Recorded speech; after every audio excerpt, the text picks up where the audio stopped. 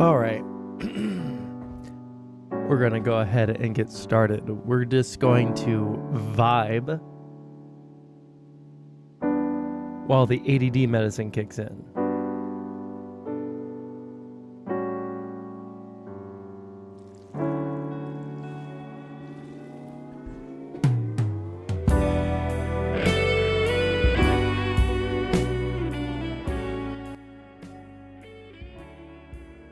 All right. Now, I have a fucking sore-ass throat. I don't know if I'm actually sick or if I'm just had a bad sleep or it dried out my throat or something, but yeah, my throat is fucked. We're gonna have to see how the ADD meds are treating me today because I took them about 3 minutes ago because I forgot to take them before starting the stream. So here we are. Let's see. We got some content suggestions.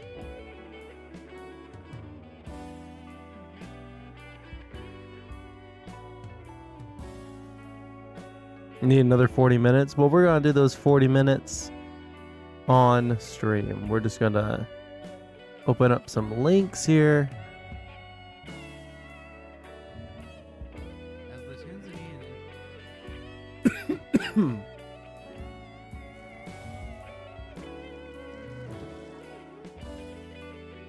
Let's see here.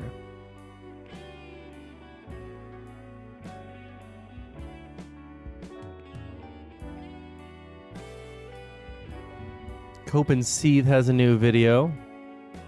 Maybe we can watch that while we wait for the ADD meds to kick in.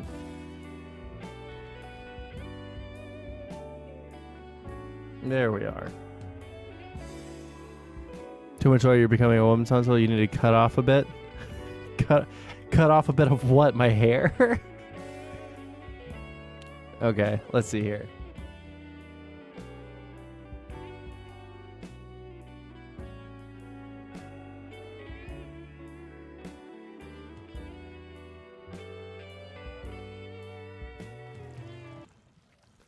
All right, let's see what Cope and Seethe is up to.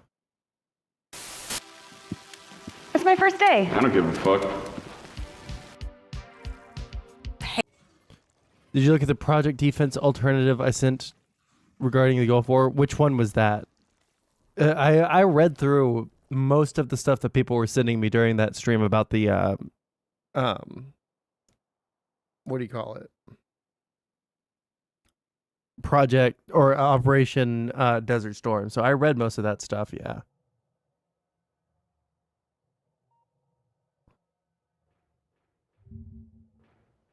We will watch that here in just a second. Hail Satan.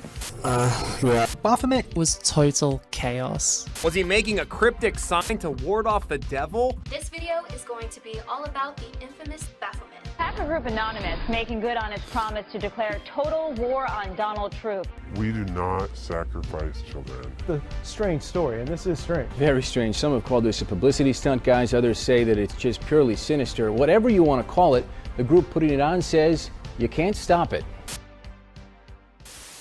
It's never a good idea to tempt fate, but it's an even worse idea to give fate the finger and tell it to go fuck itself. This was the mistake of Gabe. Who is Gabe? Well, no one really. But what's interesting about him is that with just 2 tweets, he managed to set off a chain of events that almost ruined his entire life.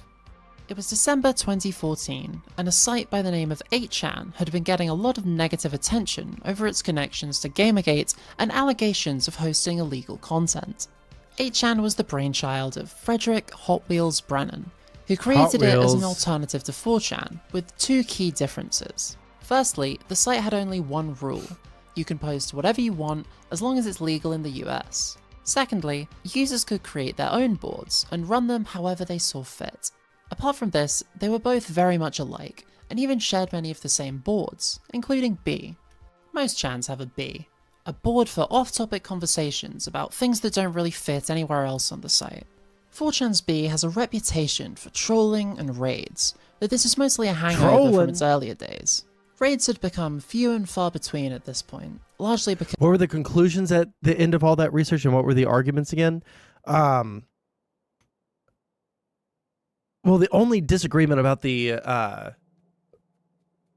Operation Desert Storm was that whether or not it was a what do you call it, war crime, and two, whether or not we can say with any confidence that no civilians died. So there we go. Keep producing.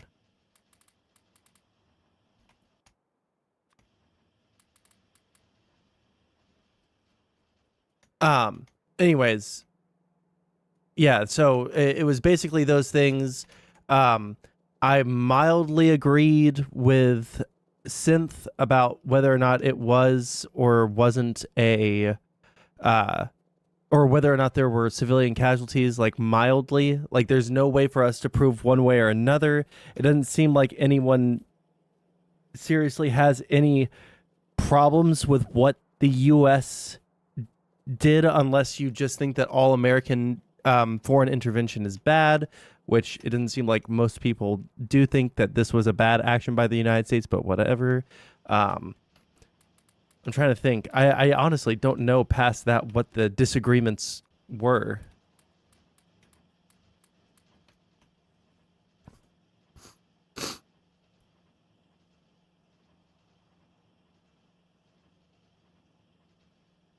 Doesn't cutting of something mean taking less? You can actually use that sentence. Please educate me. Horrible. But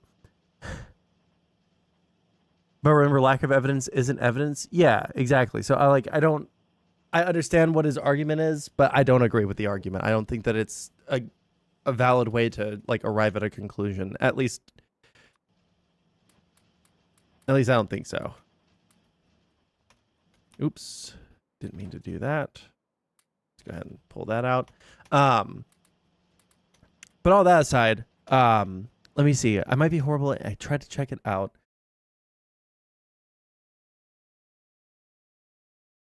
When you say cut off a bit, do you mean cut my ADD medicine?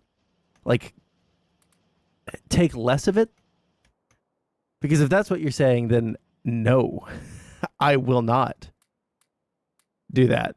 In fact, I think I need to up my meds, if anything, but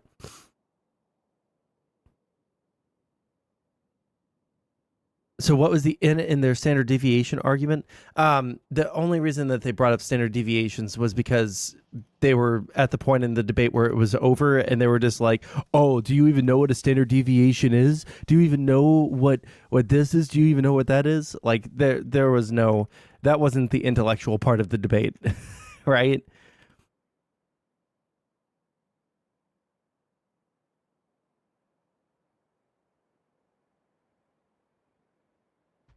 Okay, let's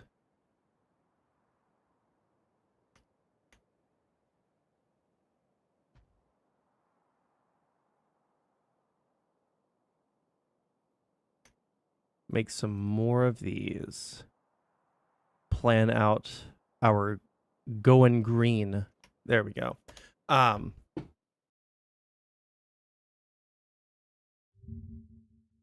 I honestly never know.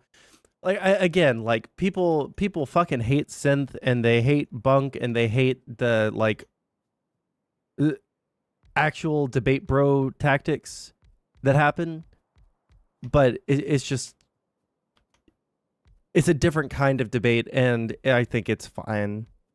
I know that you guys don't, because the type of like theirs is zero rhetoric and all just like hyper autism mode. Let's go all gas, no brakes into just what data is and the logical implications or whatever the fuck, right? Like they love that shit. They love that shit.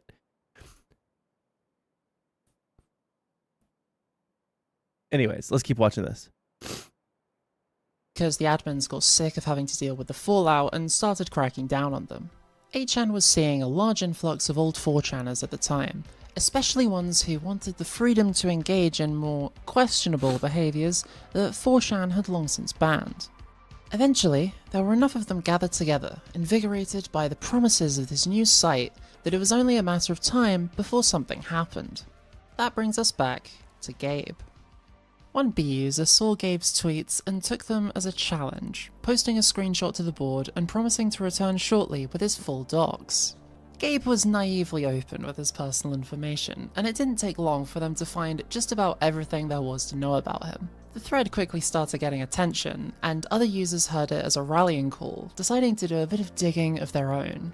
Within a matter of hours, they had uncovered all his social media accounts, his full address, his phone number, and those of his family members. His family home starts receiving pizza deliveries and round-the-clock prank phone calls. One 8chaner, feeling bad for Gabe and taking pity on him, tried to reach out to him on Facebook to warn him about the shitstorm that was currently brewing, but it was no use. Instead of shutting down his social media accounts and giving up the fight, Gabe responded by giving them exactly what they wanted, and at this point, there was nothing that could stop what was about to happen. Things escalated rapidly as plans were made to get Gabe fired from his job and convince his friends and family that he was a paedophile, though it's hard to tell how many of these were actually followed through on. They did manage to hack his Twitter account, however, and they immediately began destroying it with racist memes and gore. They also changed his @ to GayAnalFan44 and updated his bio to include a story of an incestuous relationship between him and his sister. Suddenly aware of just how bad things were, Gabe was now literally begging for mercy, though unfortunately his pleas would fall on deaf ears, as these sick, twisted individuals used his account to post bomb threats and fake revenge porn they'd made of him and his sister. This relentless attack on Gabe over what was ultimately some very tame comments would continue for the next 2 or 3 weeks until eventually they got bored of him. But many of them found it to be one of the funniest things that had happened in a very long time, and there was so much interest in seeing more like it that one of the people involved decided to start his own board dedicated to just that, and he called it Baphomet. The group behind the Gabe raid became the core members of Baphomet. They immediately started looking for new targets, basically just anyone who gave them an excuse, mostly minor anti-Gamergate figures who had been openly attacking 8chan. Most notable of these was former NFL player Chris Clue. On the day that Baphomet was formed, Clue had a debate with Mike Cernovich, where he was critical of 8chan and its owner. Within 24 hours, Baphomet had his full docs and were deciding what to do with it. Several users called for him to be swatted, but in the end they settled for calling him an animal abuser on Twitter and flooding his address with pizzas, sex toys, and empty boxes.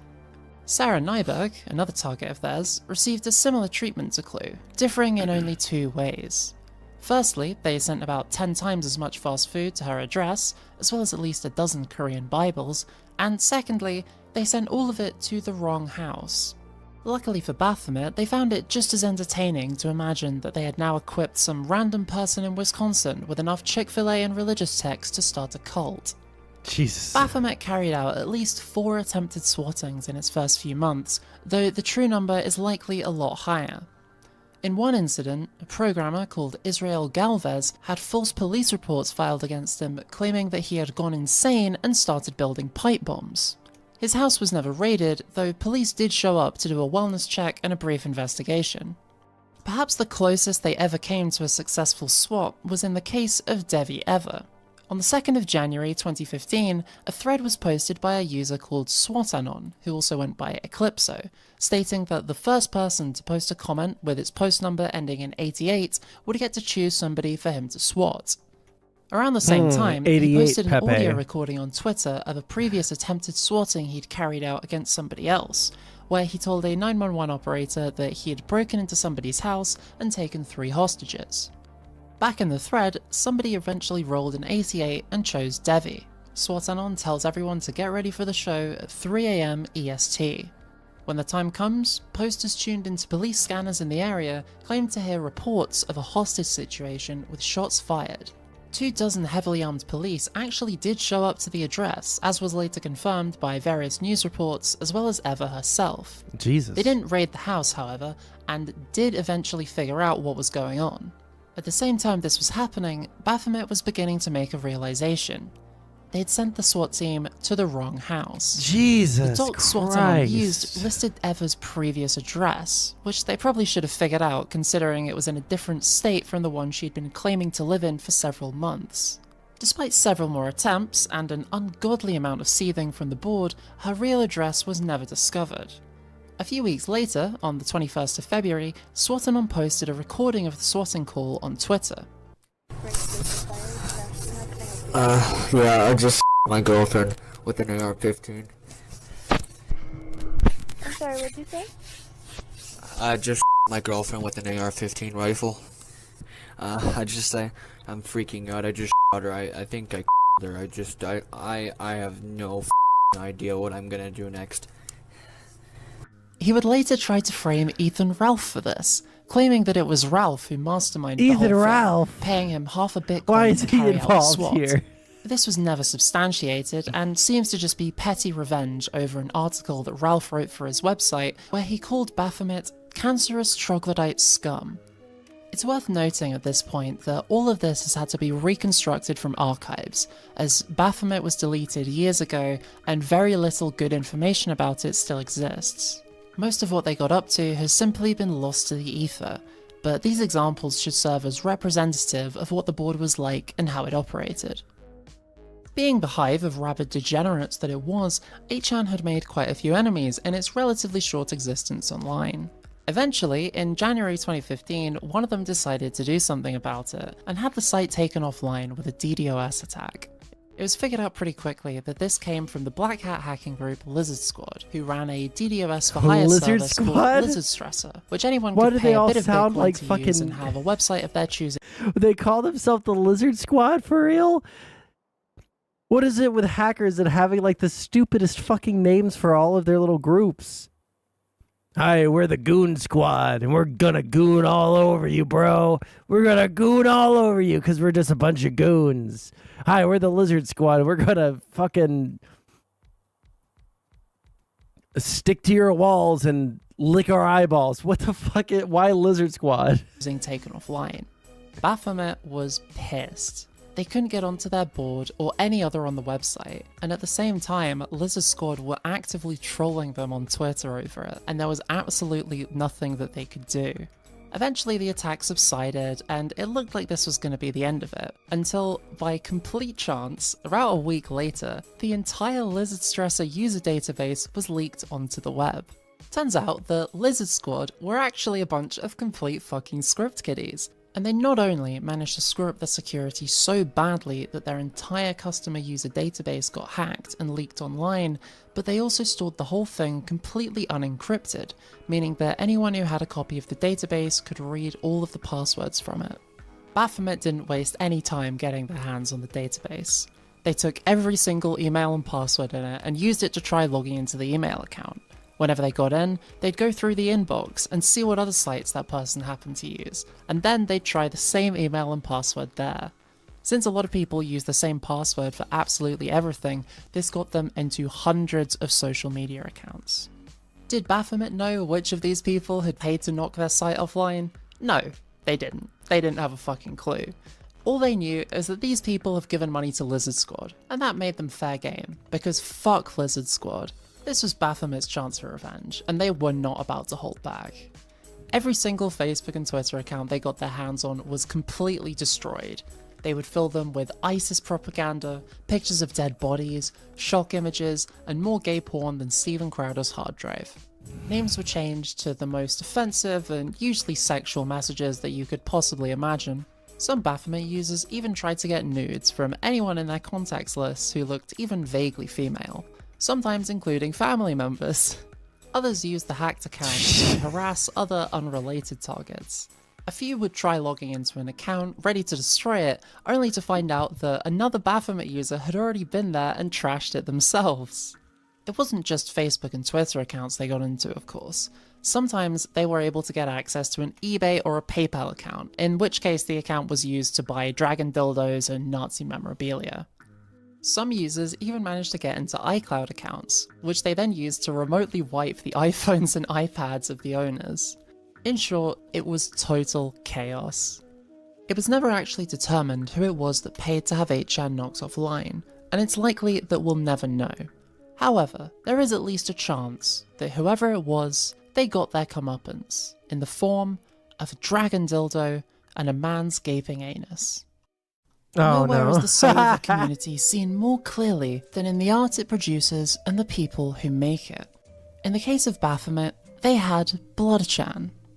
This avant-garde genius began sharing her artwork with the board, which took self-insert to whole new levels by using her own blood in its creation. Many of these were tributes that she'd made specifically for Baphomet, including depictions of Baftan, the board mascot, and 8chan's owner, Hot Wheels. She would make several appearances under this pseudonym, and like all good internet content creators, she wished to be as open as possible about the flow of her creative process, going as far as to create instructional time-lapse videos. In these, we can observe this revolutionary, carefully with a razor blade and while her involvement in the community outside of her artistic renditions is nothing notable, her impact as a creator is undeniable. The acclaim brought by her work raised her to a semi-celebrity status on the board, which says a lot about the appreciative tastes of Baphomet and its members. The fate of Bloodchan is ultimately unknown, and she seems to be just another ghost of the internet. However, she really put her whole self into these renditions, and perhaps the literal nature of that statement is why archives of her work can still be found online today. At this point, we should probably talk about the man in charge of this shit show.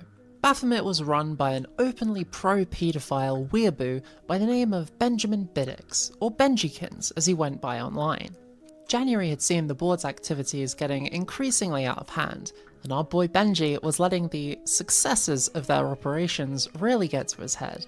Instead of laying low, as you might after your community swats at least 4 people in a month, he decided to publicly tell SWAT-Anon to cover his tracks over the Pixelgoth incident. Later, he even claims he was contacted by federal authorities who threatened to charge him if he didn't hand over SWAT-Anon's IP address. Now, as if publicly telling somebody who's committed multiple felonies to start destroying evidence wasn't bad enough, things were about to get a lot stupider.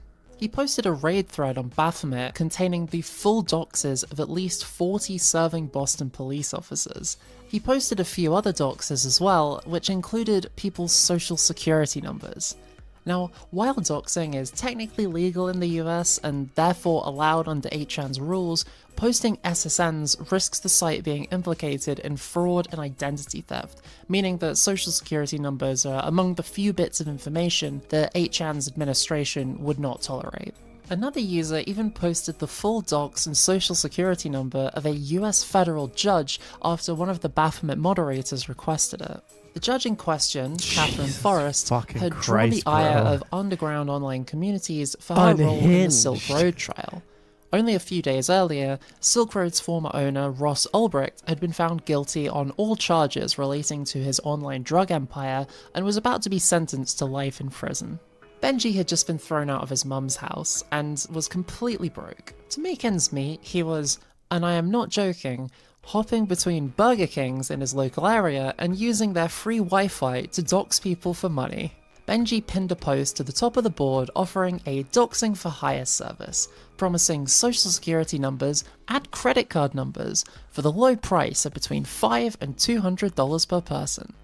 This is extremely illegal and finally forced the global administrator of 8chan to come and personally intervene. Hot Wheels came and deleted all the posts containing social security numbers and credit card information, along with Benji's doxing for hire thread. He replaced it with another thread, telling Benji that he was going to take his precious board away if he didn't stop openly committing crimes on it. He even suggested that Benji was either an FBI agent or an extremely stupid criminal. Things seemed like they might have been cooling down at this point, until suddenly Baphomet was wiped and removed from 8chan's board index. According to Benji and the other Baphomet mods, a hacker had somehow gained access to Benji's admin account, and for some unknown reason decided to nuke the entire board. Pretty much nobody was retarded enough to actually believe this, but his follow-up claim was even wilder. Apparently, he had received a threatening email from the US government, which had freaked him out so much that he deleted every single account he had and fled to China so that the feds couldn't get him. An alternative, and frankly far more likely version of events, is that Benji had a moment of clarity, realised how much of a colossal retard he'd been, wiped the entire board in a panic, and made up the moving to China story as an attempt to cover up for the fact that he was moving from his mum's basement onto his friend's sofa. What did we learn, Palmer? I don't know, sir. I don't fucking know either. I guess we learned not to do it again. Which clearly they didn't, considering almost exactly the same thing happened again, only a few months later, when the Mordu took over the board from Benji, faked his own death in an FBI raid. Fucking retards. Huh. All right. Let's go through some of the things that you guys linked. Okay, bro. Holy shit, my throat hurts. All right, let's see what this is. Breaking, a Florida House committee has approved a GOP bill to let bosses schedule 16 and 17-year-olds for over 8 hours on a school night and over 30 hours a week. One Republican said, "We've been weakening our society, and the remedy is to have kids start working full time."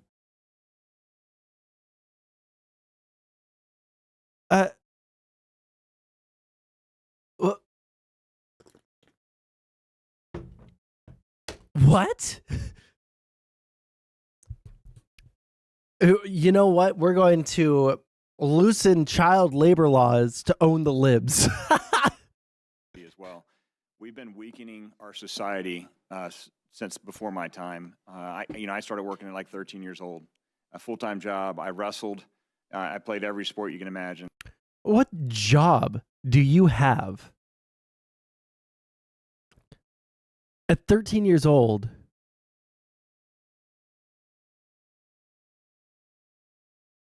That would require you to be there for 8 hours. No, he's not saying that the wrestling is his job. He's saying that he not only worked full time, but also went to school and also participated in extracurriculars. He's not saying that the wrestling was his job, but that doesn't help. Okay, gotcha. A full-time job. I wrestled. I played every sport you can imagine. So the idea that they can't afford to have these kids do this is an anomaly for me in my mind. If there's an issue with inflation, we should address that with the federal government, not the state of Florida. So I appreciate you running this bill. You guys continue doing the great work and help change the youth out there to have them start working full time. Thanks. Great. Rep Barrington, you're up. As well.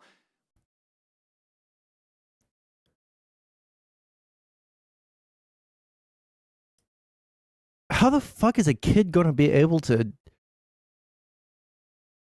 do anything? Like, obviously, they don't have to work for 8 hours. Like, it changed their availability. But that's insane. And Tim is okay with that? What do you mean, Tim? You mean Tim Pool? Because, of course, he is.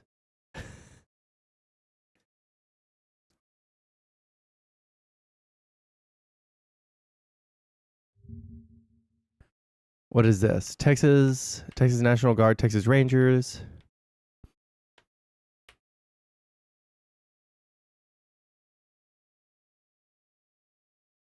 One second. What is this from?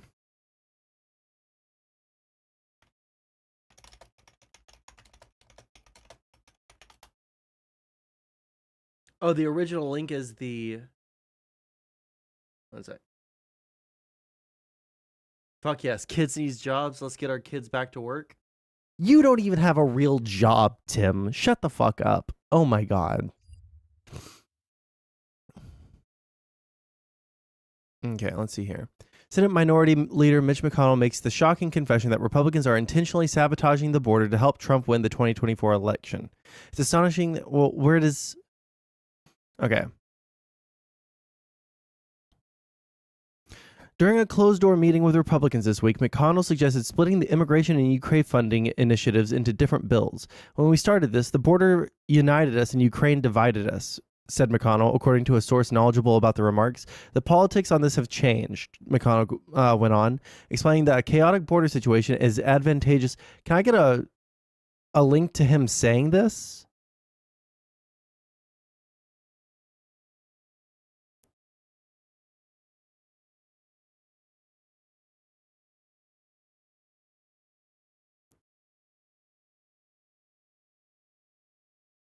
When we started this, the border united us. Politics on this have changed.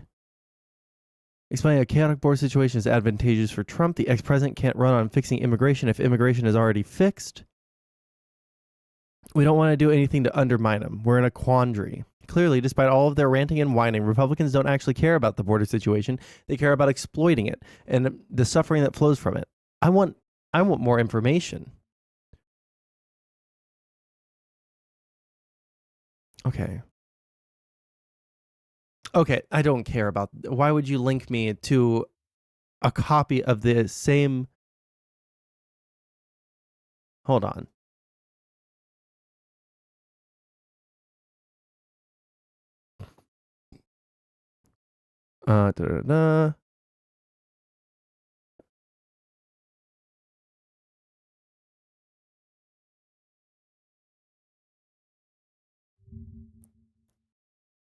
Okay, I want to get a little bit of information about what the current arguments on immigration are. I think we might actually start our research arc today on immigration.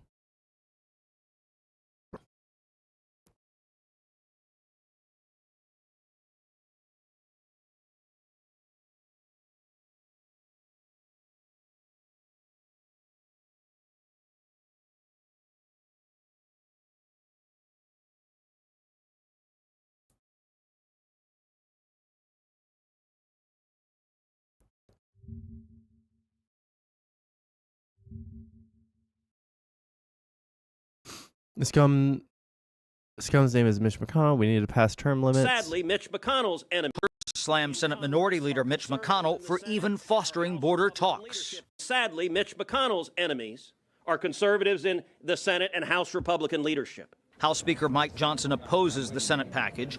Cruz accused the Senate GOP brass of, quote, waging war on the Speaker, aligning instead with Senate Majority Leader Chuck Schumer. Republican leadership is like Charlie Brown with Lucy and the football. And over again, they run for the football, and over again, Lucy Schumer pulls it away.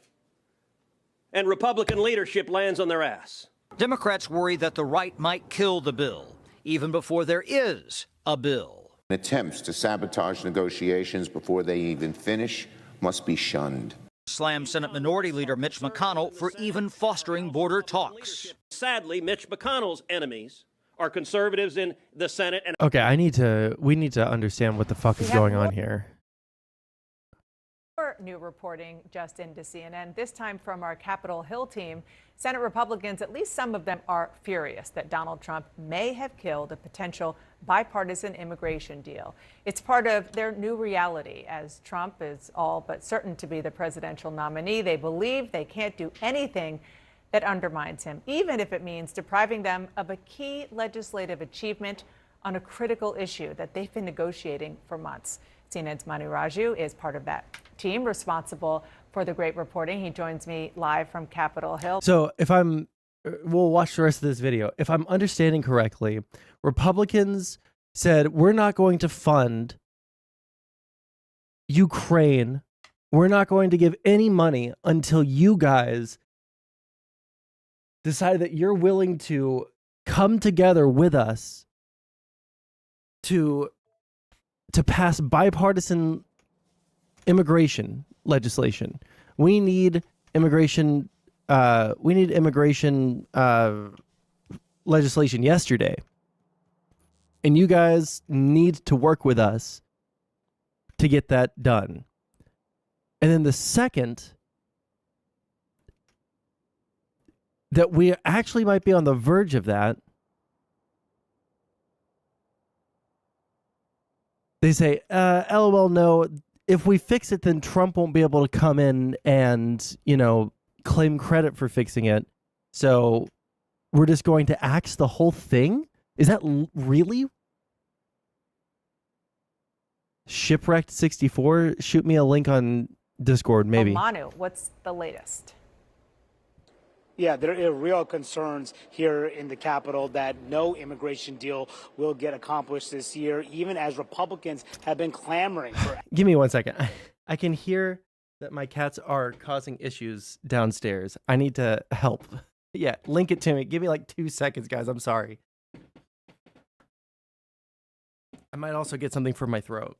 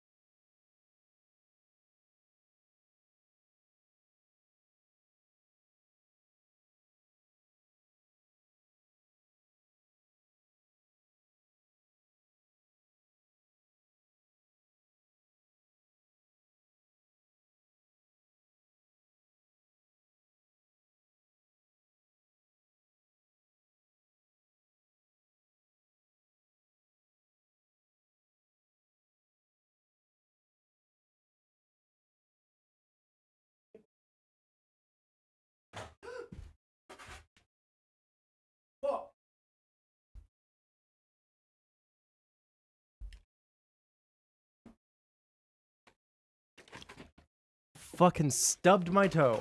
All right.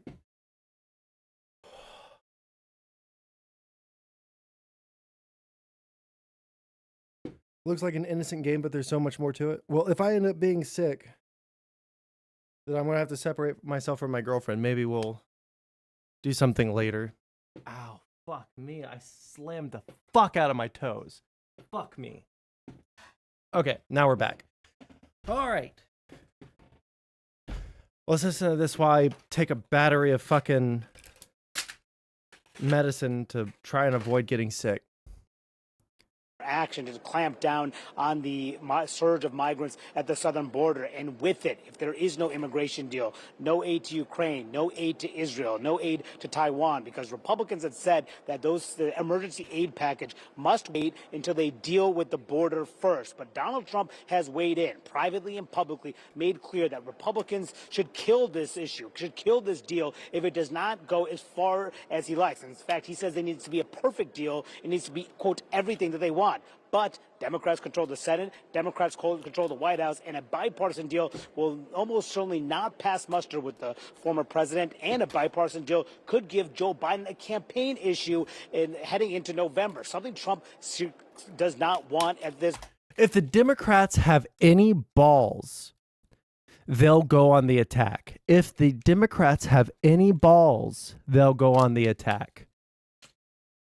The Republicans kicked and screamed and bitched and moaned and cried and pissed and shit and cum in their pants over the border my entire life, but even more so since Trump got elected. We got to do something about the border. We got to do something about the border. We got to do something about the border. Now they had a bargaining chip. Okay, Ukraine aid. Democrats really want that. Republicans should too, but they're willing to put, national security interests and, the future of our nation at risk because a couple of brownos will come over the border. Now they're like, wait. I totally forgot. Biden's president. And if we pass this and it actually fixes stuff, then Biden will get the credit.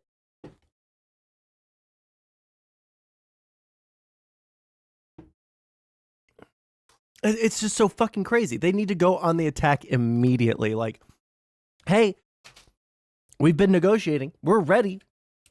The bill is halfway drafted. You are the ones that wanted this bill to be drafted. And now you guys are throwing it out the window? I don't think so.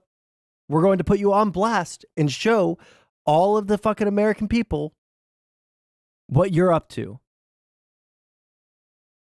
They need to fucking go hardcore on the attack about this shit. Because, let me be honest. When it comes to the border,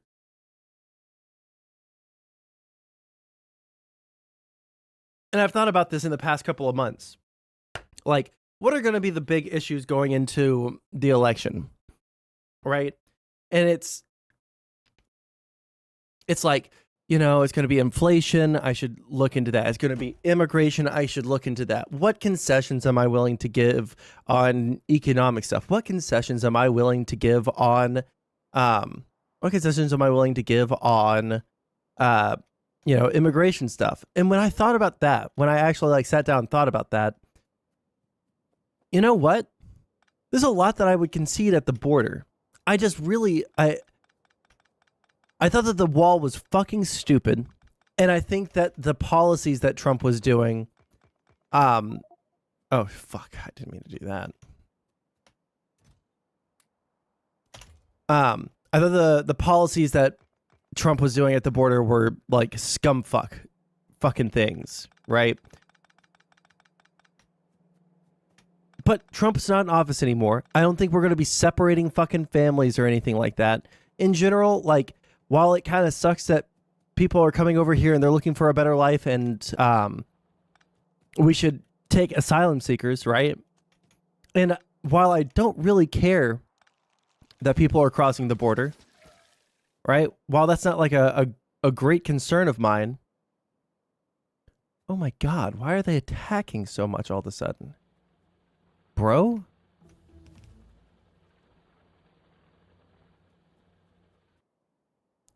Okay, where's one of my fucking things? Anyways, when it comes to the border, there's a lot that I like. It sucks that there's so many people that need. It sucks that there's so many people that need,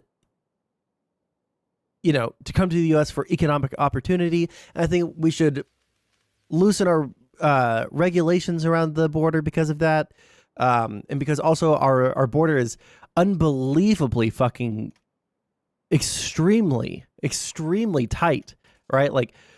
We're super hardcore on immigration to the United States through legal means, which is why a lot of people try to do it through illegal means. If we softened our stance at the border and made it easier for people to come here legally, it would probably be better. But I don't care about dying on that hill. is the point, right? Like there are a lot of concessions that I would make at the border. As long as we're not being like fucking unbelievably cruel about it, right? Which is the Republicans' MO for some reason. They just love the idea of being cruel to these people for no fucking reason. So there are concessions that I would make, and there are things that we can do that would be better. And if there's too many immigrants coming in at one time in a short amount of time, that can lead to localized issues and localized economies. Yeah, I don't disagree with any of that, right? So all that is to say that there are solutions that would be acceptable to even a libcuck such as myself. The problem is that Republicans are always asking to go too far with almost all of this shit, like all of the fucking time. And it's insane. And now that they have, victory within their grasp, they finally are seeing, they're finally seeing the fruits of all of their bitching and moaning come to fruition. They're finally getting an immigration bill that the Democrats are being forced to work with them on because they want that Ukraine aid. Now they're like, LOL. Actually, we don't actually care about brown people coming over the border. We actually don't care about any of these things that we keep on saying that we care about. We're actually going to completely sell out what we were going to do for political points because it might help Biden, which is fucking disgusting.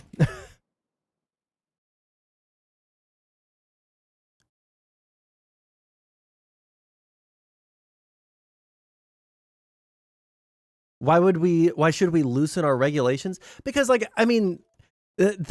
wait list and the process by which we allow people to come to the US is so difficult, right? Which is what leads to these 15-year wait times. Like everybody recognizes that our immigration policy is fucking ridiculous, especially after fucking 9/11, right? Like I think that our immigration policies got super fucking crazy after that. Oh, I'm dead. Oh, I'm dead. Fuck. Anyways. So anyway, that's why. I don't give a fuck if people want to come here. They can come here if they have something of value to add and we have the need for what they bring. Yeah. But we should probably make that like slightly easier, possibly, maybe, right? Who's to say they aren't just doing border shit now because Biden is starting to look bad on it and Dems are starting to speak up?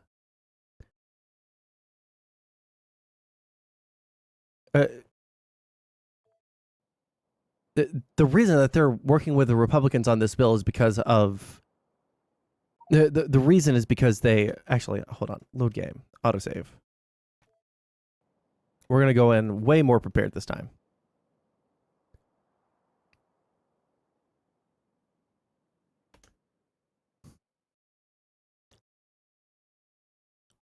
I'm open to improving things, but a long wait isn't necessarily a bad thing. The question is why.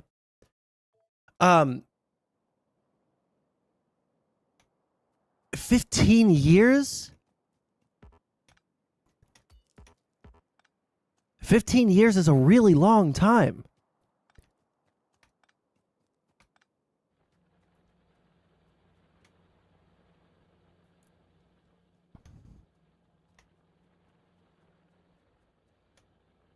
Biden is now starting to do his campaign stuff, and now suddenly border policies are on the table. Well, hold on. This has been like an ongoing thing since what? Like, when did we when did the Republicans start holding the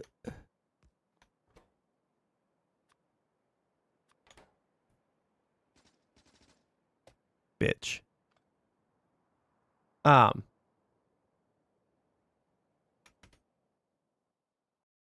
But why is the wait that long? Well, that's something like I'm thinking we're probably actually going to start a research, what do you call it? A research arc today on immigration. That's one of the things. Like there are tons of things that I would be fine with conceding, but the Republicans seem to have mixed messaging on whether or not they actually care about this issue, right?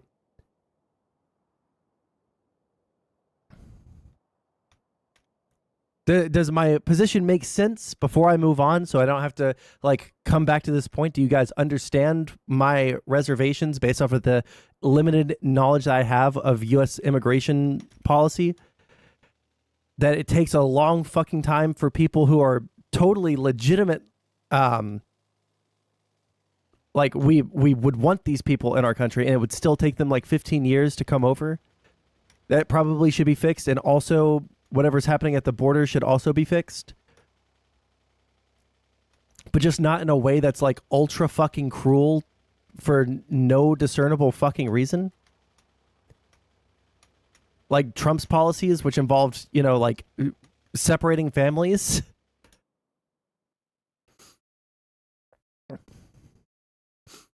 This moment in the campaign season. And talking to Republican senators today, it is very clear they are furious at the prospects that this could collapse and are saying this is all about campaign politics. I think James Lankford's been working very hard to secure the southern border, to give the next president, whomever it is, more authority so that we can secure the southern border. So anything that interrupts that negotiation, I think would be tragic. I hope no one is trying to take this away for campaign purposes. Former President Trump has indicated to senators that he does not want us to solve the problem at the border.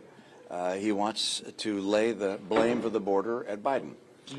And the idea that someone running for president would say, please hurt the country so I can blame my opponent and help my politics is a shocking development. Do you think this is what he wants, the issue, Donald Trump? This is why he's doing it? I think the border is a very important issue for Donald Trump.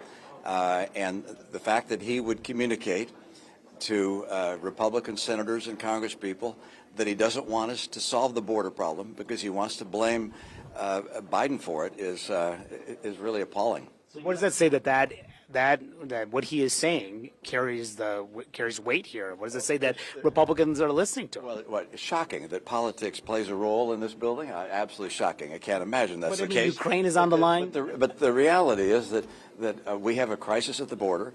The American people are suffering as a result of what's happening at the border. And someone running for president ought to try and get the problem solved, as opposed to saying, "Hey, save that problem. Don't solve it. Let me take credit for solving it later." Now, I just spoke to Senators James Lankford and Senator Chris Murphy, two members who have been trying to negotiate that bipartisan immigration deal. They say they're still going to try to cut a deal. They said that, and Murphy told me, the next 24 to 48 hours will be critical to see if there's any viable path forward. But, Dana, as you know, even if they cut a deal, they got to put it together, put it on the floor, get the votes. That means Republican votes that would require 60 in the United States Senate. Then the Republican-led House, which is very much aligned with Donald Trump's position on the issue, which is why so many people are bracing for the reality that Donald Trump may have killed this bipartisan emerging proposal to deal with these key issues, and they may have to deal with it next year because of campaign politics in the middle of all of it. Dana. Manu, such great reporting. Thank you so much. Let's talk about this with the panel. Melanie, you too are a member of this reporting team with all of this great stuff. And I just want to underscore the sort of headline here, which is Donald Trump has such a grip on the party, which that's not new, but he has even more power now that he is inching even closer to being the presumptive Republican nominee. And he would rather have, and this is something he is communicating to his fellow Republicans in Congress, don't make the border better because it will give Joe Biden a win and it will hurt me. I'd rather have the issue. That's insane. Yeah, I mean, it's dude. pure raw politics is what it is. And a lot of Republicans probably are saying this privately, don't want to say it out loud. Now it's coming out in public that this is how Trump feels about it. Just let Texas handle it. The thing with Texas is also fucking buck wild. Can you imagine for a second if there was a Democratic governor who, after Roe v. Wade was overturned, said, I actually disagree with the Supreme Court on a matter of federal fucking legislation or federal fucking policy, I actually disagree on what the Constitution says. So I'm just going to do whatever I want. Can you imagine the fucking outcry? Like, if we can just like completely ignore the Supreme Court, then why are we not just letting women get abortions in Texas, ollie Oxenfree, full term?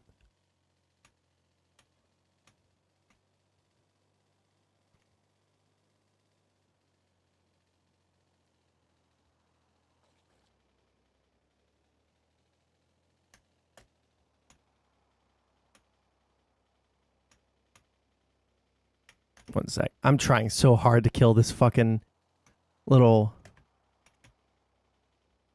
Damn, son. Damn, son. Damn, son. Damn, son. Damn, son. Damn, son. Damn, son. Damn, son. Are you guys really not dead? Damn, son. Okay.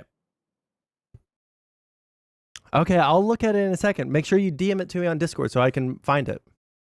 About it, and they are following his orders because he is likely going to be the nominee. They are very reluctant to do anything that is seen as undermining him or crossing him. A lot of cases, they're driven more by fear than wanting to please him. And you know, to be honest, Dan, this is a really if you dynamic sub for enough for me to get $10, I'll play it. Trump was in office.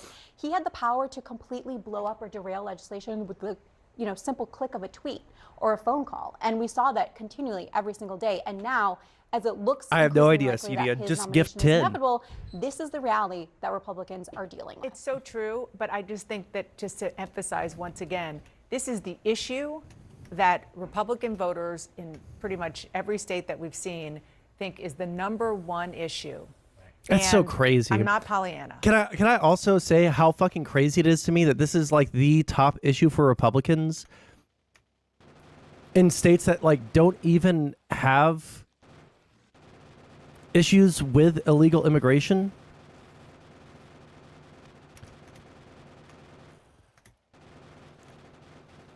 Like, I live in Houston, Texas. Half of the people I've known in my life are fucking illegal immigrants, okay? Like, I know a lot of illegal folks. And I never once felt endangered by them or like they were taking people's jobs in my city. Hey, thank you for the gifted subs. After we're done watching this video, I'll look at it, okay?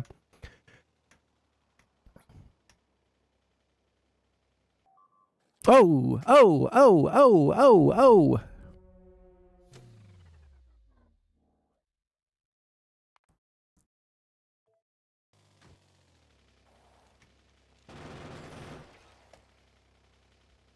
Like, I've seen this before. I covered many immigration negotiations on Capitol Hill that failed because of politics. But they are on the cusp of doing something in a bipartisan way that could actually make the border better. And he doesn't want it. Well, he wants his campaign this fall to be almost not solely about immigration, but it will be the #1 issue that he talks about in his campaign. And he wants worked last time of things being totally out of control at the border. And he has a lot of data right now that help us his campaign. The record number of crossings that are coming into America. Even some Democrats, I think, privately are fretting. You look at what's happening in New York and all of these other cities. And I think Trump wants it to be as bad as possible going into the fall for his campaign. And we've seen him do this repeatedly with senators, though. I mean, they try to get bipartisan deals, and then he often attacks these deals, just as Melanie said. The other thing to me that's super interesting about this is for a long time in the House, you have a lot of these members who actually like Trump. In the Senate, most of these members are not fans of Trump, right? They really did not want him to be the nominee again. They sort of are begrudgingly having to deal with him again. And you can almost hear the palpable frustration of their voice to realize that all of a sudden this guy that they don't really like much. There's a few of them that do, but a lot of them really don't. Especially the top Republican in the Senate, Mitch McConnell, who... Go ahead. Yeah, their strategy of not doing anything about Trump turns out remarkably not to have worked. And so now they are left with the consequences of it. But I think, Trump may have killed this deal, but it was already on the sickbed. We shouldn't forget that there are a lot of substantive concerns where a lot of the Republicans most concerned about immigration on the Hill were the ones who were saying this is inadequate.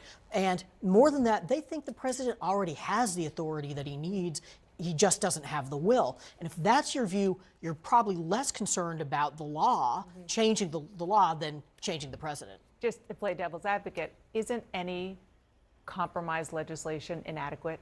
By definition, you have to come together, and you're not going to make the hardliners on the right happy. You're not going to make the hardliners on the left happy. If the goal is perfection from your point of view, which is apparently what Trump has been saying, then no compromise by definition will work. Okay, so let's just quickly talk about the Mitch McConnell of it all, because The Mitch McConnell of it all? and others is that he seems to be, understandably because of what you said about them not being the biggest fan of Donald Trump in the Senate, sort of pained about the reality setting in of Donald Trump likely being his party's nominee. And let's just give an example, a couple of examples of why, about what Donald Trump has said about Mitch McConnell. Mitch McConnell's a disaster. The guy's a disaster. The old crow. They were put in, and he had to give them to the old crow. The old crow, the old broken down crow. Why does he call him that? Mitch McConnell is the least popular politician. Then you had the old crow come out and say, "Oh, we don't have good candidates. We don't have a while ago." That's Mitch McConnell, who's the worst thing we have in the Republican Party. He's absolutely the worst. This is the guy who seems to be headed for the Republican nomination and the top Republican in the United States Senate, and has been for some time. You watch this dynamic, report on this dynamic every day. Yeah, and also Donald Trump has attacked Mitch McConnell's wife, we should also point out. Who used to work for him. Who used to work for him, in deranged and racist terms. Yes. So, Oh, that was Mitch stupid. McConnell and Donald Trump, obviously their relationship Okay, I know how to do has it now. completely soured since January 6th. It is hard to imagine that if Donald Trump becomes president, that Mitch McConnell can remain, or would even want to remain, as GOP leader. Now, there are other key Republicans who do have a good working relationship with Trump, including the head of the Senate GOP campaign arm. So there are people that can work with Trump, but it's not Mitch McConnell. And there are a lot of questions swirling around the Capitol right now about, can we keep Mitch McConnell as our leader if he has zero relationship, in fact, an animosity with each other in the future? And that is the question that I think is really underlining this idea that Trump is coming back into the fold. Super fucking weird.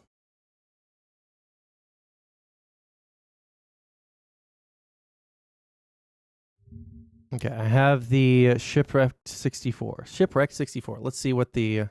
Step into the 3D realm with... Hey, everyone! I need your help! Step into the 3D realm with Bucky and his friends. Explore a vast open island and hopefully bring your friends back to safety.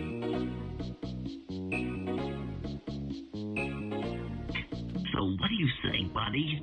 Let's go rescue the gang!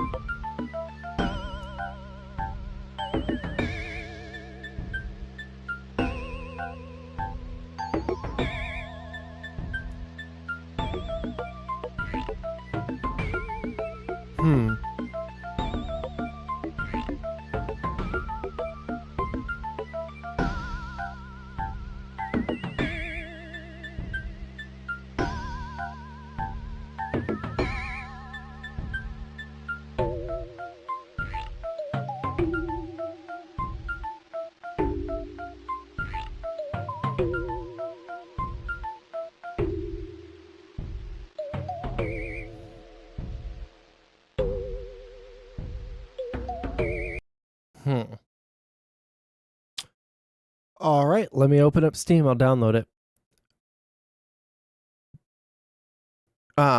Again, because I might be sick, I might be like, I don't know what, depending on how isolated I need to make myself from my girlfriend so that she doesn't get too sick to go to work. Might do some nighttime streams, so we'll probably play that at night. Okay, let's see here. So we have that. Senator Langford and several colleagues continue their work to finalize the most substantial border security policy in 30 years. This agreement would come not a moment too soon. Minority Leader Mitch McConnell commenting on the Senate's developing bipartisan deal on border security and foreign aid, which most people support. Let's bring in NBC News senior national political reporter Sahil Kapoor. Sahil, what's the latest? Hey, Mika. Well, we can confirm that these negotiations have moved to a new phase. The policy contours of this emerging deal are mostly settled.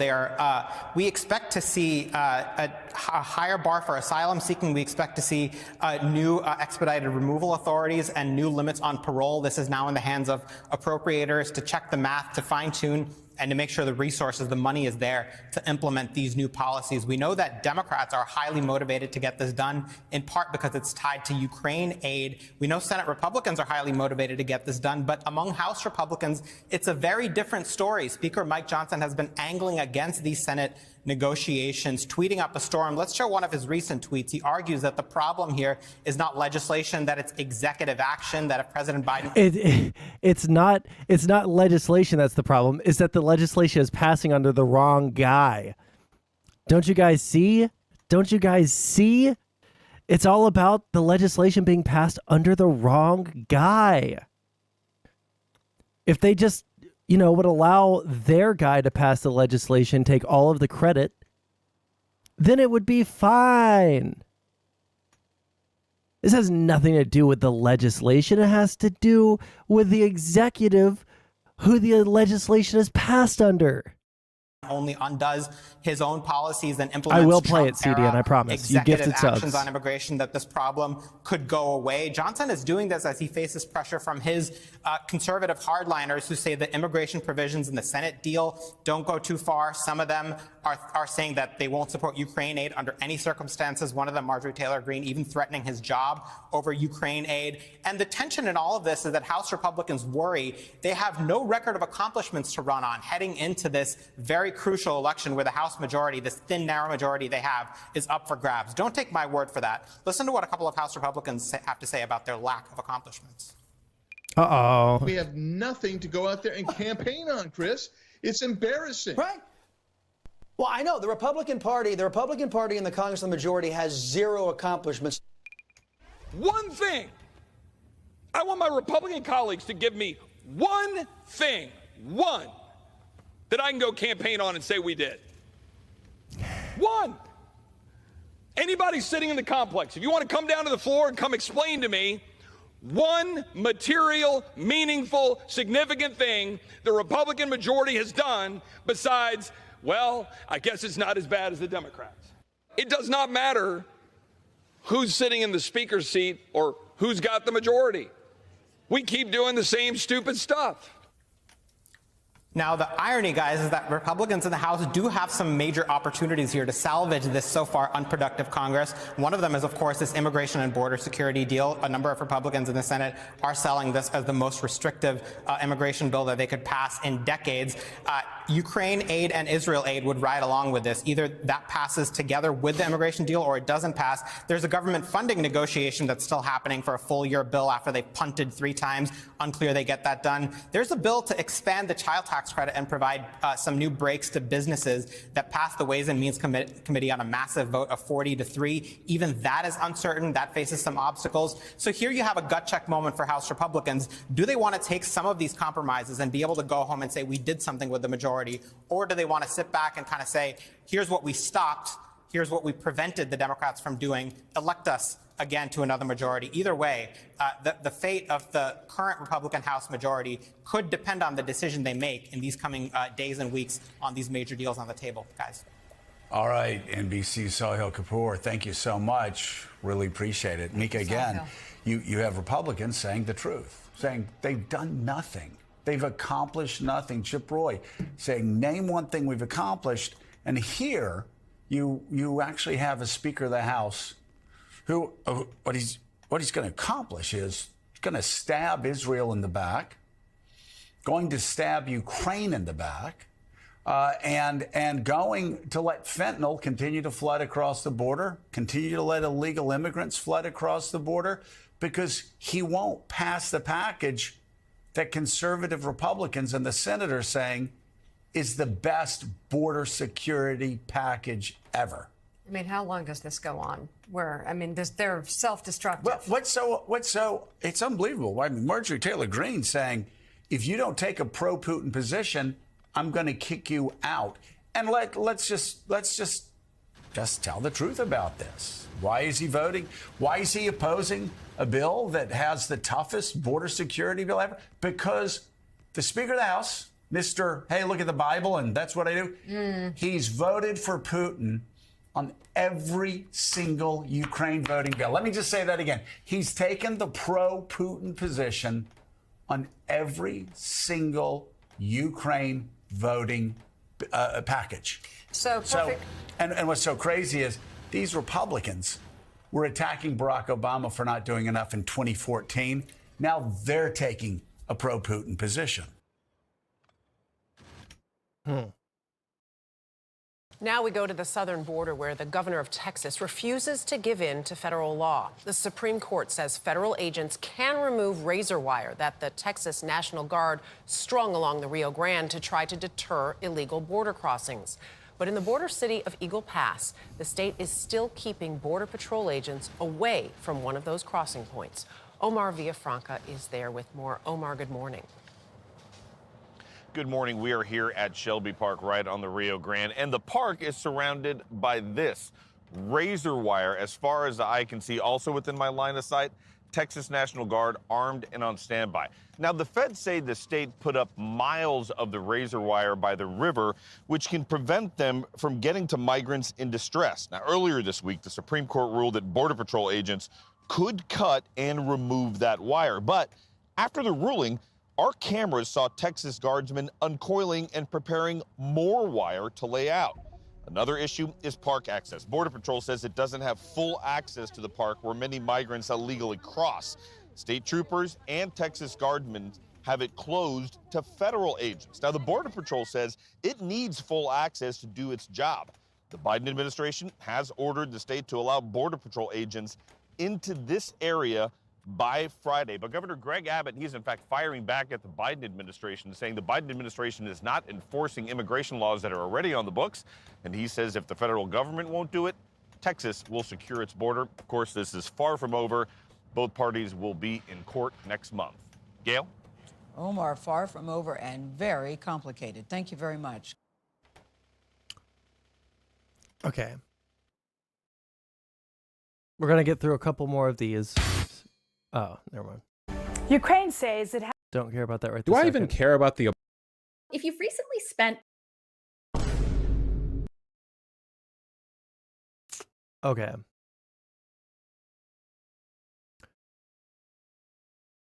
I think the ADD medicine has kicked in. Let's look some stuff up. Okay. What are the first things that what are like the important things to know about immigration?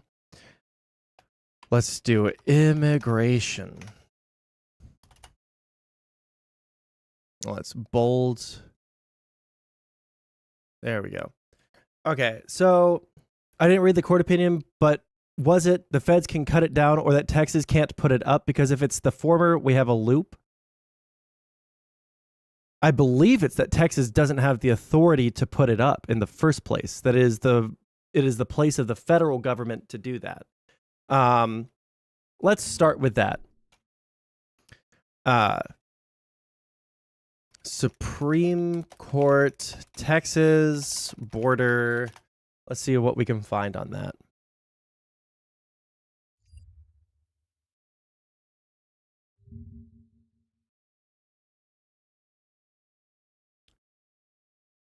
Knowing the difference between crossing the border and immigrants encountered so people can't conflate the numbers of people coming in. Yeah, the idea that 6 million people have entered and stayed in the United States is fucking unhinged. So Willie, yesterday, of course, if you went to any major news publication, okay, this is the last video, and then I mean, it was lit up with stories about how Here's a shock. Breaking news. Please stop everything. Donald Trump has weaknesses in the general election. I mean, it's crazy that that's even a news story now. But we're going to talk about that in a second. But I wanted to talk about how remarkable it is that you have House Republicans, people that are in the party that Ronald Reagan used to be a member of, that are sitting by knowing they're causing Ukrainians to die, sitting by knowing they're standing in the way of Israeli funding, and they have from the beginning. You know, they tried some trick about, this time. Immigrants should be given the same process as everyone else. No one should cut the line. I guess I just don't care as much. It's just always been like this huge issue, and it's like affecting my community very directly. And it's never seemed like anything here has ever been that negatively impacted by illegal immigrants, ever. Never once have I ever like sat down and thought like, damn, there's too many illegals over here. Like ever in my entire fucking life. It's just never been this giant issue that everybody else seems to care about. Do I care if people cut the line? To a certain degree. But I also care about like why they're cutting the line and whether or not the line should be so long in the first place, I guess. God, grenades take forever to build. Israeli aid. We've never paid for any other aid, but we're going to have to pay for Israeli aid. That's what the speaker was saying about Israel. And then on the border, they're just out and out saying, we're going to let fentanyl keep flooding across the border, killing Americans, even though we could stop it. We're going to let illegal immigrants keep flooding across the border, causing chaos for communities, chaos for cities like New York by uncontrolled immigration. Immigration's great. It's got to be controlled. We now have... 1 second. So, drone text server. Oh, fuck. Drone text server here. I asked, what is the general vibe here on Greg Abbott blatantly defying the Supreme Court?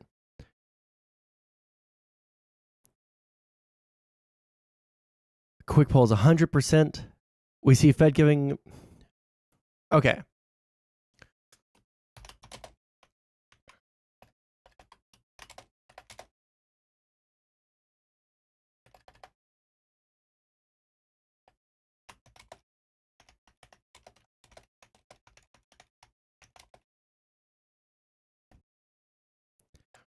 If abortion was made illegal federally and a dim state simply said, LOL, no, we're still doing abortion.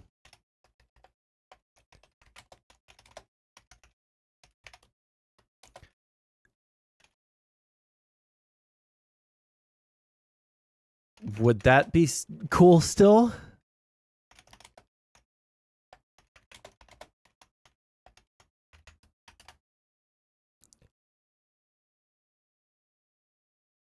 Let's see what they say to that. I grew up and worked with illegals. No one talks about their views. Okay. I'm sorry. I don't know if you might not be talking about me here, Sieg, but like, what about their views do you want to know? How saddened they are that they are forced to leave their homes or the company is willing to take them, abuse them by paying below minimum wages and all? Well, I've worked with a lot of illegal immigrants in my time. I don't see them being paid below minimum wage, like literally ever. Maybe that's just something that we're just so used to, illegals down here that we just like pay them normally. I don't know, but I don't know a single illegal immigrant in my entire life that was being paid below minimum wage at the same place that I was working at. And I've worked a lot of different jobs, but I don't think the Dems want a slave class. I think that if the Dems had their way, they would all be granted citizenship, right? Therefore, it would be kind of not a slave class.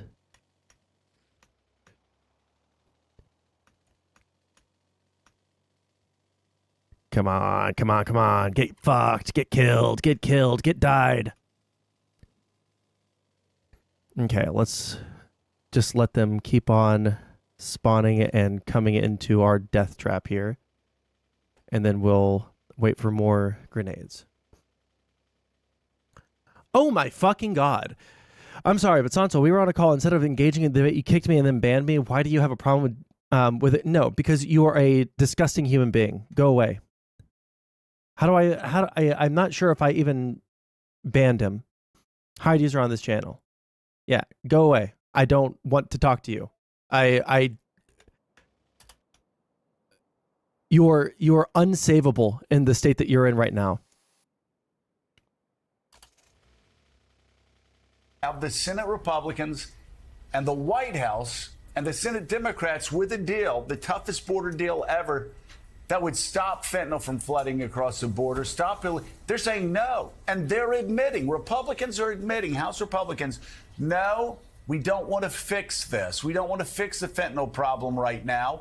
We don't want to fix the illegal immigrant party problem right now because Joe Biden might get a little bit of credit for that. That's how sick they are. They're saying keep the border open for another year. Yeah, they got as good a deal as they could ever hope for sitting right in front of them. And it actually reminds you a little bit of 2016 when the entire chant was build that wall, build that wall. They loved the immigration issue. They said there was a crisis at the border. And then Donald Trump gets elected. They control both houses of the Congress. For 2 years, they own Washington and do nothing. And there's no border wall built. Yeah. They like the issue. They like to bang the drum about it. Now they even have some of their own people, Republicans, saying, we're there. We're at the 20-yard line. We're entering the red zone, this thing that we've said we've wanted for so long, and you won't take the deal. You won't take the deal. And now we're even hearing some rumblings, Jonathan Lemire, inside the Senate, that Mitch McConnell might be getting a little shaky on this and saying, well, the nominee, what he's calling Donald Trump inside this caucus meeting, the nominee doesn't want us to do this deal. So the House has been the problem. He's not to the Senate now. Who cares what the nominee wants? He's not an elected official. You know what? I generally think it's kind of tactless, right? And I think it's kind of bad form to celebrate when someone dies. Oh my fucking god.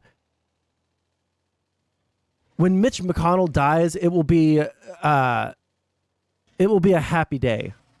I genuinely think that he is one of the most destructive human beings to ever disgrace office in the United States. It is fucking unbelievable. The things that he has done while in office to subvert our norms, to subvert our processes, to achieve policy goals that the broader United States does not support. That only the most ardent fucking conservative defender fucking voters even care about.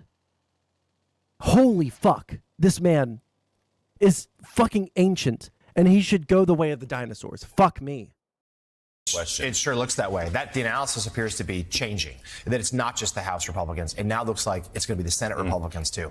Minority Leader McConnell, in a closed-door meeting with his colleagues yesterday, suddenly spoke very differently about this deal than he had in the past. We know McConnell has been very strong and adamant that the U.S. needs to support Ukraine. He still is. But now he thinks these packages might need to be separate, which would doom the Ukraine funding because there wouldn't be enough support because the only way to get some Republicans to back Ukraine would be to have this border security deal. But McConnell is admitting that Trump is saying we don't want this deal. And he is suggesting, he says here, quote, the politics on this have changed.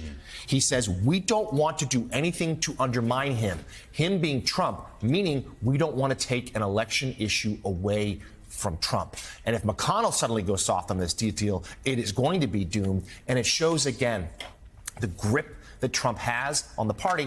And also Mitch McConnell, though he at times has spoken up strongly against Trump, he has acknowledged he will vote for him again. He did not follow through trying to convict Trump in his second impeachment trial post-January 6th. And now he seems to be doing his bidding for his campaign, even if God, they're all the American such people and cuckolds, submarines dude. a deal that most people say they want. So, Joe, we might be going from a situation where you could have had both. You could have had immigration reform and support for Ukraine to having neither. And by the way, we should point out that Ukraine is almost out of ammunition, and their leadership is crying from the mountaintops. Effectively, this war is now in the hands of the United States Congress. We can't win without the United States Congress doing something, and that Congress is sitting on its hands right now. And the rest of the world is watching.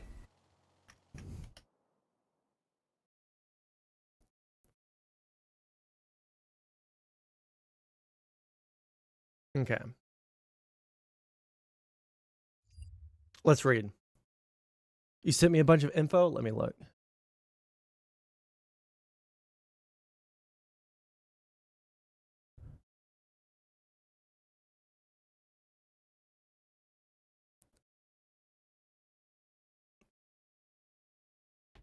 I don't know, like,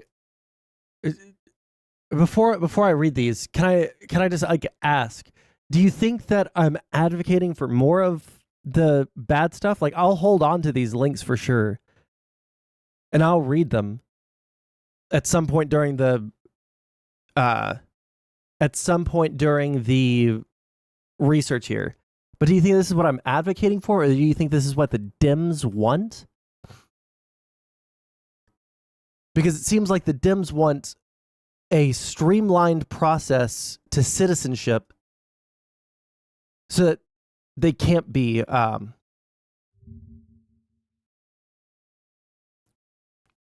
that they can't this is a consequence of this act. Which one? Which act? Sorry. Like, lay it all out for me, because it seems like what the Dems want is a streamlined process so that more people can get access to, immigration courts, and so that they can become full-fledged citizens of the United States. It seems like Republicans want to keep anyone that wants to cross the border out, right? I think that if we had a better immigration system, then less people would be willing to try to cross the border. Like, I'm not like shitting on you or anything. I just don't know, like, how the Dems trying to come, maybe they were forced into it, but the Dems trying to come to an agreement here for the border and also for Ukraine funding. Why is this them wanting a slave class when they've been trying to, argue for immigration streamlining?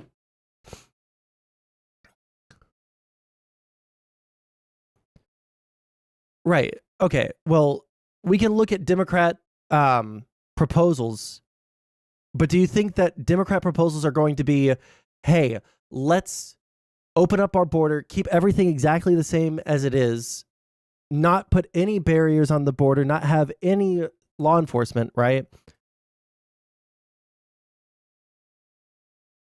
Or do you think that they're saying we should have a strong border, but we should also have, the ability to process through all of these people and give them a path towards citizenship if they meet our standards while living in the United States? Because I feel like the second one is absolutely the case. We're going to see if we can Supreme find... Court here by a 5-4 decision allowing the U.S. Border Patrol. The Supreme Court here by... Wait, it depends on the Dem. A liberal is the court... Okay, well, listen, we're talking about Democrats who are elected into office and policy proposals being put up. I'm not talking about fucking crazy fucking Twitter lefties on this one. We'll talk about them another time because those people are crazy. But we're talking about like elected Dems. I don't think there's a single elected Dem that's just like ollie oxen free. Anyone can come in and we're not going to track them and we're not going to like know who's coming in. I don't think there's a single elected Democrat that's saying that. If there is, you can like give me an example and I'll say this person's a retard that needs to be, taken out of office. But I don't think that anyone's making that argument that actually has any position in government, like Congress, like federal government, right? By a 5-4 decision allowing the U.S. Border Patrol to remove razor wire that was deployed by the state of Texas at the border. This is while the legal challenge to this dispute now plays out in court, right, Joan? That's right. And we've been waiting for this decision. This has been going on for several weeks, where the state of Texas, Governor Abbott has been blocking the Biden administration Border Patrol Yeah, fuck academics on this. Like, I mean, you could send me one on with an academic that might influence a Democrat. Like, I'd be willing to see that, but I don't even know if I know a single person that advocates for what people think Democrats are advocating for. I have never seen anyone say we should just open the border and not know who's coming into our country and just give them anything. Jesus Christ, man, you're not going to permanently get rid of me? Watch me.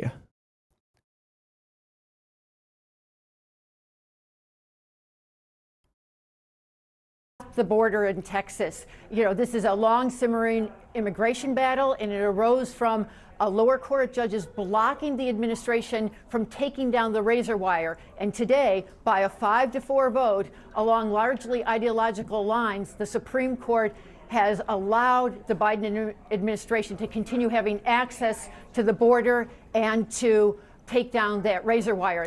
Like, think about the consequences of this. Any Supreme Court decision that a governor disagrees with,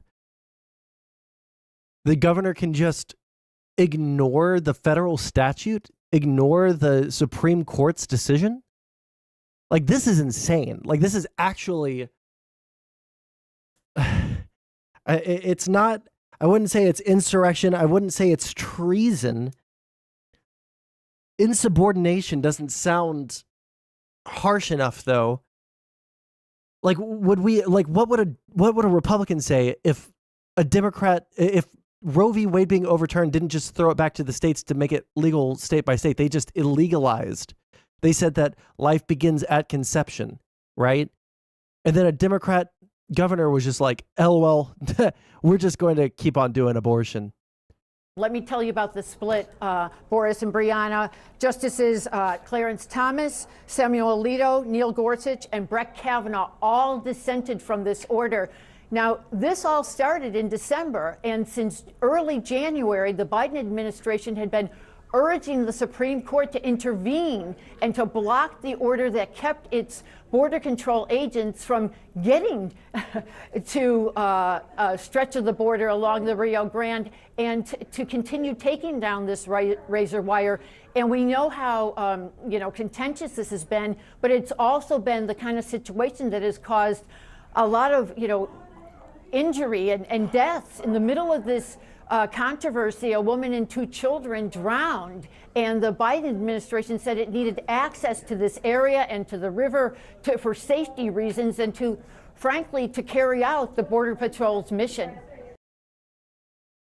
Okay, I want to see if I can find the actual thing. The vote was 5-4. Oh, thank you for this 1 paragraph link, CNN.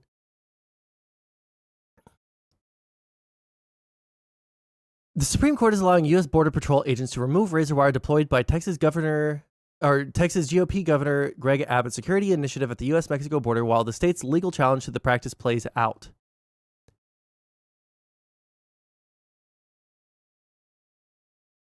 The justice's order is a major victory for President Joe Biden and his ongoing dispute with Abbott over border policy, which had become especially fraught in recent days after 3 migrants drowned in a section of the Rio Grande that state officials have blocked agents' access to. State officials are blocking federal access to our own border. Federal appeals court last month ordered the Border Patrol agents to stop removing razor wire along a small stretch of the Rio Grande while court proceedings. Is it Rio Grande or Rio Grande? I've heard it said both ways by Spanish speakers. While court proceedings continue, and the Justice Department asked justices earlier this month to step in on an emergency basis to wipe away that order, which they did on Monday. Justices Clarence Thomas, Samuel Alito, and Neil Gorsuch and Brett Kavanaugh said that they would have denied the federal request. While the order is a victory for the Biden administration, the delay in issuing it raises future questions Whatever one thinks of the current immigration policy, it ought not be that controversial. It ought not be that controversial that states cannot prevent the federal government from enforcing federal law, lest we set the stage for Democratic-led states to similarly attempt to frustrate the enforcement of federal policies by Republican presidents. That 4 justices would still have left the lower court injunction in place will be taken, rightly or wrongly, as a sign that some of those long-standing principles of constitutional federalism might be in a degree of flux.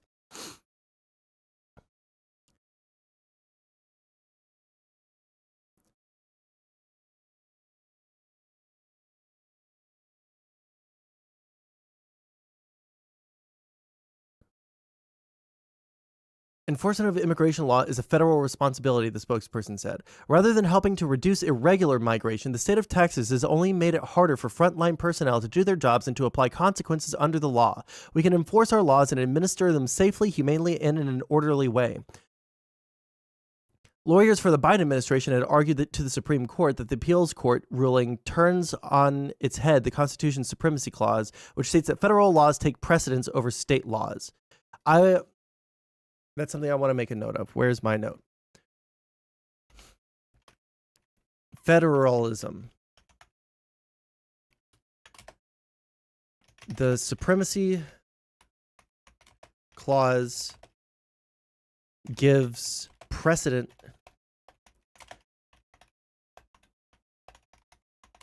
to the federal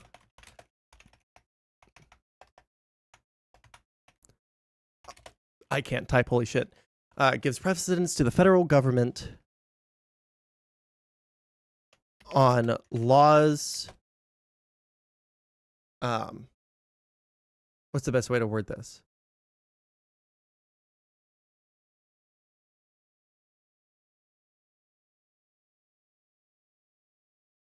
Yeah.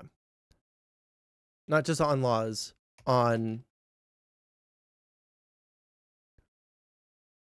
federal laws versus state laws. Arbunda Grundle. I fucking hate this this channel so fucking much. Arbunda Grundle. Arbunda Grundle. It's so fucking stupid. Can someone please find me the actual Supreme Court ruling? SCOTUS blog. Is there a link to the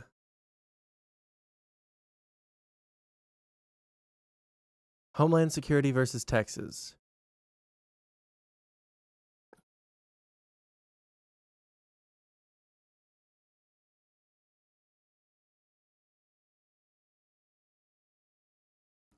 An order by the U.S. Court of Appeals for the Fifth Circuit that generally bars federal border patrol agents from cutting or removing razor wire installed by Texas along a portion of the U.S.-Mexico border.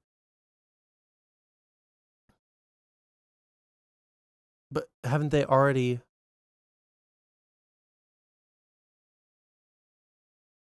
Search.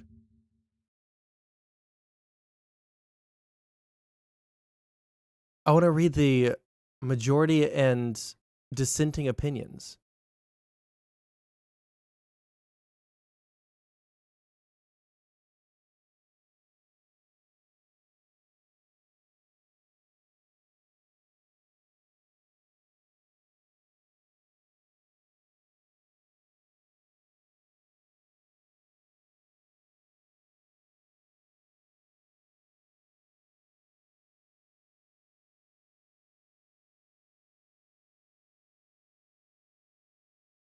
Play Pal World soon. I was thinking about loading up Pal World to play on stream as a meme, but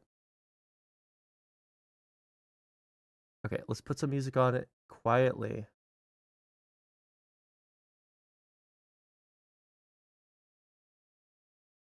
In the background.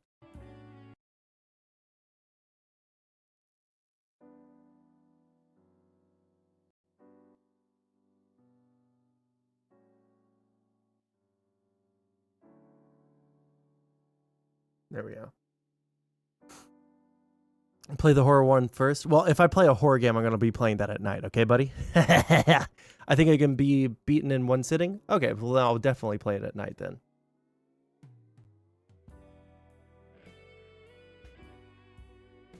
Alone? Yeah, of course. Who is going to play it with me?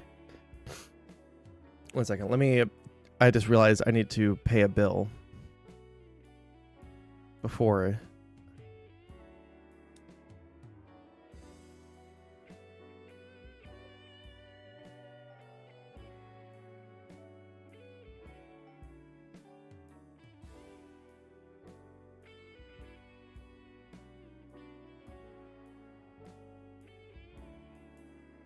Oh, fuck. 1 second. Okay, can nobody find the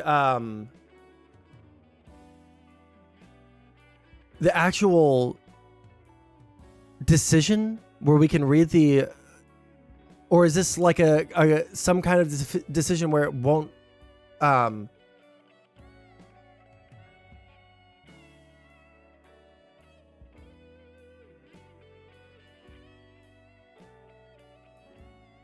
yeah, is this some kind of decision that wouldn't have a majority and dissenting opinion released? Does anybody know?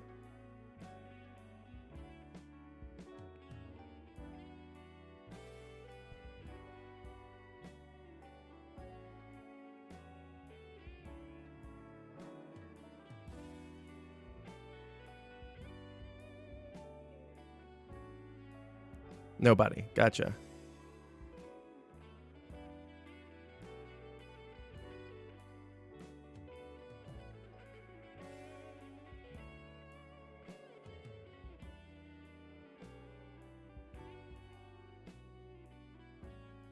The Supreme Court website is hot garbage. Yeah, I don't know how to. I don't know what I should do to. I don't know what I should do to read or to learn more about their decision, unless I talk to a lawyer, and then I'm going to want to talk to a lawyer that isn't like hyper partisan on this, which is going to be really hard to find in this area of the internet. Like I don't know how to begin looking at this specific case.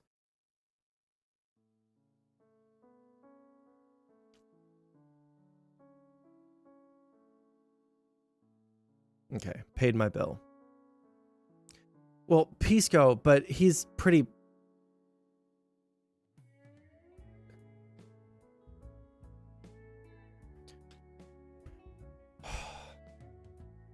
I know that I listened to Destiny and Pisco talk to each other and then drag in a bunch of people, but nobody had a good, strong argument for why Texas should be allowed to do this.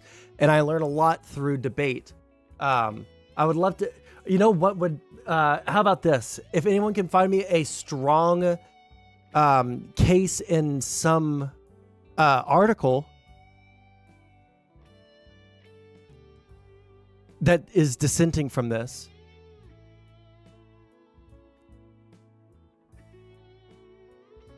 I don't even know where to begin looking. Fuck me.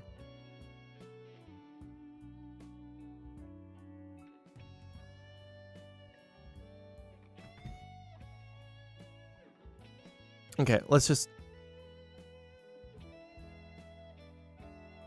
Clear federal supremacy in setting border enforcement policy. The Supreme Court's order not elaborate on the decision. Cool. It means federal border agents can resume full control of the contested border area while litigation continues. Would have denied the administration's request to lift a lower court injunction that was blocking removal of the wire. I want to know why. Who wrote, "This is not over on X," as he vowed to keep preventing the Biden administration from destroying the strait's property. Well, stop putting your shit up on federal, where the federal government has supremacy over you. Texas isn't allowed to do this, but the court case will go national. Well, it seems like all the conservatives love this.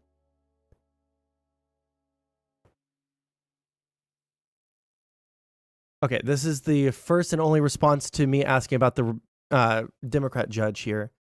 I feel like the problem with the abortion debate is people forget it's a matter of opinion. Killing your children is wrong, but it's your future generation you're killing, not mine, so it's your business. Should the government be involved? Fuck no. But my rape. But yeah, that rarely ever happens. But look at the statistics. Even if it does, two wrongs don't make a right. Wish more women were taught that lifelong side effects of abortion before they were allowed to go into a clinic. Okay, that didn't help me at all, actually.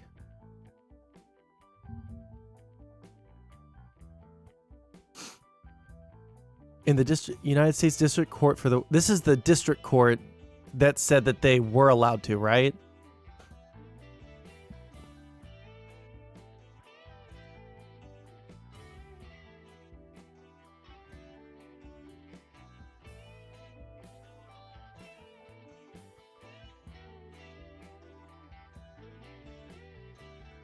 The U.S.-Mexico border presents a unique challenge is equal parts puzzling to outsiders and frustrating to locals.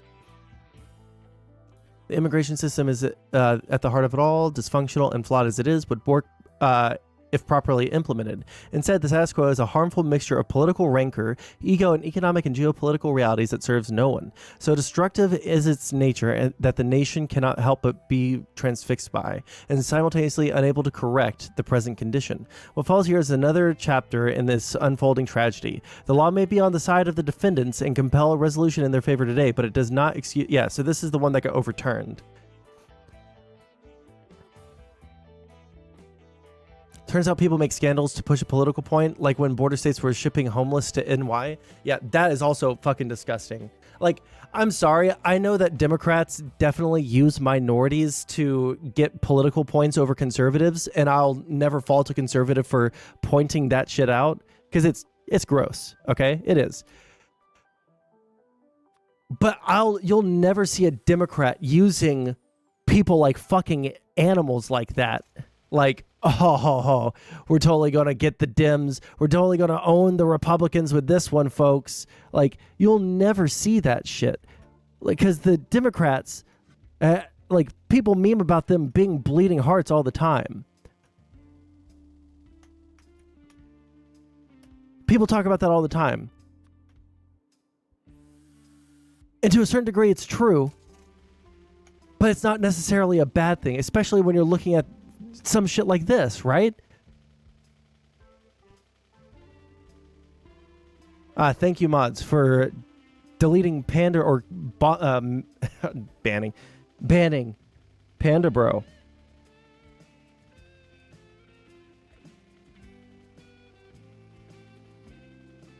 You're being very hey Sieg, catch this this little, you're being thrown under the bus here. You're being very unreasonable. You don't ban Sieg, who's also conservative. He genuinely doesn't understand. He doesn't understand, Sieg. He's throwing you under the bus. How does that make you feel?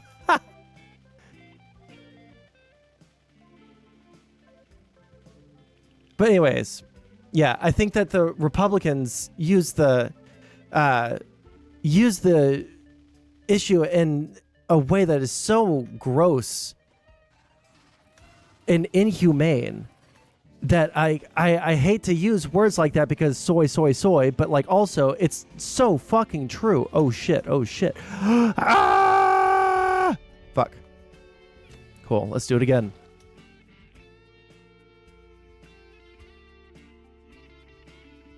Okay, fuck, where did I put my fucking window? There it is.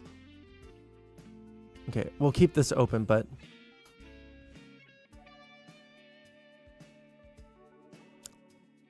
Let's see... You know what? Let's see if there is an article from a website that we wouldn't usually go to that gives us some kind of argument in favor.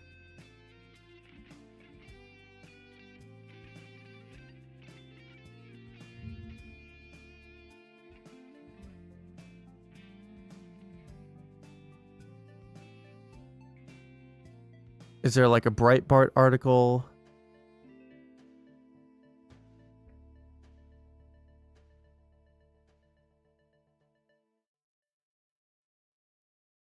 NPR, Reuters, Wall Street Journal, Hill.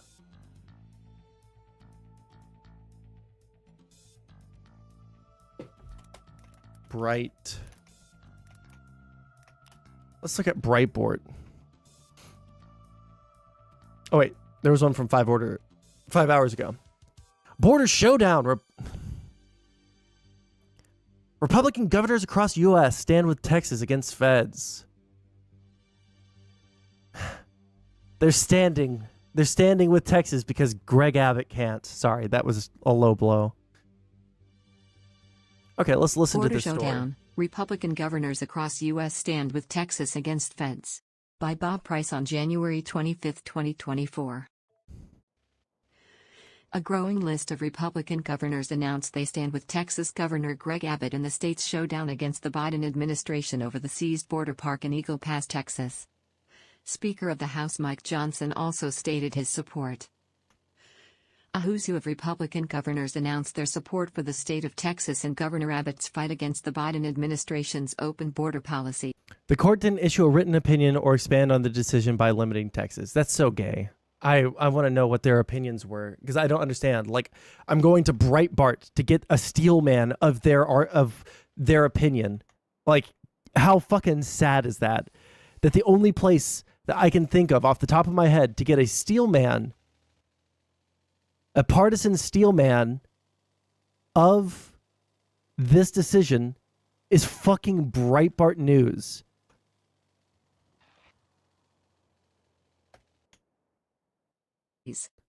The list includes Florida Governor Ron DeSantis, Georgia Governor Brian Kemp, Montana Governor Greg John Forte, Oklahoma Governor Kevin Stitt, South Dakota Governor Kristi Noem, Virginia Governor Glenn Youngkin, and West Virginia Governor Jim Justice. The Supreme Court is siding with the Biden administration against Texas by allowing the federal government to take down razor wire on the border. Texas is trying to enforce our laws and uphold our sovereignty while the federal government is disregarding the law and ignoring its. pic.twitter.com/EXC8ALQ1. Ron DeSantis, at Ron DeSantis, January 22, 2024. Texas is trying to enforce our laws and uphold our sovereignty while the federal government is disregarding the law and ignoring its responsibility to protect our borders, Governor DeSantis posted on X. Enough is enough.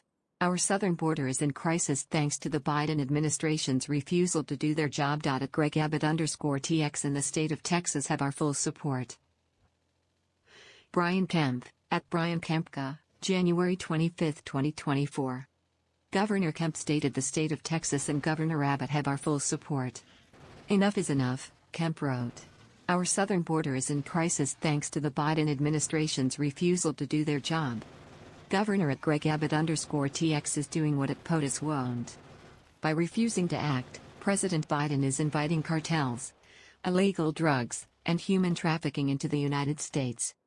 We must secure the southern border. Governor Greg John Forte, at Gov John Forte, January 24, 2024. Governor John Forte wrote that Governor Abbott is doing what President Joe Biden won't. By refusing to act, President Biden is inviting cartels, illegal drugs, and human trafficking into the United States, the Montana governor wrote. We must secure the southern border. Oklahoma stands with Texas. Governor Kevin Stitt, at Gov Stitt, January 24, 2024. Oklahoma stands with Texas, Governor Stitt posted along with a video showing National Guard soldiers marching to secure the border in Texas. At Greg Abbott_TX is exactly right to invoke Texas constitutional authority to defend itself. The Biden administration has created a national security crisis and put Americans in danger. Their failure is an unconstitutional dereliction of duty. South Dakota has been proud to. Kristi Noem, at Kristi Noem, January 24, 2024. Governor Noem wrote that Governor Abbott is exactly right to invoke Texas constitutional authority to defend itself. South Dakota has been proud to help Governor Abbott's efforts to secure. What part of the Constitution are these fucking troglodyte retards? What part of the Constitution says that the state governments have the right to completely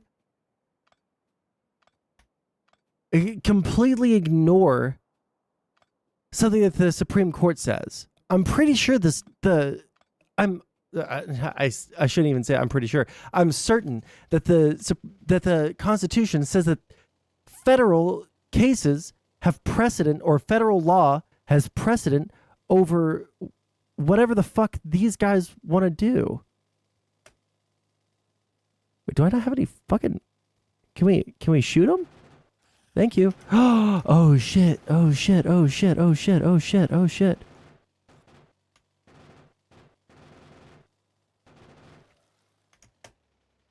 Oh shit. Oh shit. Oh shit. You know what I'm gonna do? I'm just gonna put a bunch of... I'm just gonna put a bunch of boys down.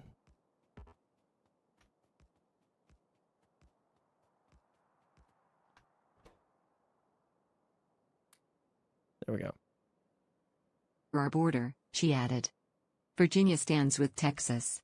At Greg Abbott _TX is doing the job Joe Biden and his border czar refused to do to secure our border. The Biden administration has turned every state into a border state. We must stop the flow of fentanyl, save lives, and secure our southern border. Glenn Youngkin, at Glenn Youngkin, January 25, 2024. Governor Youngkin posted, Virginia stands with Texas. The Biden administration has turned every state into a border state, Youngkin added. We must stop the flow of fentanyl, save lives, and secure our southern border. We have a terrible crisis at the southern border. The Biden administration has turned every state into a border state. Have we not already heard this already? Human trafficking, and criminal activity and secure our border. We supported Greg Abbott _TX and the state of Texas. Jim Justice, at Jim Justicief, January 25, 2024.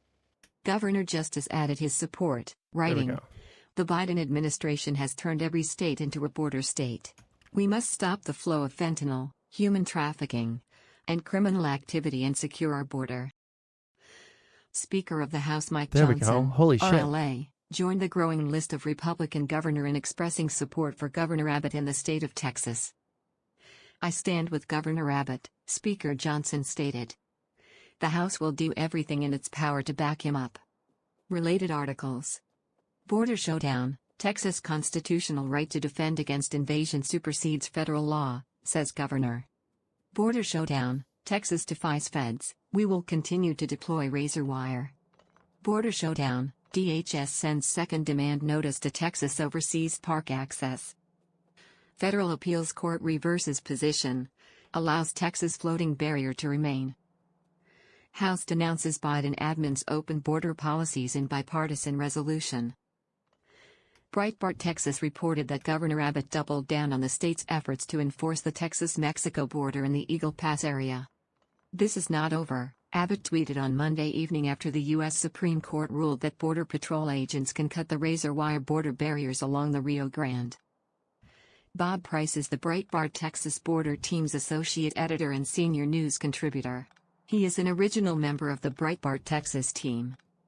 Price is a regular panelist on Fox 26 Houston's What's Your Point? Sunday morning talk show. He also serves as president of Blue Wonder Gun Care Products. Follow him on Twitter at Bob Price.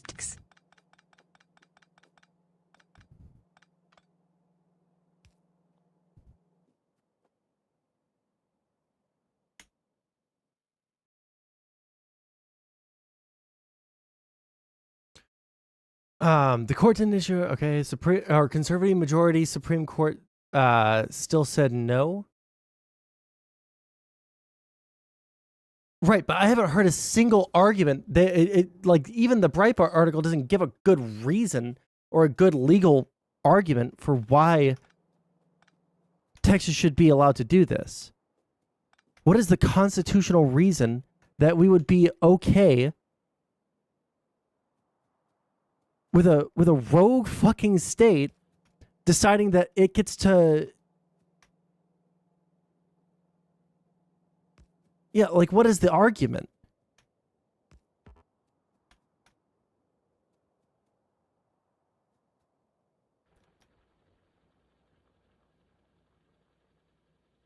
Okay, there's nothing on Breitbart.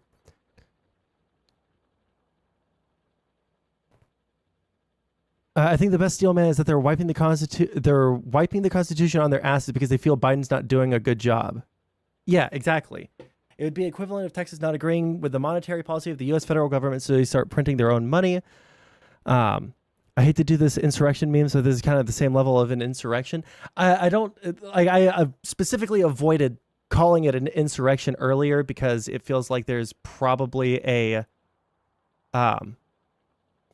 better way to do it, a better way to describe it.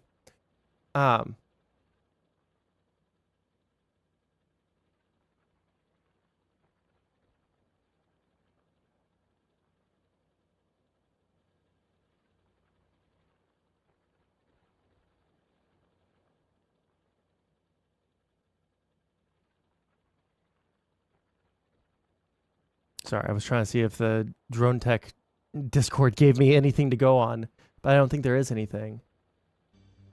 Okay, background music again.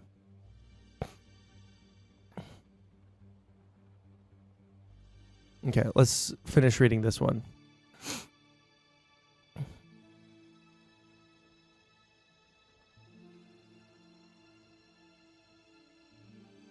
Supreme Court order did not elaborate on the decision. It means federal border agents can resume full control of the contested border area while litigation continues. Justices Clarence Thomas, Samuel Alito, Neil Gorsuch, and Brett Kavanaugh said that they would have denied the administration's. Got it. Texas officials responded to the decision, including Governor Abbott. This is not over. This is not over. Texas's razor wire is an effective deterrent to the illegal crossings Biden encourages. I will continue to defend Texas's constitutional authority to secure the border and prevent the Biden administration from destroying our property. One thing that I always found really funny, and I feel like I've said this relatively recently on stream, but conservatives... I've heard these weird platitudes from conservatives before about train out of fuel. Cool. I've heard these weird platitudes from conservatives before about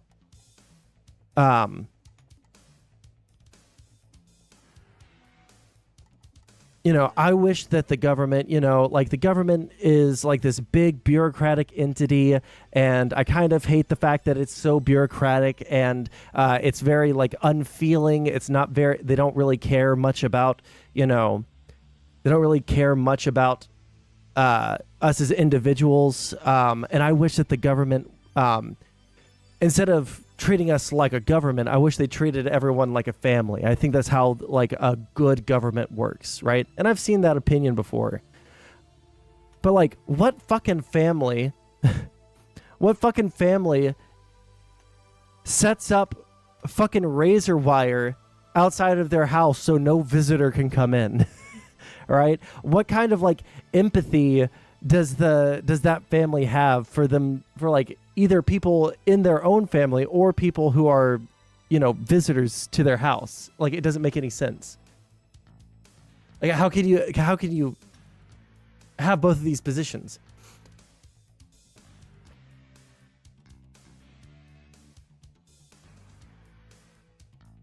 There's a difference between defiance and taking control.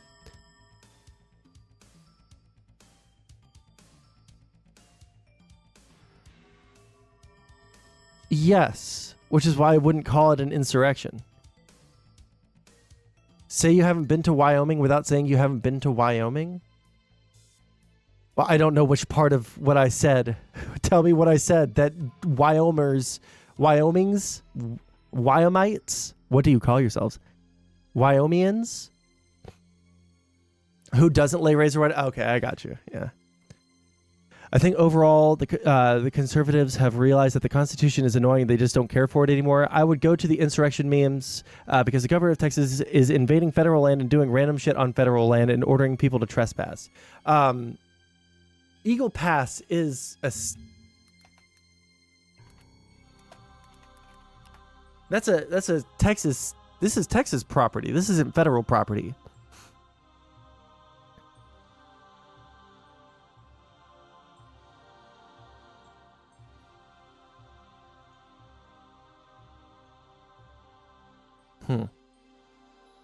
About as far from San Antonio as San Antonio is from Houston. Maybe a little shorter.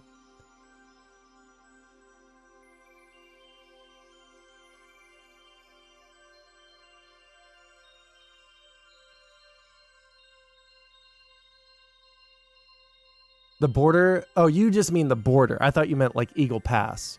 Oh, wait, hold on. That's not what I wanted. Fuck. Okay, let's see here.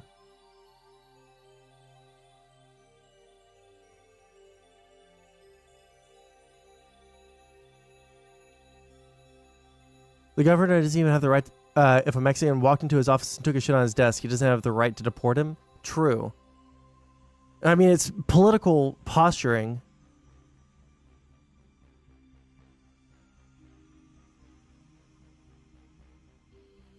Autism. True.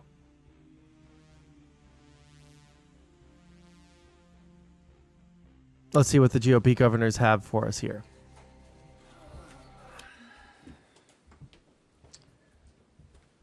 My colleagues here. Hello, everybody. Thank you for joining us here today. Oh, this isn't from affecting redistricting. Okay, that's not what I want. I don't care about this. News. Let's see.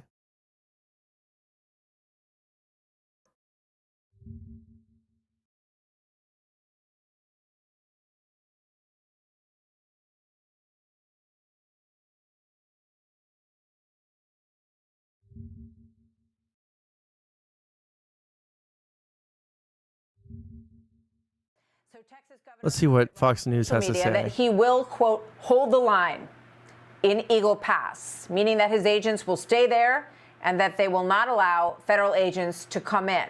That caught the attention of Elon Musk, who replied, as you can see at the bottom of your screen there, good. Ah, soy, soy, soy. Elon Musk said it. Ah, soy, soy, soy. Remember, he went to the border, Elon Musk, and looked at the crisis up close during a visit with Republican Texas Congressman Tony Gonzalez not that long ago. Gonzalez was in Mexico City this week. He sits on the House Homeland Security and Appropriations Committees.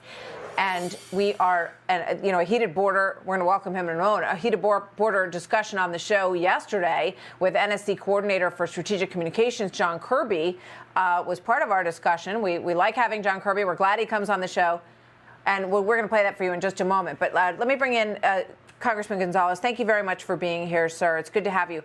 So here's a question. If Governor Abbott says he's going to hold the line, he's got Texas Public Safety and Texas National Guard protecting that area where they have put razor wire up to protect their state from people who are coming up, your state. And the government says they better be out of there by tomorrow. What do you think's going to happen? Yeah, thank you for having me, Martha. It's a powder keg. Look, says they've been protecting that area where they have put razor wire up to protect their state from people who are coming up, your state. And the government says they better be out of there by tomorrow. What do you think's going to happen? Yeah, thank you for having me, Martha. It's a powder keg. Look, I stand with the governor. Texans stand with the governor. You have Americans that are standing with Texas saying, hey, look, we have to make sure that those that are coming over illegally, that there are some repercussions to this. I'd much rather see the Biden administration just do their job. And instead of attacking Texans and governors and bringing little old Eagle Pass into this, how about you just enforce the laws that are on the books instead of putting all this energy. According to the Biden administration, the razor wire is making it more difficult for them to do their jobs and enforce the laws. So, not entirely sure what to say about that.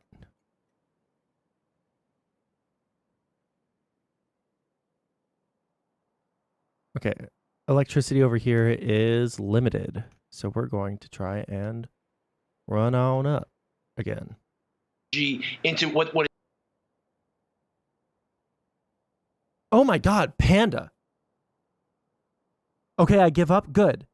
I just want to know what time you'd feel comfortable letting me back into your community. What you don't understand is it's incredibly rude to ignore someone for social disagreements. Our disagreements are not social.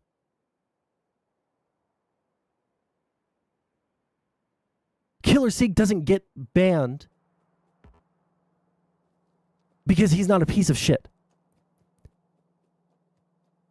Sig and I disagree on shit. We are currently disagreeing on shit. It seems like, based off of what he's saying in chat. You are a hateful person. Sig is not. Sig has demonstrated to me That he actually has a soul, and you have not. That is the difference between conservatives that I allow in my chat and conservatives I do not allow in my chat. 2 days ago, I didn't... You, first off, did... Oh, wait, hold on. I didn't mean to undo that. No, hide user on this channel. Fuck off. Go away. Yeah, by the way, if you're a mod on my disc or on my YouTube stream, you can just straight up ban him. Don't listen to his cries. Don't let him fucking mauled in chat. I don't want to deal with him anymore. Ban him immediately. That's his 4th account today that we banned. Ban me, you won't.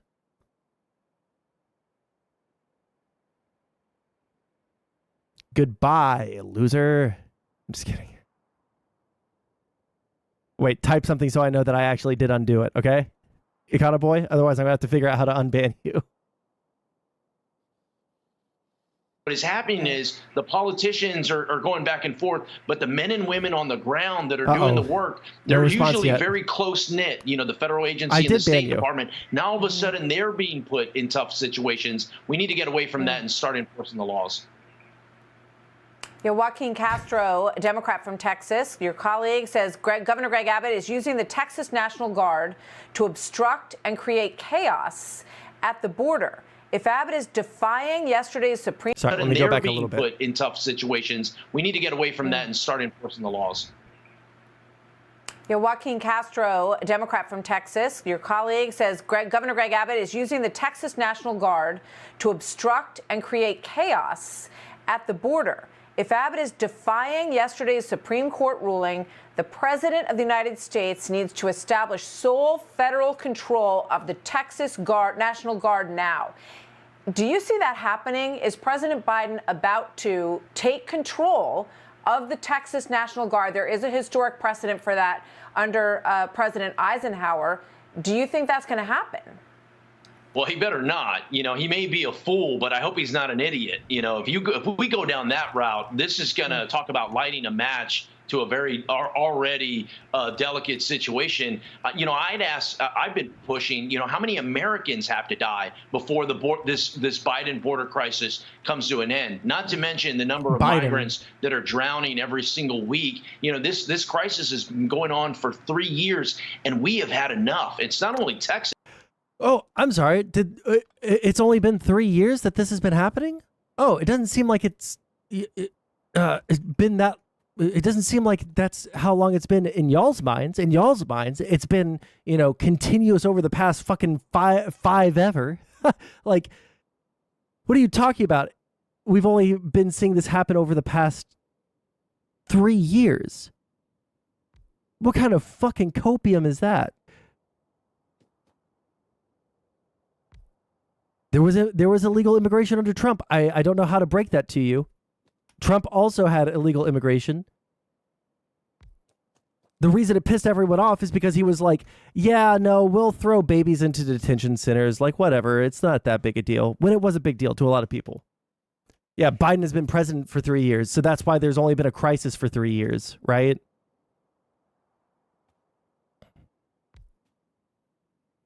It's all across the country. You know, there's somebody that has a direct connection to the fence. Pay for your kids? What do you mean? Wait, did I miss some memes in YouTube chat? What does that mean? Biden's economy is so strong, everyone wants to come here. Biden 24, baby. True.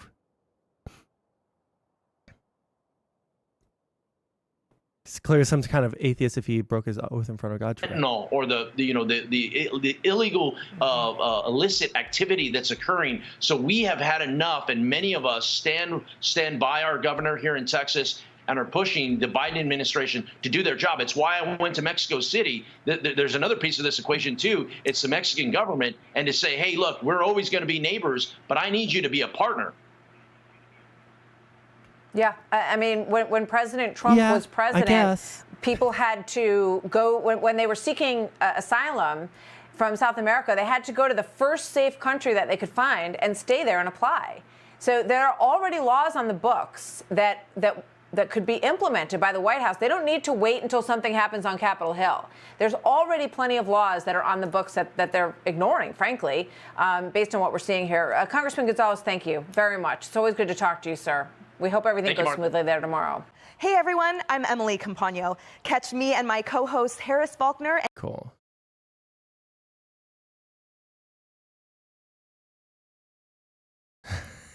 See the fucking picture you sent. As someone who doesn't get involved in politics, whoever is president better do their dang job. I mean, yeah, I agree. Like, if you're the president, you should be doing your dang job. I don't think anyone here is going to disagree with you on that. But, like, is openly defying the Supreme Court the best way to do that? Like, ever? Is there ever a good reason to just, like, defy a ruling by the Supreme Court? Like, we can go back and forth all day, but at the end of the day, it is explicitly and openly Governor Abbott who is breaking the law here by blatantly, might I add, very blatantly,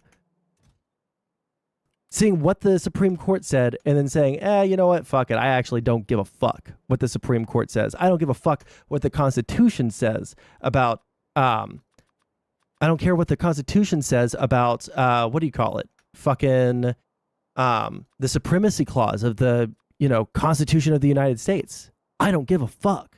That's what he's saying.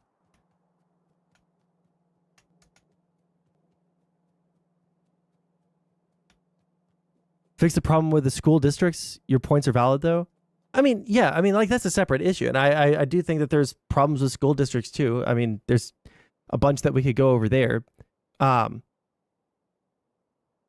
Like, if you give me a specific one, I could agree or disagree with you. But, like, there are obviously problems with all sorts of shit in the United States. This is just one specific problem that we're going over right now. And I don't think that you can... I don't think it's a valid thing to say, like, oh, well, we have to fix all the stuff with the school districts first before we can start, doing anything here, right?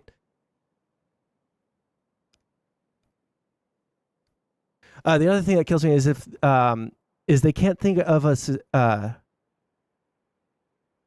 scenario where Americans would be running up to Canada. Like, imagine some natural disaster happened, like maybe water shortage. They would be so pissed if Canada treated us like conservatives want to treat refugees. Yeah, like, imagine one of our allies starts putting barbed wire to keep Americans from entering their country. Conservatives would be fucking furious. But, like, I don't even think that, like, because they would just say, like, well, that's our problem to deal with, and Canada, it's not Canada's responsibility. I understand what their argument would be, right? But, like, I don't care if it's Mexico's responsibility, because I'm not going to, like, sit here and pretend like it's not their responsibility to actually do shit, right? Like, to take care of the cartels and all of that. But the problem is we're pretending like... One second. We're pretending like they... Oh my God, I completely lost my train of thought because I'm looking at the game. I'm going to turn off the game for a second.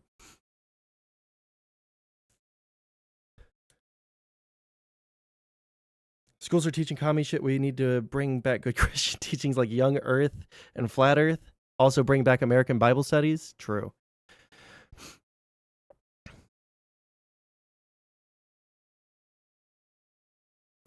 Yeah, like, the real thing here is that, like, at the end of the day, they want to talk about lawlessness from the Democrats. They want to talk about all of that shit. But then they're, like, blatantly picking and choosing which laws they want to follow and which orders from the Supreme Court they want to follow. They all, like, were like, oh, boo-hoo, it's the Supreme Court when Roe v. Wade got overturned, right?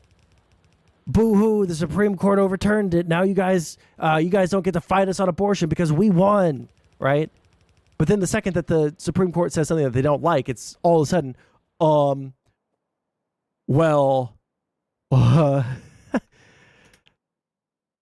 say in history we went into detail and saw the JFK clip. Which clip? Which clip? Okay, what were we watching? Okay, we were watching Fox News talk about it. Let's see what they say about Mitch McConnell. I just want to get like a full idea on what's going on with this, and then we'll actually go into immigration. We'll sit down, just read. We'll be boring. Now, as somebody who has a vote in this matter, the Democratic Senator Jeff Merkley, he's of course a member of the Appropriations and Foreign Relations Committees. So, Senator, first, I mean, what are you hearing from your leadership in the Democratic side concerning their willingness to potentially separate the border from the rest of the supplemental package? Do they see a standalone vote on Israel and Ukraine potentially having a better chance, or is this a situation that could hasten the death of both of these parameters? Well, certainly it could hasten the death, Ryan, and the Republican caucus is in complete chaos right now, with McConnell, the leader, being attacked both from his Republican right and his Republican left.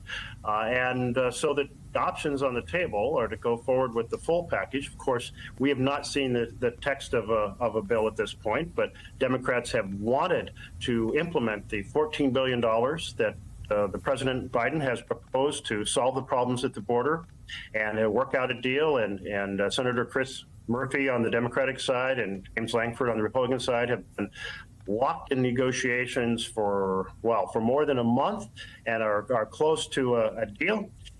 We were looking forward to see it. But listen, if the story is that President Trump wants an open border, does not want this problem to be solved. And also, like the fact that they're open about Donald Trump being the one that is not necessarily ordering this, right? But a major reason why they're willing to possibly just like cede ground, that's fucking crazy. Okay? That shit's fucking wacko bonkers, like crazy land. That we would have someone who doesn't even have the ability in our government to pass any laws because he's no longer in office. An unelected fucking private citizen dictate to sitting members of Congress whether or not to pass a bill that they do want to get across, that they themselves want to implement.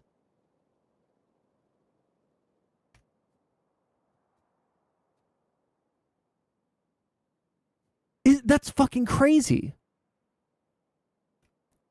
What if we had Robin DiAngelo dictating fucking, like, from an unelected position, like critical race theory fucking legislation? They lose their fucking minds. I just don't understand why Trump is able to do fucking literally anything that he fucking wants to with no repercussions and no criticism from these people. And he's going to be backed up by open border Republicans to try to keep this open as an election issue. That is not serving America well. And so we really do have to bring to bear the framework here that the Democrats want to implement the Biden plan to solve the problems at the border. But if open border Republicans want to go a different direction, well, we need 60 votes to pass a bill.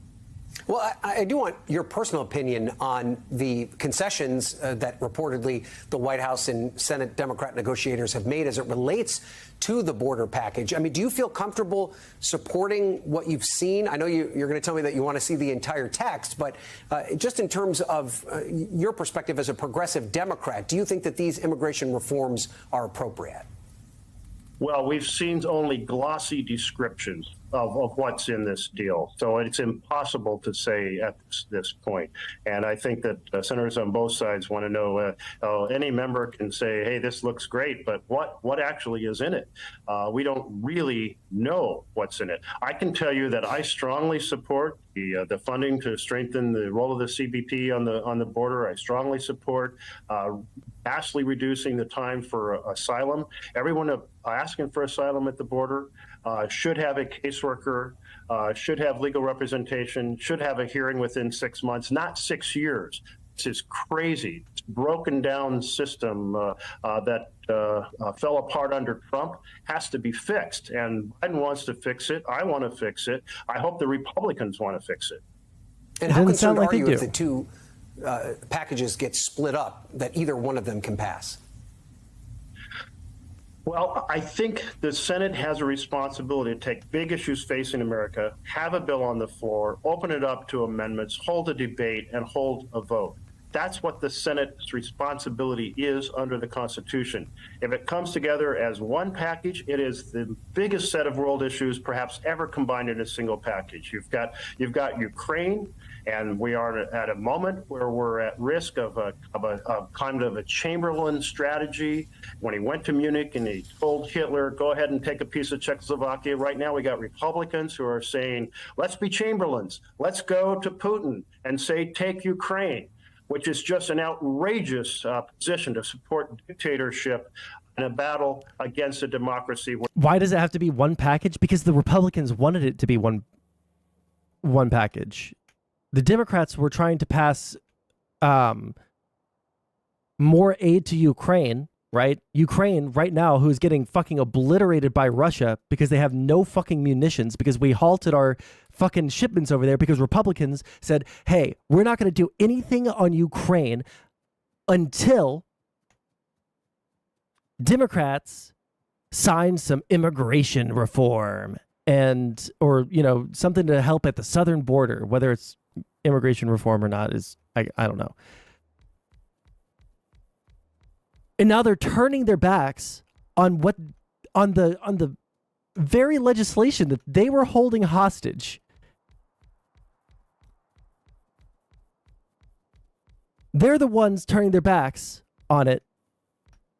And now they're trying to blame Democrats. Even though their stated reason is Donald Trump told us that he wants this as a campaign issue, so we're going to give him what he wants. We're going to give him, instead of solving this issue like, you know, voters want us to, we're going to hide behind, you know, oh, the Democrats don't want to pass this one bill by itself, even though they were willing to do it, you know, when we were, you know, holding Ukraine aid hostage. Bradley smokes T90. Oh, bro, that fucking video was so fucking based, dude. Holy shit. Dude, the fucking Bradley going in, single-handedly fucking taking out their T90. Bro, that shit was fucking, listen, American exceptionalism, I love it, all right? I love how fucking based we are when it comes to our warfare. I know war is bad, war is hell.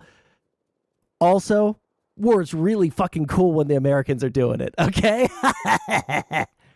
I made a metal pipe sound effect with each shot hitting it. It's funny. Bro, hey, you know what? Link it. Oh, wait, you know what? You're in YouTube chat. You probably can't. Join the Discord and link it in content suggestions then. I'll watch it. War is bad unless you're the American, in which case, war is really fun. Where the people are sacrificing their lives trying to preserve their freedoms. When are the Republicans going to stand up for the freedom of the people in Ukraine? This is a test. These are big issues being combined together. If they come to the floor, one each separately on Ukraine, on the border, certainly the challenge in the Middle East and humanitarian aid around the world, that would be fine with me if we have a process where the Senate can actually digest and vote on each piece. If they come as a package, I'll take it any which way. The Senate has to address the big issues facing America. And then on that last piece that you mentioned, the Middle East, Israel specifically, you are among a group of senators that have pushed to make that aid conditional on humanitarian assurances from Israel. Do you feel like that position is gaining traction among your colleagues? And Senator Schumer has not ruled it out. It is absolutely growing. The humanitarian catastrophe in Gaza. The aid workers that I went and met with, both the UN agencies and the groups like Mercy Corps and Catholic Relief Services, they said we've been in the worst war conflicts in the world, in Sudan and Yemen, on the front line in Ukraine. We've never seen this level of catastrophe. You have the combination of massive displacement, a massive food shortage, massive water shortage, massive medicine shortage, and massive communications breakdown. That combination makes it really the worst in the world. U.S. cannot be complicit in this situation. Palestinians are not the enemy. Hamas is the enemy. This has to change, and we have to get a lot tougher to insist that it change and make it happen.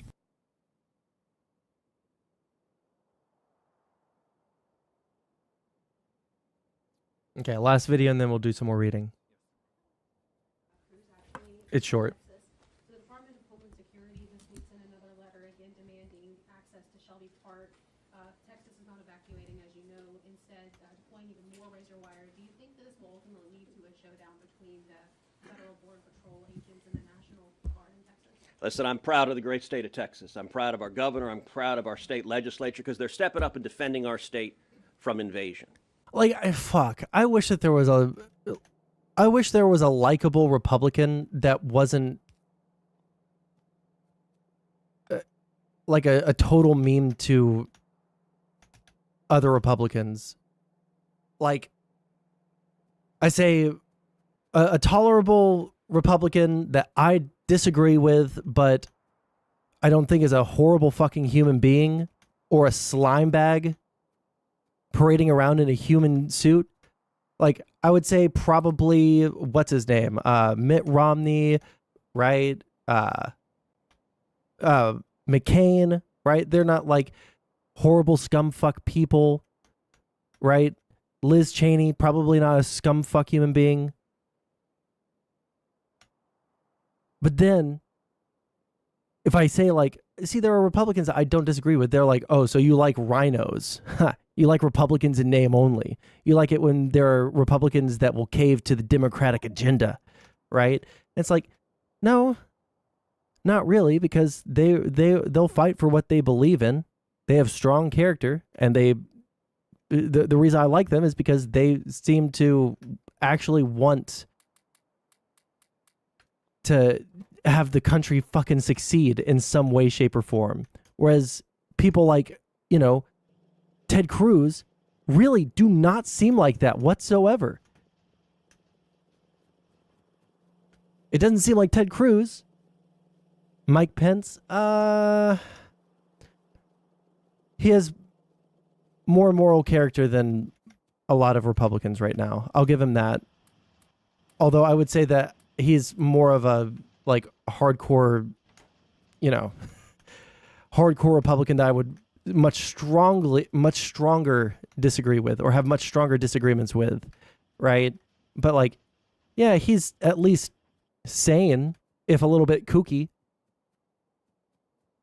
Mike Pence is kind of a slime bag. I don't remember enough about like him specifically to say he is or isn't, but my point still stands. Like, there are Republicans that I can, and most of them are just not elected Republicans. Most of them just aren't.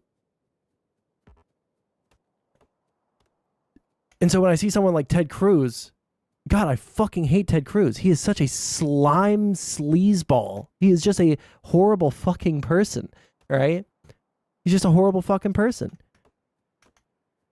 who has no values, who has no, you know, no morals. He just sides with whatever will own the libs.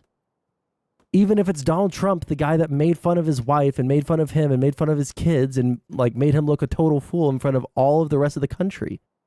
Even if it's one of those people, right? Even if it's one of those people that Donald Trump fucking, you know, makes them look like a total cuckold in front of the entire fucking country. Hold on a second. Like that. Aha, there we go.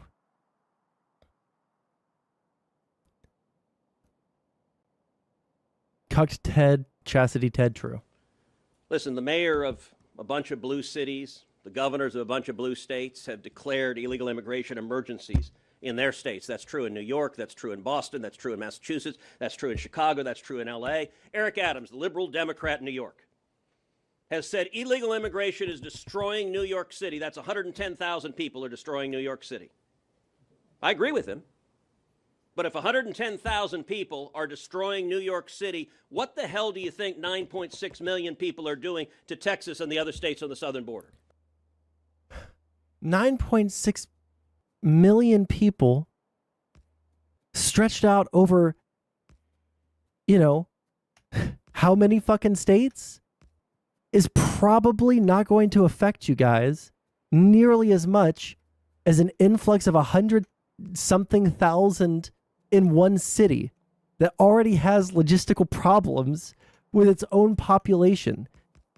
Texas, I was about to say, Texas doesn't have a logistical problem. And that's true. Simply because they don't have any logistics. they don't have any they don't have the logistics in Texas. They don't have public transportation or anything like that. So can't really say that about Texas. But like, yeah, New York City probably is a little bit fucked with illegal immigration, which, by the way, nobody is saying we want a bunch of illegal immigrants. Nobody is saying we want more illegal immigrants. What people are saying is we should have a reformed immigration policy. We should have a reformed immigration policy that streamlines our immigration policy and makes it to where people can get their citizenship easier while not sacrificing on our security, obviously. Immigration is not a bad thing in and of itself. It's not. Illegal immigration is, but that's because those people aren't paying taxes because they're not citizens. If we made them citizens, there probably would be a much stronger case for bringing all these people in. But they won't accept that because the issue isn't, oh, that these people aren't paying taxes. It's that they're a burden. Hey, guys, by the way, they're a burden because they're not paying taxes, because they're not citizens, because we don't have green cards for them, because we don't have any way to tax them.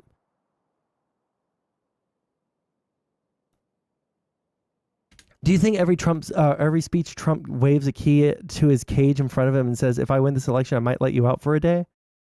Wait, what do you... I don't understand it. Sorry.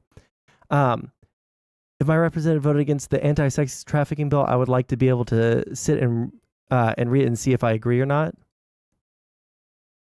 Sorry, I don't understand what you mean, where that comes from.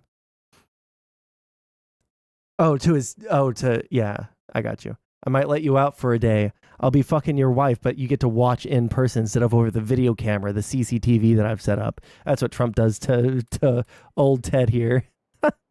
And so Texas is stepping up to defend our state. I'm glad we are. But the reason Texas is doing so is because Joe Biden and Chuck Schumer and the Democrats affirmatively want this invasion. By the way, you want to know why negotiating with these guys, why they're doing it in such bad faith? They are today, as you pointed out. Joe Biden is litigating against the state of Texas to try to stop Texas from securing the border. Joseph Robinette Biden Jr. is the greatest friend the Mexican drug cartels have ever had. He is the... Hasn't fentanyl crossing the border dropped off significantly since Biden has been in office?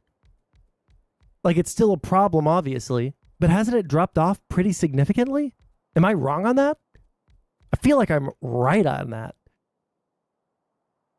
Greatest financial benefactor the Mexican drug cartels have ever had. He is the single largest human trafficker in history. Now, that may sound like hyperbole, but those 9.6 million people, when they come over and turn themselves in, they tell the Border Patrol agents, I want to go to the following city, and they pick a city. And Joe Biden puts them on planes and puts them on buses and sends them to every city in America, and Joe Biden is the last mile of the human trafficking network. So, yes, Biden is fighting ferociously to stop Texas from defending ourselves. He is wrong. And something that would be really cool to find out is what is the process when someone comes across the border, right? That'd be interesting to see.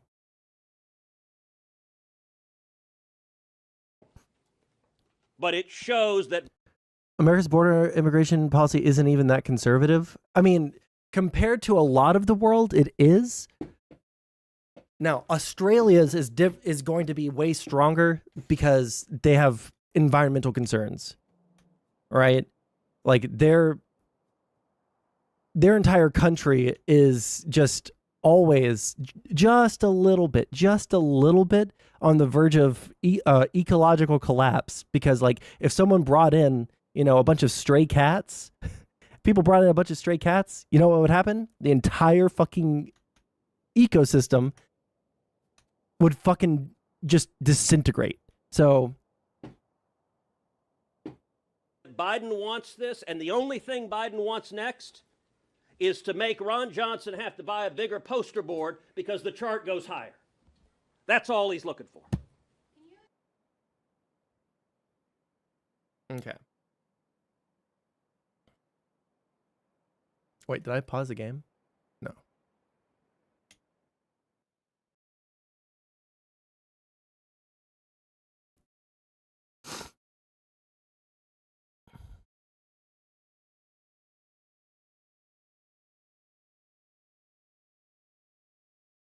Okay.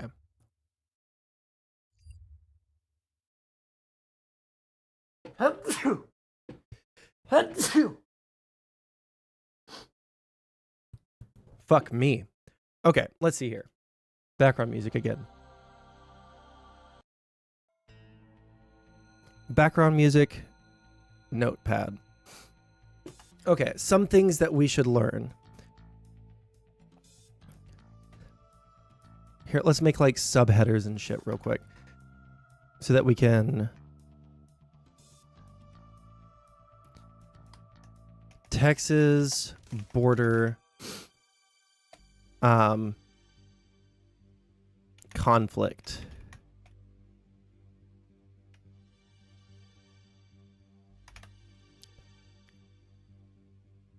So we'll put that under here. Questions.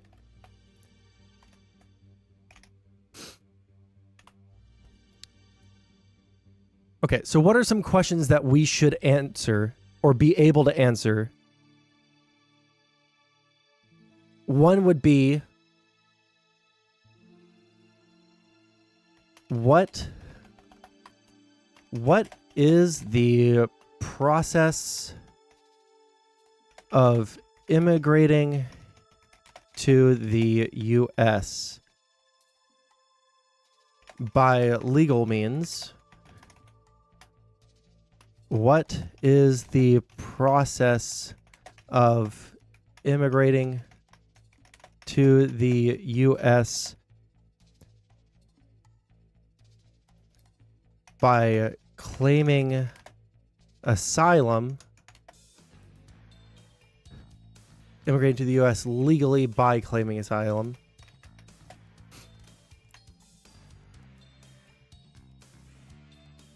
Oh my God, this is irritating. What is the process of immigrating to the U.S. across the southern border? These are important questions. What other questions should we be able to answer? How many illegal immigrants are current, or I don't know why I randomly capitalize things, are currently in the U.S. How many illegal immigrants have entered and stayed under Trump and under Biden? What is the method of counting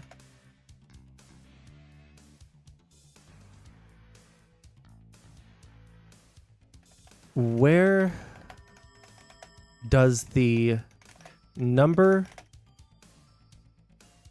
of 6 million illegal immigrants under Biden come from? Do we have any other ideas? What other things I should add to this list? Please speak up. I need to add things to this so that I can read.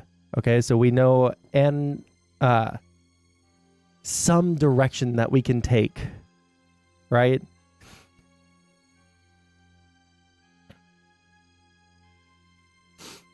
Even if they did pay income tax, which is a thing, they might not make enough for it to matter. Well, the issue is that not that they're going to be directly paying income tax, because they likely would be making, you know, enough to like qualify for not paying, essentially, which I understand. But the boon that they give to their local and the broader economy of the United States would be enough to justify them being here through other taxable means. So like, let's say someone is paying into taxes and they have a business and they're able to take advantage of more immigrants that come in, or like cheaper labor that comes in, or more available labor that comes in as a result of more immigrants coming into the United States. Now they're going to be paying more taxes on stuff, or like their business might, because their business grows or something like that. Like at the end of the day, I still haven't seen anything that shows that illegal immigration is a negative on the economy. When Republicans say they aren't paying tax, what do they mean? They mean literally like what I just said, right? They're saying that they're not paying income tax because they're not making enough money to warrant making it an income tax, right?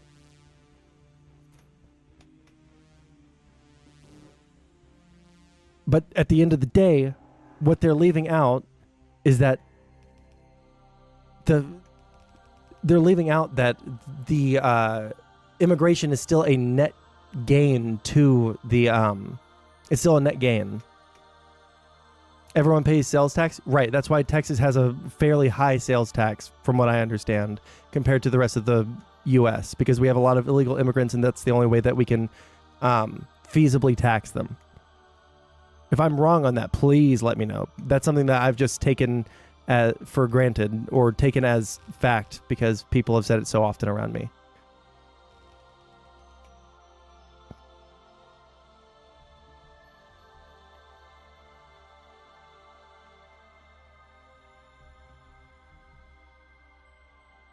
How do they identify them to tell them to know if they are good hombres or not? That's a good question.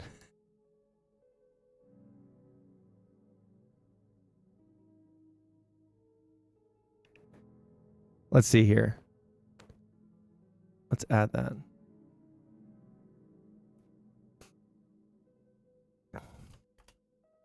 How do we make decisions on who is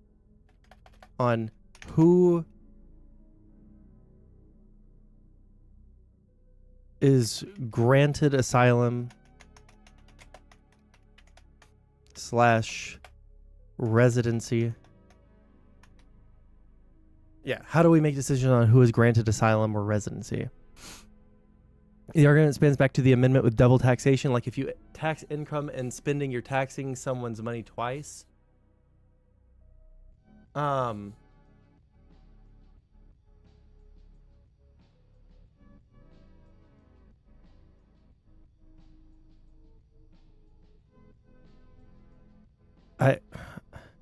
you saying that income or that sales tax is unconstitutional?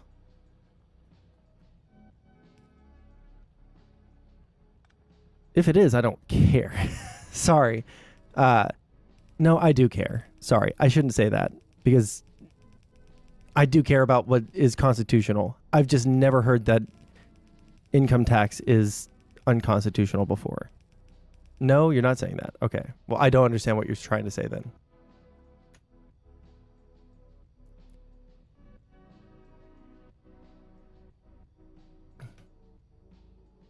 U.S. border policy. Let's see if we can find a nice video on that. Oh, we should write down what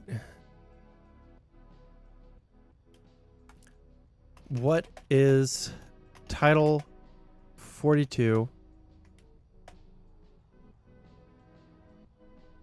Why did it end?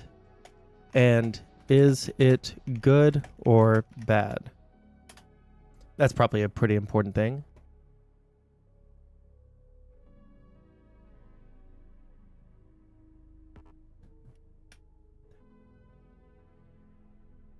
The argument is, what's the difference between taking 5 cents from every dollar you earn versus taking 5 cents from every dollar you spend? It's obviously constitutional since it's a literal amendment. Sorry, I just don't know what you're talking about when it comes to the double taxation.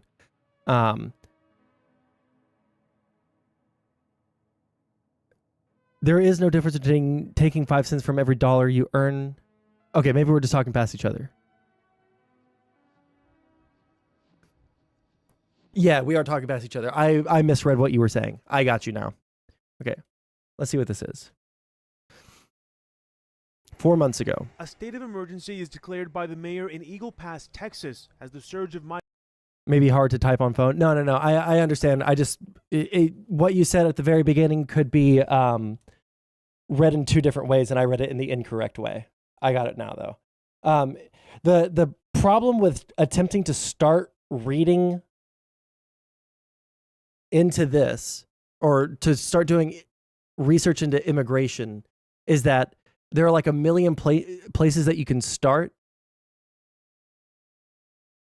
and it's all going to be like interconnected, and there's no place that I know of that's going to have everything kind of coalesced into one spot, right? So like if we wanted to learn about Israel Palestine, we could go to the Wikipedia page and then look at all of the sources cited and all of that shit.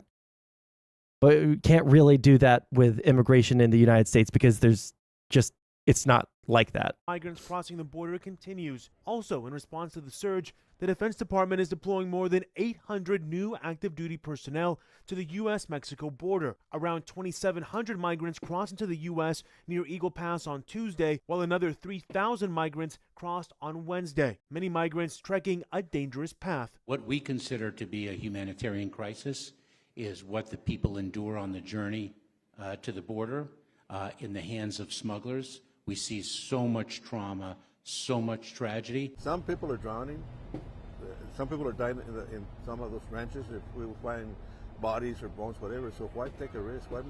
Why make those people come like this? The Biden administration is providing humanitarian relief for Venezuelans. Why make by them issuing come like more this? work permits. We can't spike the ball, but we appreciate that 15,000 migrant asylum seekers are now something that we can look towards moving out of our care. In the meantime, U.S. Customs and Border Protection is temporarily suspending traffic at the Texas border crossing to help the U.S. Border Patrol. And one reason also that it's really bad that people are just kind of like Abbott, and I think DeSantis did this at one point, where they just bust a bunch of people or flew a bunch of people that were illegal immigrants over to New York City because they wanted to get an own on the lib. Is number one, they did it under false pretenses, which is really fucking disgusting to me. Number two, the other problem is we don't have an illegal immigrant, here in Texas, as far as I know, we don't have like an illegal immigrant homeless problem. Why is that? Because when people come over from the border, they're usually coming over and they're staying with family for a little bit, right? But if you bus them over to fucking New York City and they don't have family there, right? Then they have no way to like get started as, as a person that is able to like stay in a home, right? It's really hard to stay in a home if you don't have a home, like a place to crash at the beginning. Does that make sense? take migrants into custody. It's something very strange. Never thought I was going to see something like that in Eagle Pass. I'm Ivan Rodriguez reporting. Okay. Let's see here. The law that broke U.S. immigration. Let's hold on to that. Breaking down the new border policy. That's useful. Democrats denounce Biden's border policy. What is the policy? Let's see here. 2 border congressmen from Texas are among 14 Democrats who supported. Well, if I was a homeless illegal, that's about the time I would turn my ass in to be deported? Well, listen, if they weren't prepared to be homeless for some amount of time in the United States, they probably wouldn't have come. Okay? Like, the reason that they're coming over here is because something's so fucked up over there where they lived that they would risk dying on the way here and possibly being homeless here because that would be better than whatever the fuck is happening over there. All right? A House resolution this week denouncing what they call President Biden's lax border security. U.S. Representatives Vicente Gonzalez of McAllen and Henry Cuellar of Laredo on Wednesday voted in favor of the resolution, which says there is a public safety crisis. It urges President Biden to end his administration's open borders policies. The measure passed the GOP-led House by 225 to... I need to know. Okay, help me find this. What do I even look up? What happens when someone crosses the border illegally? Who gets in? It's New York Times, so it's going to be paywalled. This doesn't look like it's... There are no stats for homeless illegals? Gotcha. Yeah, like I noticed the homeless problem when I visited New York. I noticed the homeless problem when I visited DC. I noticed the homeless issue when, I drive into bad areas of Houston. But the majority of these people don't seem to be illegal immigrants. They don't even seem to be like Hispanic. Like, I see a lot of black and white people who are homeless. I don't really see that many Hispanic people who are homeless. Like, it would be interesting to see if there's any like stats on that. But the homeless crisis is not coming from illegal immigration, right? Let's see if this is. Oh, look at that.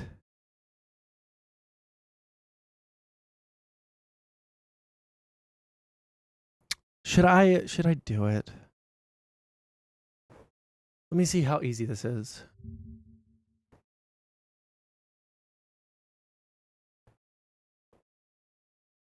$1 per week, $55 a year. Every 4 weeks for the first 28 weeks. It will automatically be charged 25 USD in advance every 4 weeks thereafter.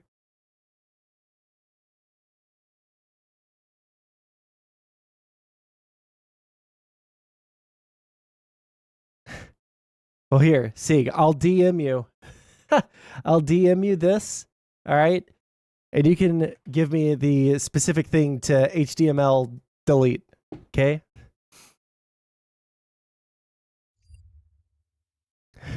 I'm not smart, okay? I don't know how to do fucking coding. I don't know how to do HTML, all right?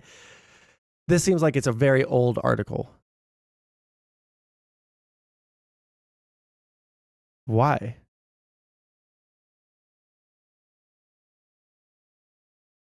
When was this written? I want to know when it was written. Also, this is that's not news. That's something else.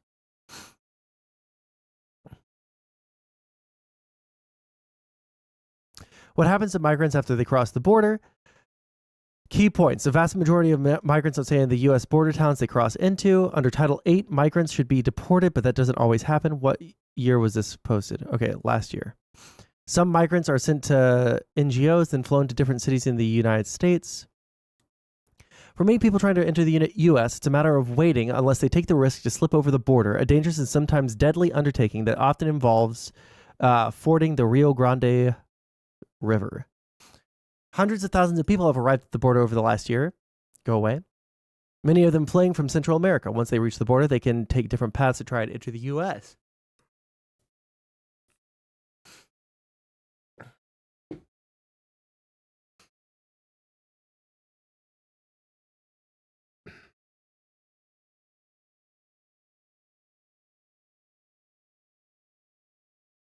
One sec.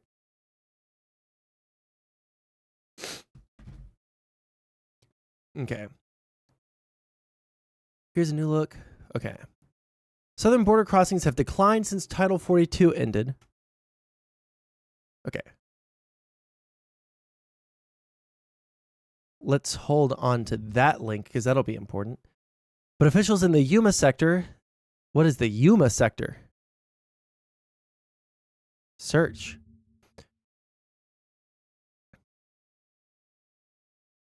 Okay. Have said they're still seeing more migrants than they did 2 years ago. However, they aren't staying in the border town. The vast majority of migrants don't stay in the community they crossed into. For many, getting to that point wasn't easy. Buses are departing the southern city, departing the southern border daily for the northwest or northeast, while many migrants are heading to New York. It's a waiting game for others. Migrants like Robert left Togo, West Africa, more than a month and a half ago and are traveling alone. He's hoping to connect with a friend in Indiana to start working. I see peace in this country.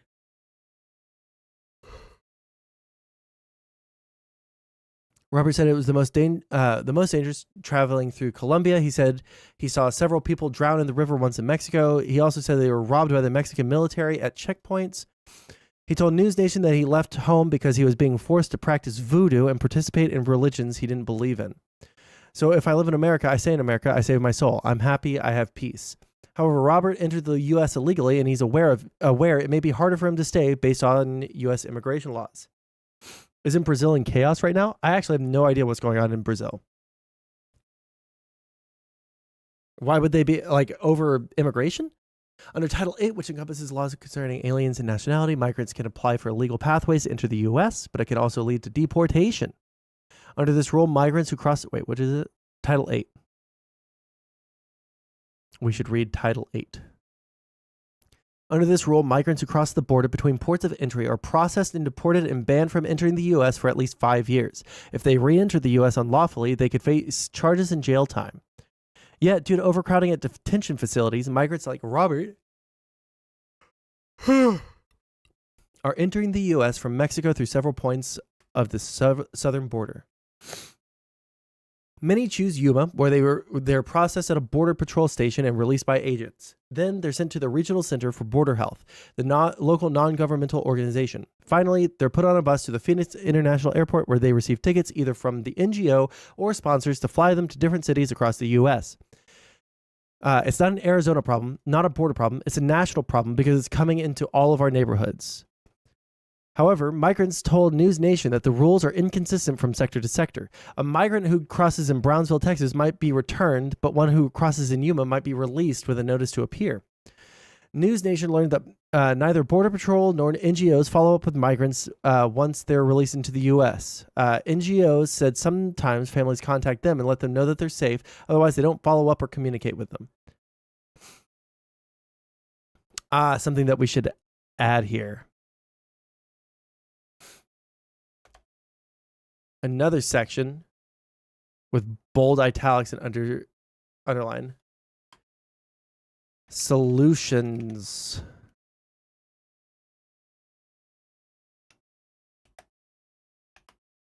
Or things that should be addressed. And then we'll do the bullet point, and then we'll say, first, Follow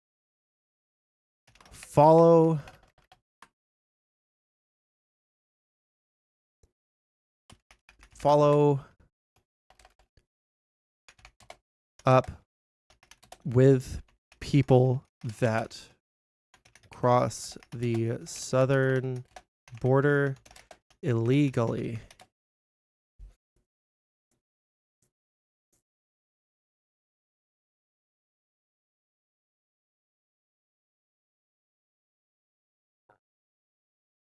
Optically, this looks terrible, but we need like second-class citizen systems. Like we should allow a free flow of labor from the southern border. Everyone benefits. What do you mean? Like, what restrictions on them living here in the U.S. would you impose that would also make them second-class citizens? That seems kind of fucked up, in my opinion. Like, we should offer a pathway to citizenship. That's what we should do. Not second-class citizenship. First-class American citizenship. Avenues for gaining citizenship.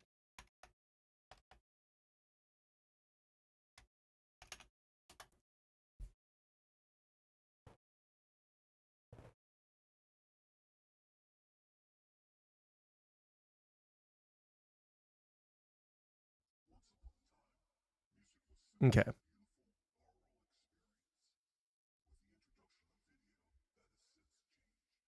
Let's see here.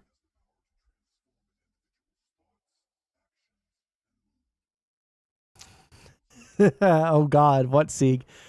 Okay.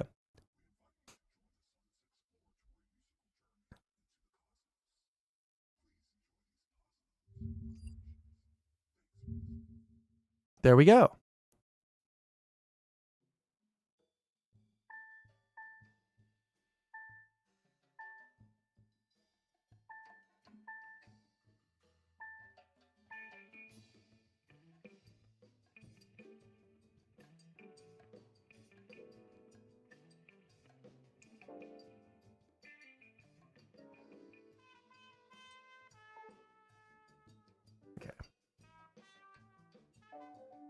Like, I think they should be able to just come up from the southern border for a month, work, and go back.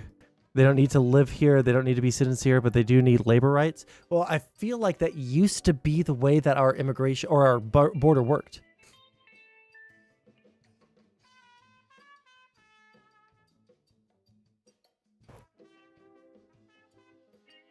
All right.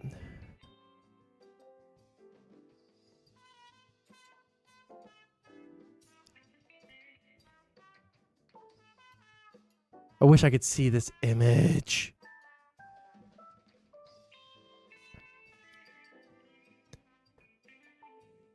Okay, migrants seeking to cross the border can seek humanitarian parole, get an appointment at a border checkpoint, cross illegally. Okay.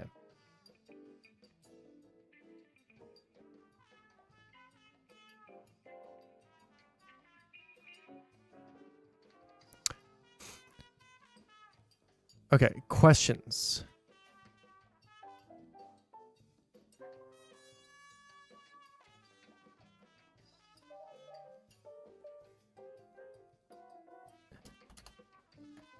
Miscellaneous section. Migrants crossing the southern border can either seek humanitarian parole,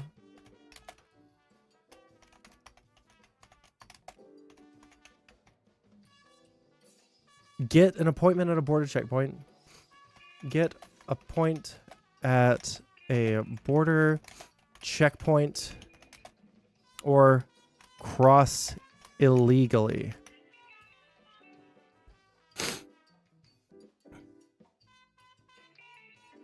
Okay.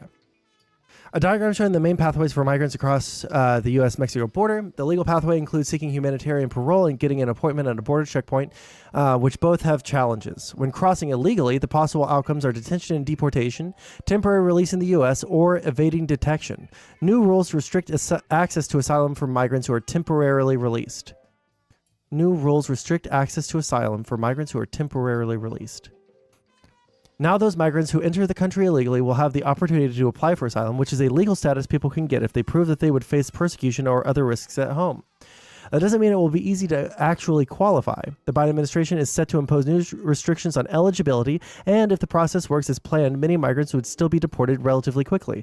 But if new arrivals overwhelm the system, it is possible officials will let many people stay in the country to await asylum hearings. So what determines whether you get in or not? Sometimes it's about how good of a case you can make or whether you're followed the rules of an often chaotic system. Much of the time, it's just luck. Here's what the process of getting across the border will look like under the new rules, as West we could determine with the help of Aaron, a policy director at the American Immigration Council. Search. 1. Seek humanitarian parole.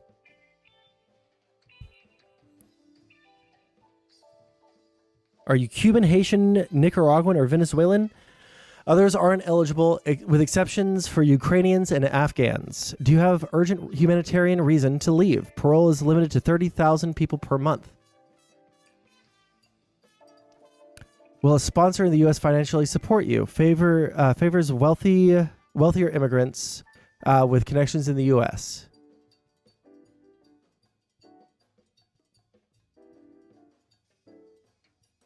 Okay.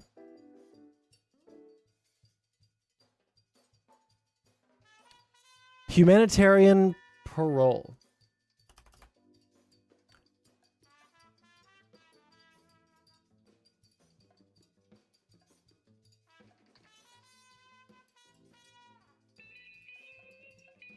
All right, seek humanitarian parole.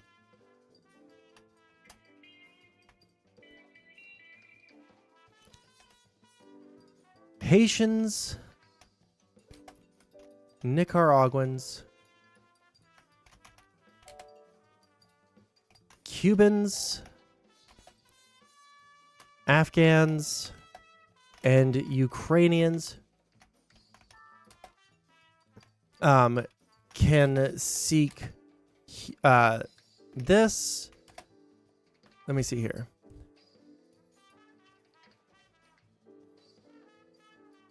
Uses executive authority to open what essentially amounts to a backdoor for certain migrants to enter the country legally, apply for what is called humanitarian parole.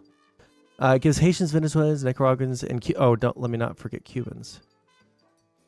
Oh, I got Cubans. A chance to live for 2 years in the United States if a sponsor files for an application for them online.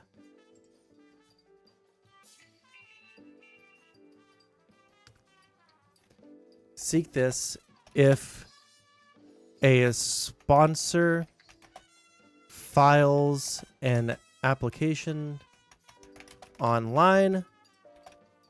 The sponsor must financially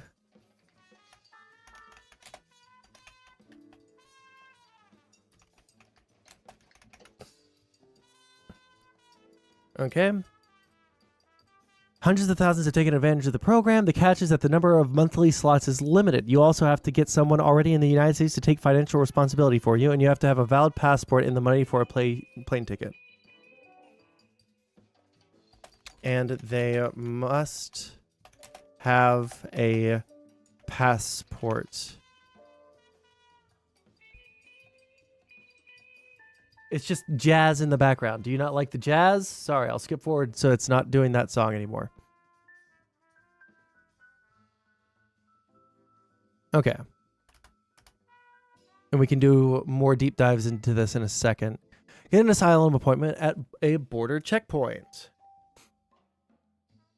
Requires using a glitchy app with few slots.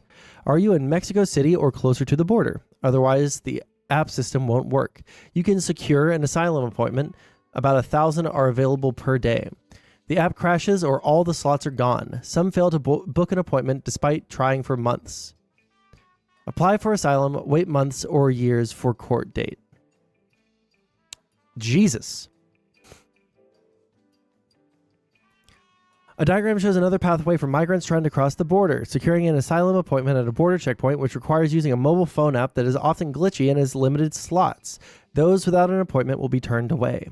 In January, the administration opened yet another pathway to encourage people to migrate in an orderly way rather than take a dangerous route that creates a bottleneck at the border. This one involves a new app called CBP One. Migrants can use the app to make an appointment with border officials at a port of entry, who can then decide whether to allow them into the United States with a notice to appear in an immigration court down the line. It sounds relatively easy, except that the app has been glitchy, and the likelihood of getting an appointment has been compared to winning a lottery ticket. There are a few slots available each day relative to demand. Only migrants who are in northern Mexico near the U.S. border or in Mexico City are eligible to use it, and many people have spent months trying day after day to make this work for them to no avail. All right, get a border checkpoint.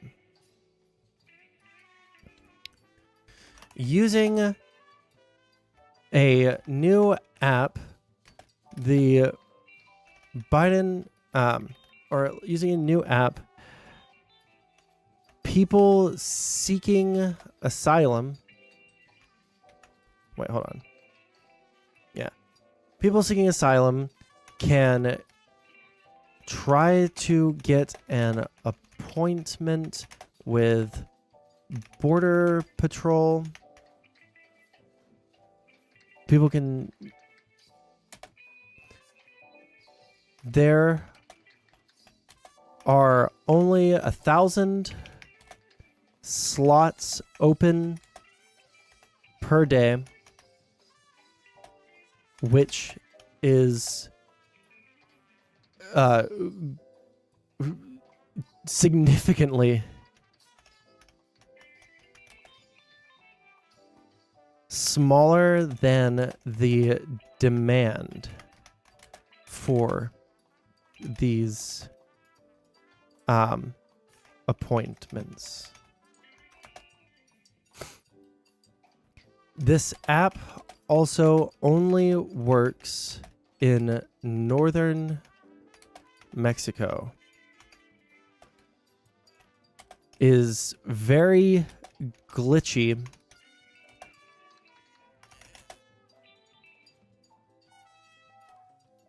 Glitchy and unreliable.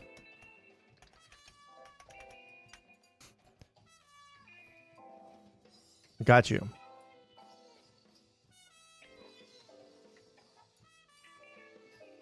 Okay, now the horn is annoying me too. We'll skip to the next song.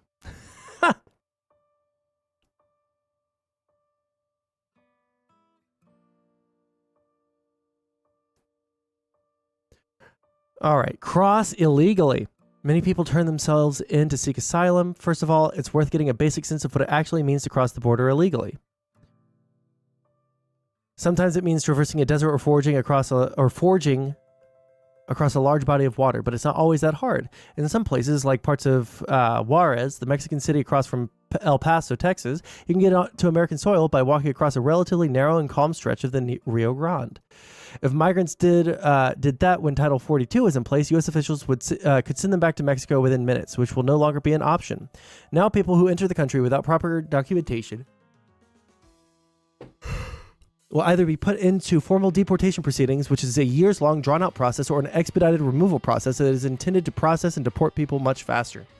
Families and children will mostly be put on the first slower track, which means they will be given a date to appear before an immigration judge, but will be allowed to wait inside the country. Why is it immediately like this?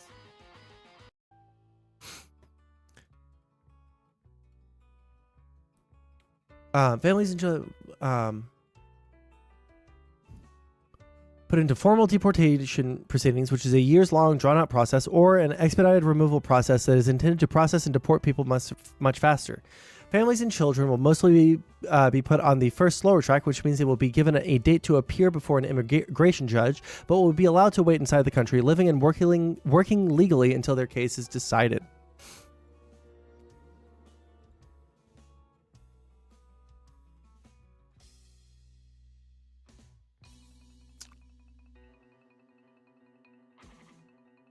apprehended and sent to processing center. Children and parents with children.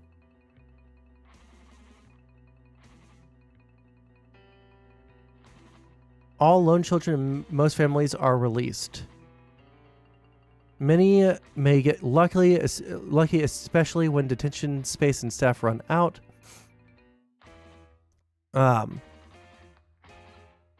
Single adults. Resolving court in some cases can take months or years.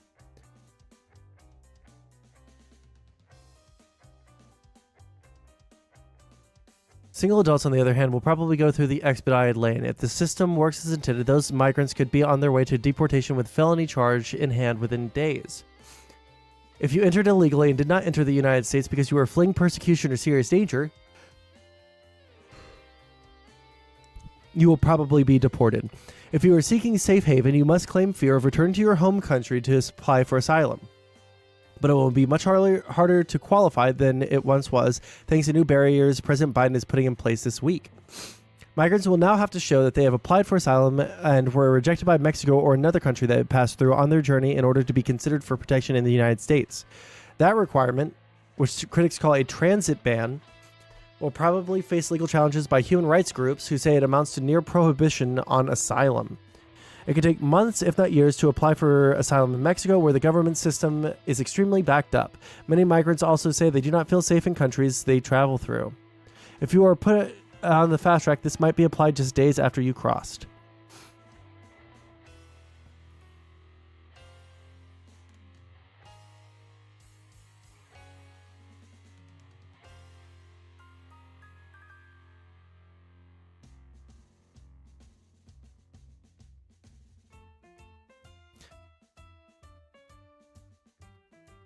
Does an asylum officer believe you have a credible fear of persecution at home?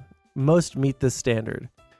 Therefore, they can apply for or probably released into the U.S. Oh shit, there's invisible text?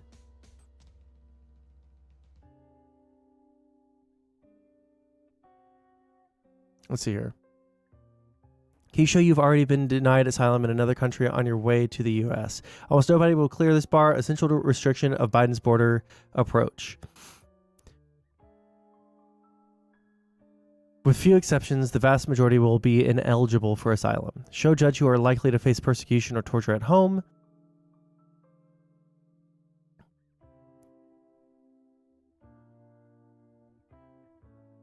Huh. Asylum hearings. Okay. Nope, that's not what I want. Fuck off. A diagram that shows what often happens to migrants who are released in the U.S. and apply for asylum. Wait months or years for a court date, then they will need to show an immigration judge they have already been denied asylum in a country that they have passed through on the way to the U.S. Otherwise, they will be deemed ineligible for asylum and may be subject to deportation if they are not considered for a lesser form of protection.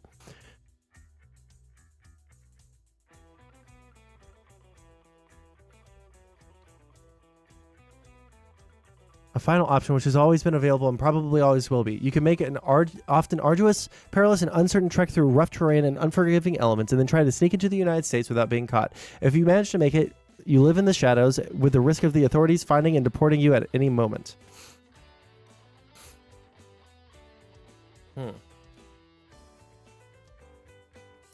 Casaban says lefties are going to be upset when they find out that process asylum applications faster doesn't mean automatically accepting everyone.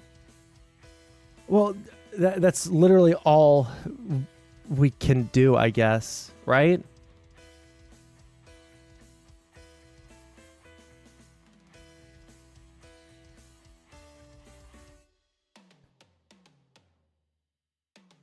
Hold on, let's see, one sec. And House Republican leadership. House Speaker Mike Johnson opposed slammed Senate Minority Leader Mitch McConnell for even fostering border talks. Sadly, Mitch McConnell's enemies are conservatives in the Senate and House Republican leadership. House Speaker Mike Johnson opposes the Senate package. Cruz accused the Senate GOP brass of, quote, waging war on the Speaker, aligning instead with Senate Majority Leader Chuck Schumer. Republican leadership is like Charlie Brown with Lucy and the football. Okay, we've seen this. Even before there is a bill. Attempts to sabotage negotiations before they even finish must be shunned. some people who think they should just be given citizenship if they cross the border. I mean, there are some people that say that, but I don't think that's the majority opinion of even like most liberals, or because fuck leftists, but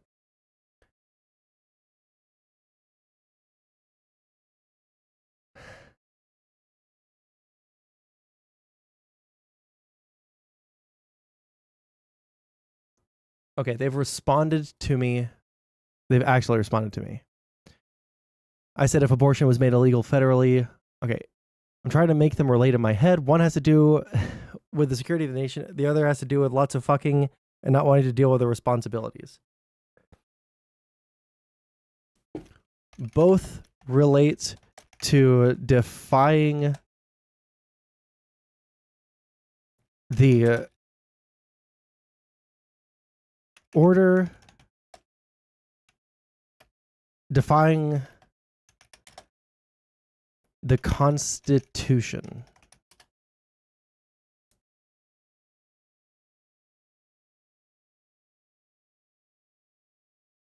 One second. What are these fuckers talking about?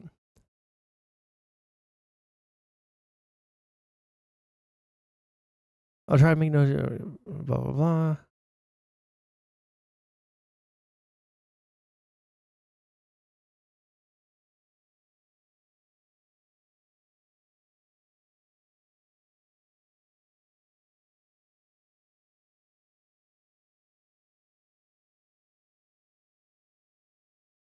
Okay. Yeah, any opinions on Trump telling the Republicans to not vote on the bill that will add money for more border security and better technology for border patrol, as well as more judges so asylum cases can be litigated faster?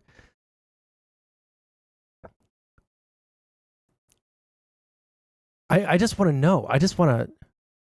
Wait, why is... Oh, I shouldn't show... Wick doesn't like it when people shows Discord on stream. Okay. Let's see here. We've already got that.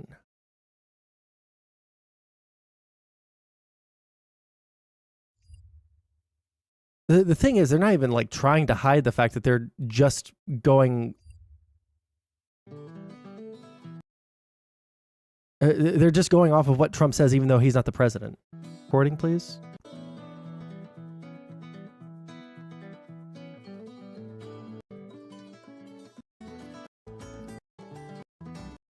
Okay, fuck this then. I don't care. Phantom democracy and the two-party simulation. Here, let's take a quick break and we'll listen to some drama stuff. Cherry, I guess, is making a not so erudite series.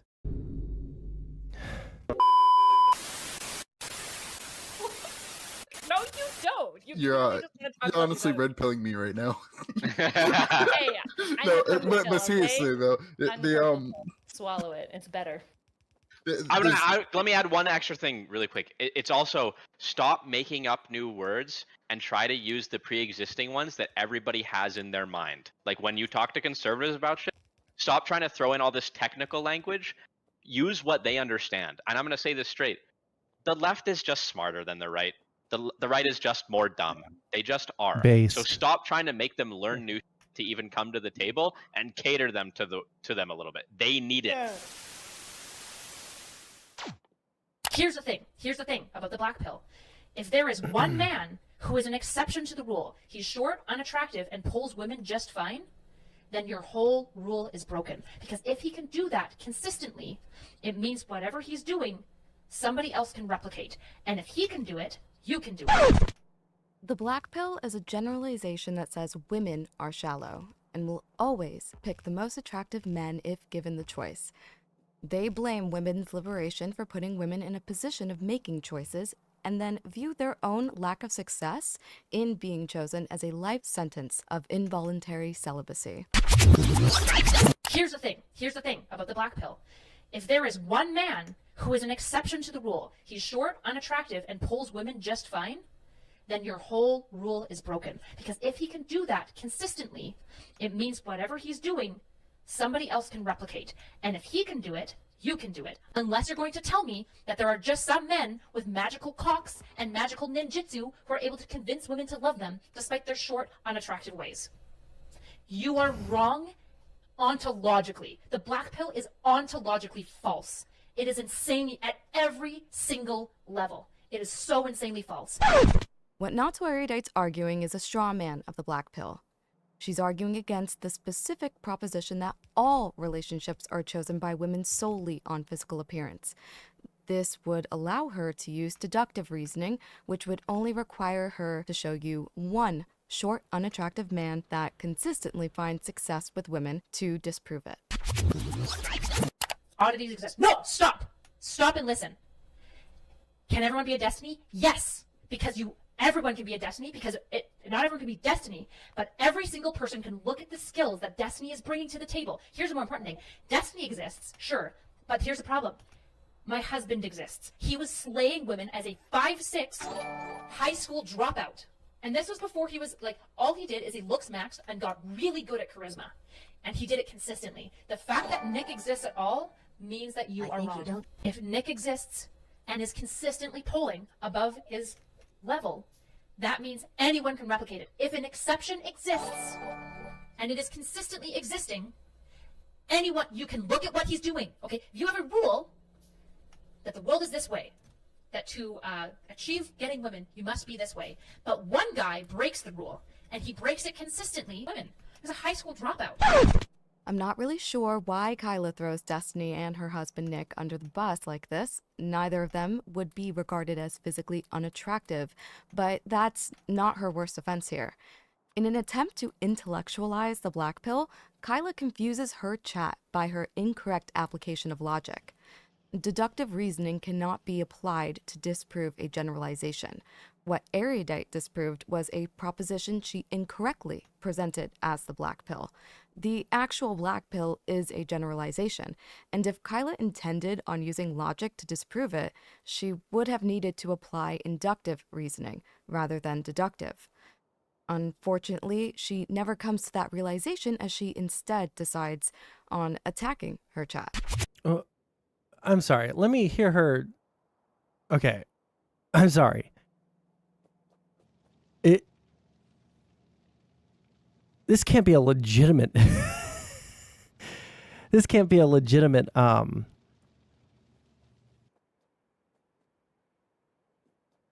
do you call it? Critique, right?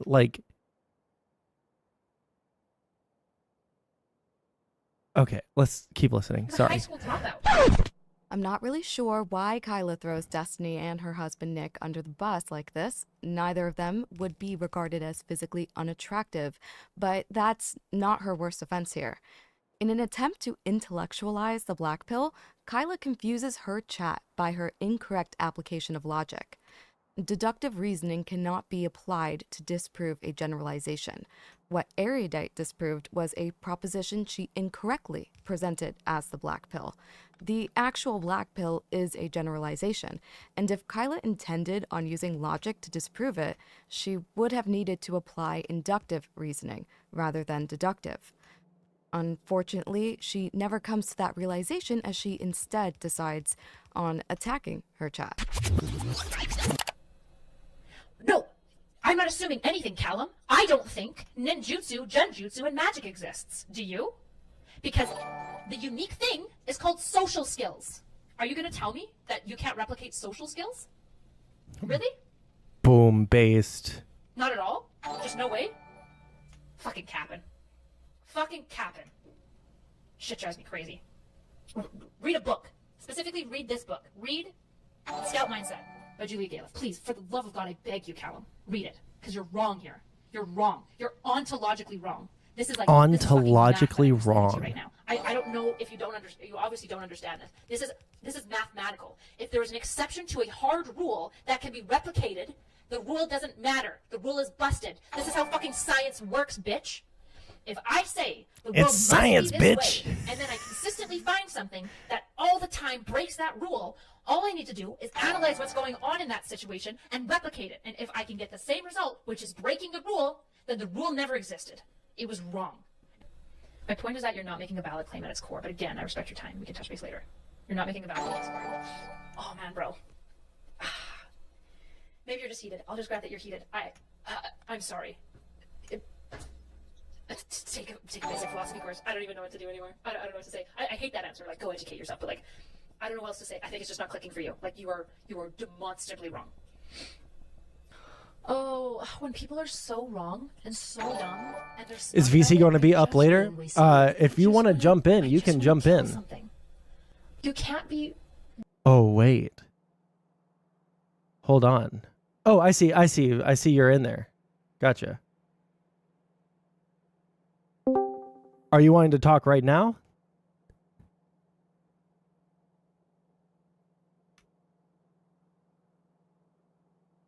Oops. Because we can have a short conversation before the there's going to be a Destiny debate with Wick today. Because I'm new to stream? Yeah, we can have a short little chat.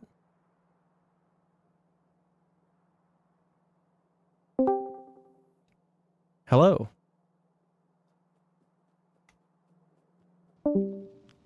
Oh, he doesn't want to chat. Okay, maybe I didn't. I must have misunderstood. Forgot my mic broke? Okay, gotcha. Yeah. Yeah, I mean, like, you're not obligated to come into chat or anything. It's just, you know, if you want to, feel free to. One sec. Let me go ahead and do that.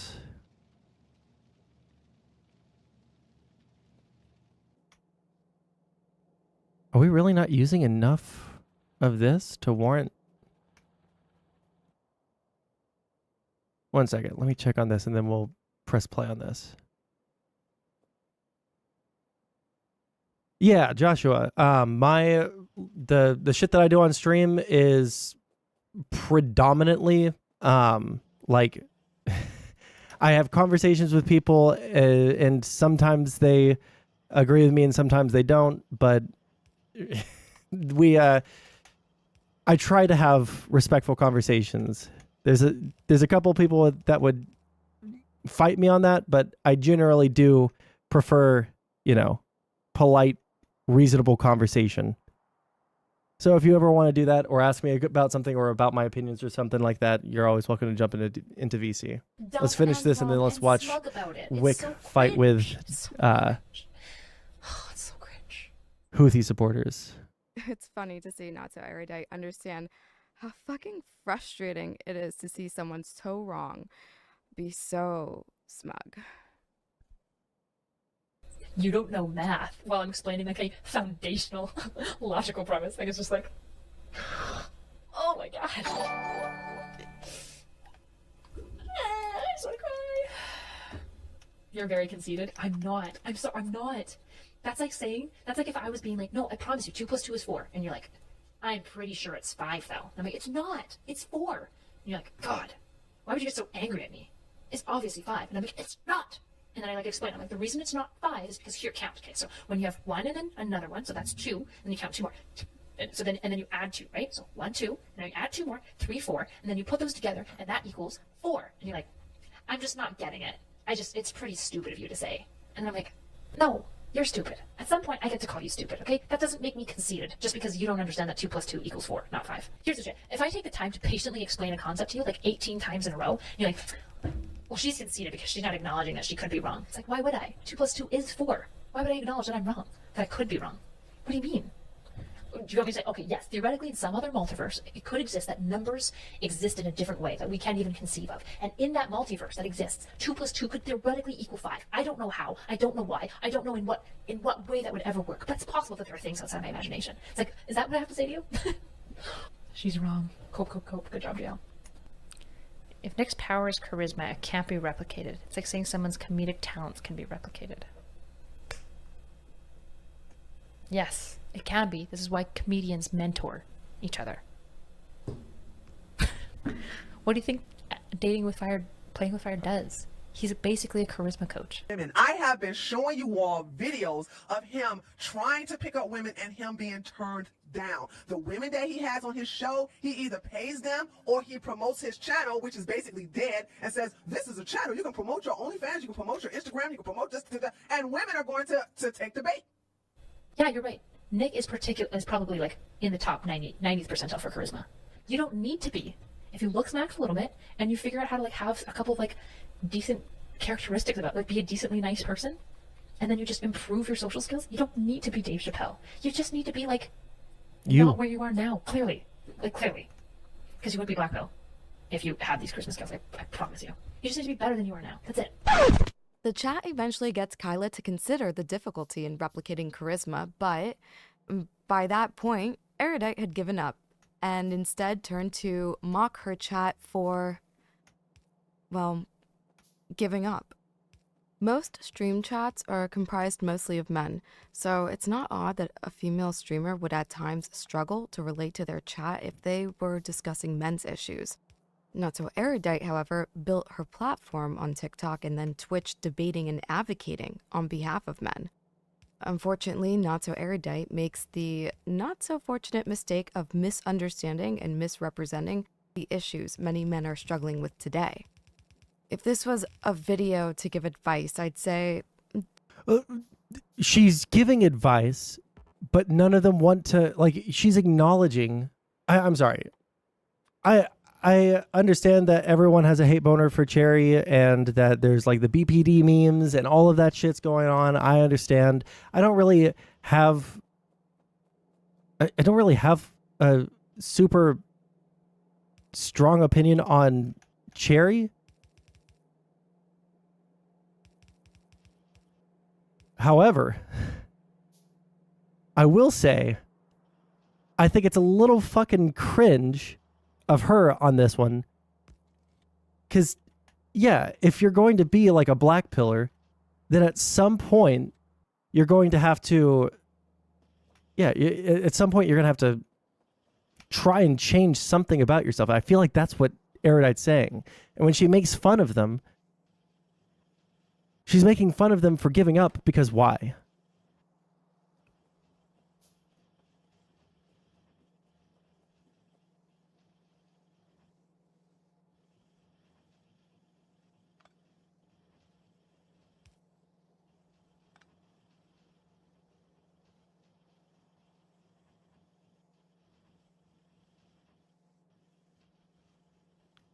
Okay, how do I make it to where I can more effectively... How do I more effectively...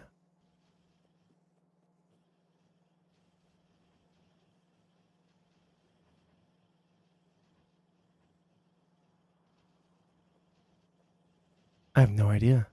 Fuck. Don't be smug or stupid. Just be better than you are now, or than you are here. This is rich. Okay, now that I've dismantled all of your arguments, the best you have now is, this is rich. I'm not Black Pill. I'm not Black Pill, but I don't think social skills could be taught. Okay. I don't know, man. I guess if you think it's that hard, life sucks and then you die. Like, if you're desperately dedicated to just convincing yourself that life sucks and there's no hope for you, okay. I'm not gonna fight for you. You don't want it. But if you ever do change your mind, you know where. Okay. That was pretty weak. All right. Let's see what's going on here. And we'll create a breeding ground for more extreme reactions from the people of Yemen. As people flow on in, just sit back, kick your feet up. We're going to have a great show for you tonight. So tonight we're going to be talking about Biden's airstrikes, the U.S. and UK joint airstrikes against targets in Yemen against the Houthis. You should look up the Sieg pill. That sounds scary. Is this escalating the situation? Hey, man. Is it have a good night. Right Catch you later, man. That Biden is conducting these strikes? Will they even work? We've got some people here to discuss it. There are more coming, okay? I promise you. But for now, this is who we got. So we'll just start by getting your general opinion. Maybe people could you could tell people who you are and things like that. And then we'll just go from there. We'll start with Kevin Logan. It's been a minute. How you doing? It has been a minute. Yes, hello there, everyone. I'm Kevin Logan, a socialist from the United Kingdom, and thus we are America's little cuck boy, also doing imperialism, which is nice. You can find me on Twitch, KFLogan1875. I got a notification for Kevin Logan's Discord not long ago, and I went to swipe it away, and it brought me to his Discord on my phone. And I saw that there were like a bunch of channels that I had notifications in. I don't even know why I'm in his Discord, but I had a lot of notifications. And so I was like, you know what? Oh, Food Shops and their viewers just joined. How many is that? How's it going, guys? We're making fun of Kevin Logan before we even know what his full point is. But we can make an assumption what his opinion is because he's a fucking lefty and he's fucking cringe. Logan is a fucking idiot. Yeah, it seems like everyone in his Discord thinks the same thing about me. Because I name searched, not gonna lie. I did name search because I wanted to see how many of these notifications were actually my name, right? A couple of them were. A couple of people did tag me to try and get my attention. I never saw them. But there were a lot of them. They were saying that they used some word like Sondsol brain rot or something like that, or like the Sondsol disease. As recently as like a couple of months ago, I haven't thought about fucking Kevin Logan or his community in like probably since the xenogender arc. Okay, the xenogender arc was fucking wild, and there were a lot of people we debated with. Haven't thought about a single one of them since. They still think about me, dude. Acknowledge us. I did. I said hello. How's it going? Again. Bitches. As soon as I got the notification, I said hello. Yes, everyone, like the stream, please. Oh, yeah, you know what? I never told... You know what? I should like the stream. Food Shops people, if you don't know who I am, I'm Sondsol. I am your streamer's favorite streamer. And despite all of the stuff that's happened, she's still allowed to be in my chat until she pisses me off. All right? I am? According to you, you are. How's it going? No, LOL. But yeah, we've started our immigration research arc today. We have a little notepad with some notes on it. Learned some stuff about that today. I don't even know if that will make it into a segment onto the regular YouTube, but you should subscribe to find out if you haven't. I'm not good at selling myself, all right? Just stick around for a little bit and see if you like my content. I'm really bad at selling myself. There, I'm a bad businessman. But you guys should stay around anyway. Let's make fun of some lefties. If you wanted to. Yes, so in terms of Yemen, I have a number of issues with the way in which the Biden administration has, and indeed my own government, have handled this situation. And there's a kind of broader point about the way in which the West reacts to these things in general, which I'd like to make.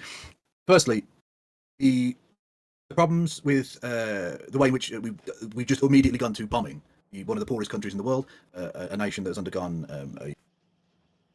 Okay, we didn't immediately go to bombing them.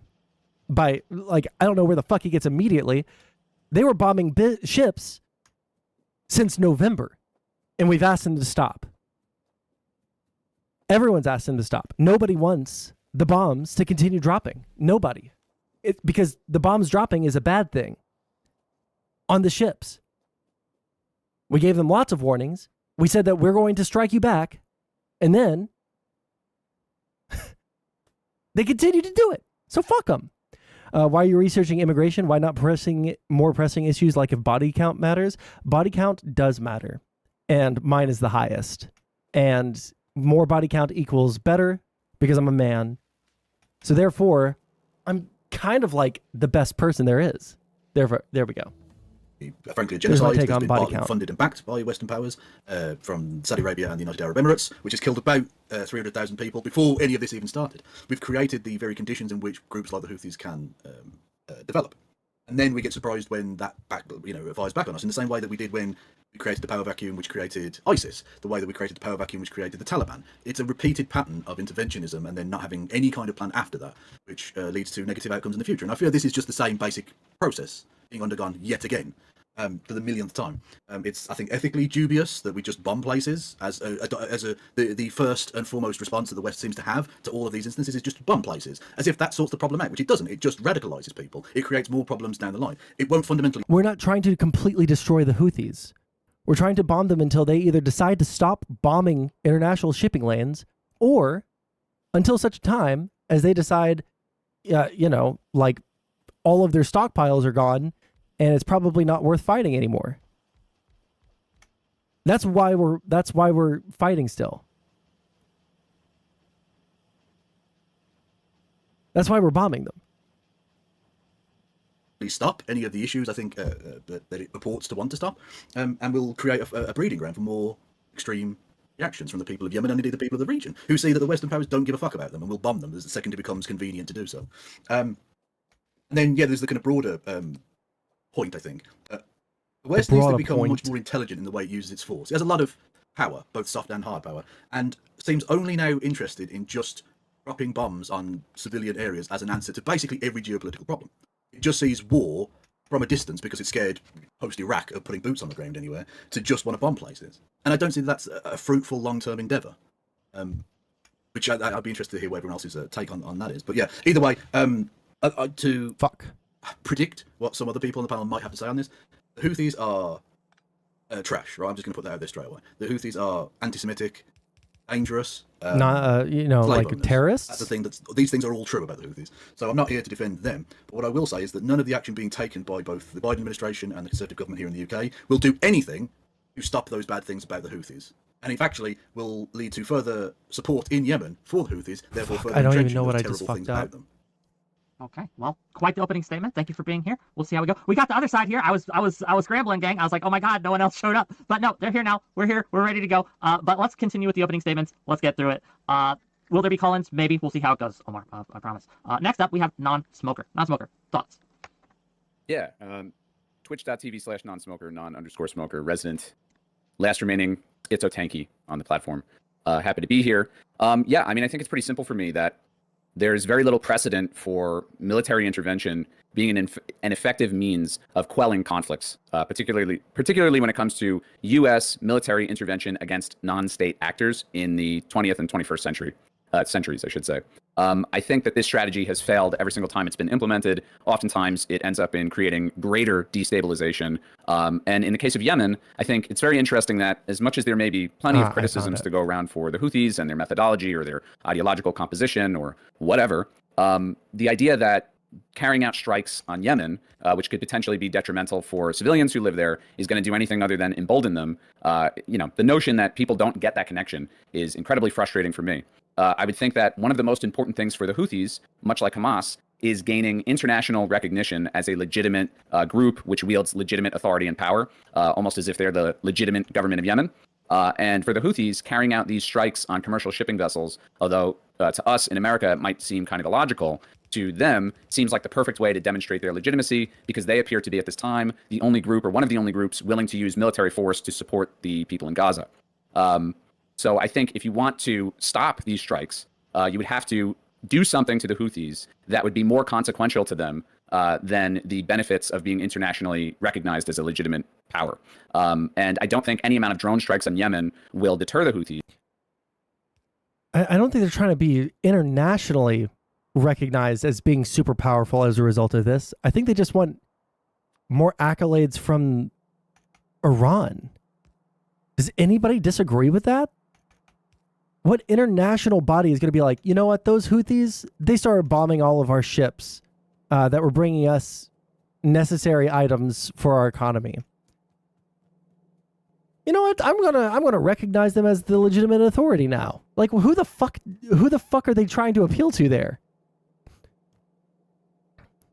Imagine in the future we can be in wars with a PlayStation plus VE plus drone virtual environment. What is VE? In your lounge getting high and then going for a movie? Yeah, based. America's so cool. I actually think trying to negotiate a peace settlement in the conflict in Gaza with Israel would do a lot more to quell these attacks than anything else. I don't think that's a simple solution, and I don't pretend to say that it's a matter of making 1 or 2 phone calls and then it's done with, but certainly we could do more than, nothing. And I think that route is ultimately a much better one for the world and would probably succeed in stopping these strikes on these shipping vessels, lead to less civilians dying, etc. Okay, well, thank you for being here, and yeah, we'll see how it goes. Next up, I don't think you've been on my channel proper before. Perspective Philosophy. What do you have for us? Hello, really happy to be here. Yeah, I mean, I'm taking the position that it wasn't just simply that we should have struck the Houthis, but that it was necessary for us to have struck the Houthis, both the UK and the USA. The way I see it is that right now we're in the geopolitical tensions that are going on right now represent a new Cold War and a challenge to American hegemony. And although I'm not a fan of the way in which America has, let's say, perpetuated its power globally with the Iraqi and the Iraq and Afghan wars, specifically, I don't think they were very well done. The alternative is to essentially lose American hegemony, and what you'll see is global destabilization and wars everywhere. People will start scrambling for power, and the power vacuum will lead to to essentially a world war or small conflicts to the point in which there's it's basically a world war, but people aren't necessarily having one single unified conflict.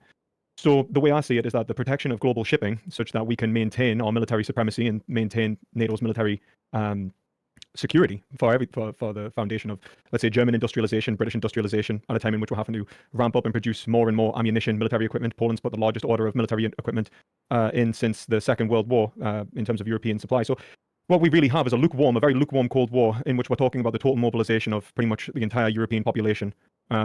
I think that if we need to bomb anyone to make sure that war does not happen, or we can prevent that happening to the best of our ability, we should bomb the shit out of them. We should absolutely bomb the shit out of them. I'm very sorry that the Houthis... actually, I don't feel anything for the Houthis. Nothing. I do feel bad for the people of Yemen. And I do pity the Houthis, I suppose, in one respect, that they are misguided. But in the grand scheme of things, we need to essentially take away their military infrastructure, or rather their military power, which they've been provided, and we need to do so in the cheapest way possible. So one of the biggest problems that we're facing isn't necessarily that we're bombing the Houthis, it's the cost of bombing the Houthis and the ability to maintain global shipping at a reasonable rate such that we can... Yeah, also, we didn't immediately start bombing them like Kevin Logan said. Another important thing to recognize is that not only did we try and give them an off-ramp, right? Like we shot down their missiles, right? We didn't bomb the people, we didn't bomb anything on the ground, right? I think that was pretty cool of us to give them that little off-ramp, right? Like, if you do this, then we're going to shoot your shit. Hey, Houthis, we're going to shoot your shit if you do this. We were shooting down their missiles, and they were using the cheapest fucking drones that they could, that cost like a couple of hundred to like the low thousands to produce, to fuck up these ships. And then we're shooting a missile to shoot it down that costs $1 million fucking dollars, which is unsustainable. So eventually we got to the point where we're like, okay, you know what? Actually, fuck you guys. Yeah, actually, fuck you guys. We're going to bomb all of your missile silos. We're going to bomb all of your shit. Allow for NATO to survive this test of its hegemony. Okay. Thank you for being here. Really appreciate it. We'll see how it goes. Last but certainly not least, someone who I do appreciate, because this was last minute, literally 5 minutes ago. I got a DM saying someone had an emergency, couldn't make it, right? And Artemis Fowl was willing to step up and fill in. So I really appreciate you, Artemis. Thank you. Go ahead. What you got for us? Okay. So the Yemeni civil war started in 2014, where the Houthis rose up, started trying to overtake the legitimate government of Yemen, causing massive bloodshed and death. Yemeni president in 2015 asked Saudi Arabia to help stop the evil Houthis that everybody agrees is shit, and Saudi Arabia did this by supporting them with bombing. Actually, Helen, your guy said you guys here. Oh. So if you want, I can tag out, but this is going to be I can do my opening statement. Yeah, do your opening statement. And then I'll bow out to Rashad so he can come over the top rope. Yeah. All right. So no, there was no genocide. The Yemeni president, the official government of Yemen, asked Saudi Arabia to help them fight off the extremist Houthi terrorists. And that's why they were bombing them for fucking 8 years. There was no examples that they're going to give, because nobody did any research into this for why they were bombing them. Just because they were being bombed doesn't give them the right to fire at shipping lanes. They're being backed by Iran. That's where most of their equipment is coming from. The Houthi military is very large. It is a lot better armed than Hamas. It is a lot more organized than Hamas. It has a standing actual infrastructure. So it's not like ISIS. We can actually bomb them and get rid of them. Yes, when somebody starts firing missiles at shipping lanes, we shouldn't just wait for them and try to reach them with fucking diplomacy. You need to immediately stop them. The Houthis are an active shooter in a fucking school. You have to stop them immediately. Then you can decide whether or not there's like any further issues need to be done. Radar systems are not they're not plentiful. You can take them out. Once you take out their radar systems, they are blind. They can't fire the missiles accurately. It makes the shipping lanes safer. Shipping lanes are much more necessary than people think. Shipping lanes actually provide life-sustaining food and resources to very poor countries on the other side of Africa, because trying to go... Something that lefties want to ignore for some fucking reason is that the...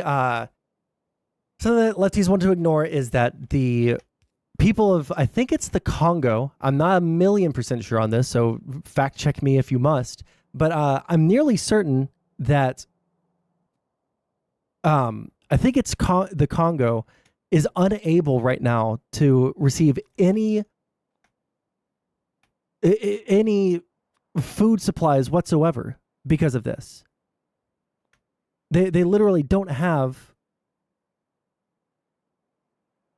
Ooh, I should hold on to that though. They don't have any food because all of their shipments go through the Red Sea, and all of the shipping companies aren't willing to do anything in the Red Sea because they'll get their ships bombed. I almost said their ships bombed. So this is bad. Not for America, not for Israel, because it's really not bad for them at all. It's really bad for who? The poor people in fucking, countries that don't have any food, that rely on food aid from everyone else. That's who it's hurting the most. Around the Cape of Good Hope would cause a massive amount of delay and is much more expensive. So this doesn't just impact fucking the capitalist societies that I know somebody's going to argue, but it actually impacts a lot more people, and especially poor countries. So I don't know why anybody's making these arguments that we shouldn't take out the Houthis, because the Houthis haven't provided anything useful. They are terrorists. They have been at war. They're implementing child soldiers. They don't bring anything useful to the conversation other than they're trying to kill innocent people, abduct them, and steal all their shit. They decided to respond with force against innocent people. We should respond in kind until they stop. Okay, well... I don't understand why we wouldn't flatten these asshats without a second thought. It's a massive gut punch to the poor globally when you disrupt supply chains, but almost none of these people have a brain, and the ones who don't actually give a fuck about the poor. Well, yeah, they don't give a fuck about the poor, but the thing that we're probably going to focus on is the 1 second.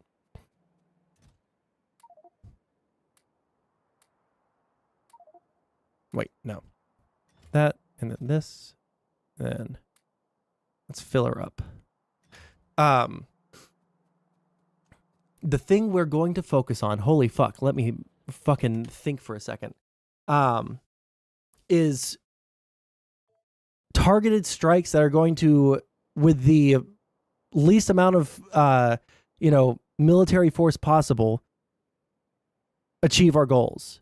Because it makes us look really bad when there are people who are out there saying that America and the European Union and all of these places are bombing brown people. It makes everyone look bad. That's why.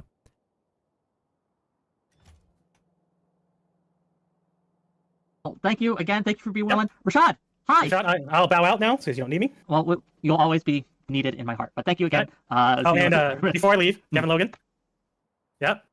Bearing was right. Hello? Bearing was right. About what? Bearing. Yeah, what about him? He was right though. I have no. Okay. No, he's a clown. Okay, I don't know who that is. Or what that. Don't worry about it. It's a grown man who pretends to be a bear on the internet. Yeah. That's all. I just. Yeah, exactly. I'm gonna be real. All right, I'm out. Bye.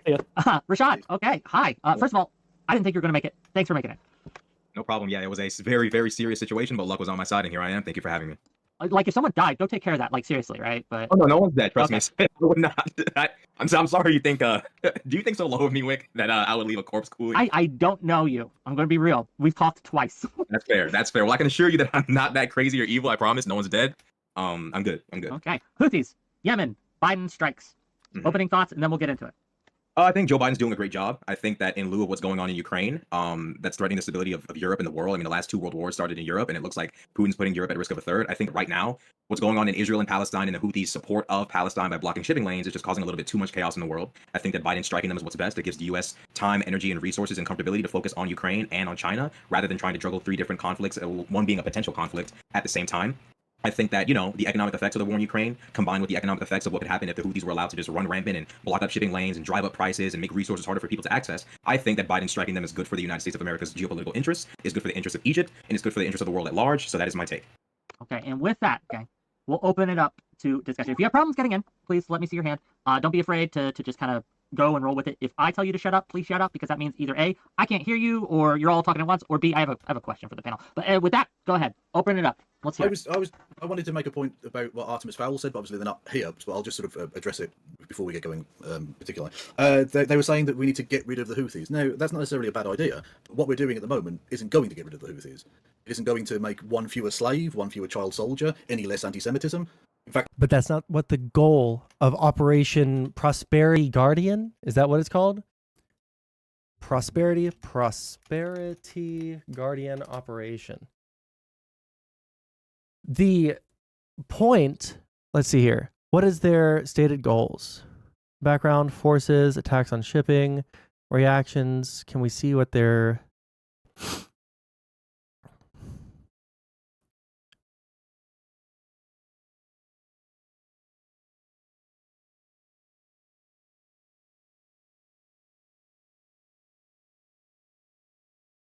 Let's see here.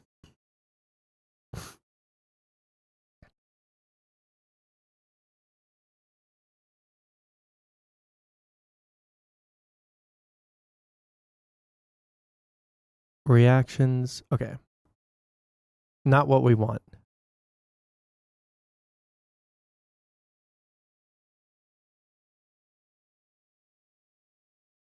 What is the Prosperity Guardian against Yemen?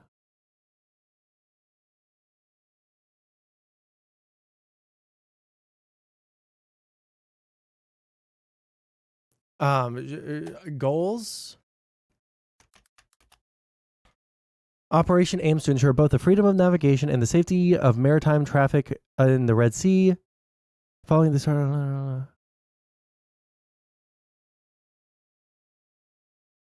like, how do they define victory? actually, it could make the situation significantly worse, because by bombing people, you create a breeding ground. You create the perfect recruiting tool for extremist organizations, as we saw with the bombing of Iraq, which created ISIS, various other parts of the world where we've intervened and made the situation significantly worse. Yeah, I'm just wondering what the alternative is when they're attacking global shipping. Like, what would you say that? Because right now it's tit for tat strikes. So I'm just wondering, like, are you promoting boots on the ground, that another American invasion? Well, no, I don't think that would be a better situation. It would at least, in some hypothetical world in which that did happen, that would at least potentially bring about the end of the Houthis, which is one of the things that people are talking about. But no, I don't think that would necessarily be the right approach to it. Ultimately, I think it's a matter of, if the Americans are really serious, giving proper naval not guidance, what's the word? Convoys around the Horn of Africa, something like that. I don't know exactly how that would work for the time being, and then engage in building of a civil society and a peaceful society in Yemen in a way that has not been done for the last decade at the very least. Are you talking about the Western governments have literally financially backed and armed country Saudi building? Arabia and the United Arab Emirates to kill 300,000 Yemenis and ultimately to create the very conditions in which the likes of the Houthis can prosper. $10 from Artemis Fowl to respond to you. And I like this dynamic. He pays me money to respond to you, and you just talk. That's great. We're going to go with it as long as we can. $10 to say, I argued to get rid of their anti-ship radar. The U.S. is not bombing anything other than military installations. Unlike ISIS, they have actual bases and installations. No radar means no missiles hitting boats. Yeah. Okay, we'll wait and see if it works. But I mean, Joe Biden literally answered the other day when he said, "Is it getting rid of? Is it stopping them? No. Is it going to continue? Yes." Like, you're essentially doing the same thing that generals in the First World War did. You're sending people over the top to walk into machine gun fire 10 times, 20 times, 30 times, and hoping it eventually works. It doesn't. It doesn't work. What would your alternative be? I'm assuming you might be suggesting a hearts and minds scenario where we build. What does that mean?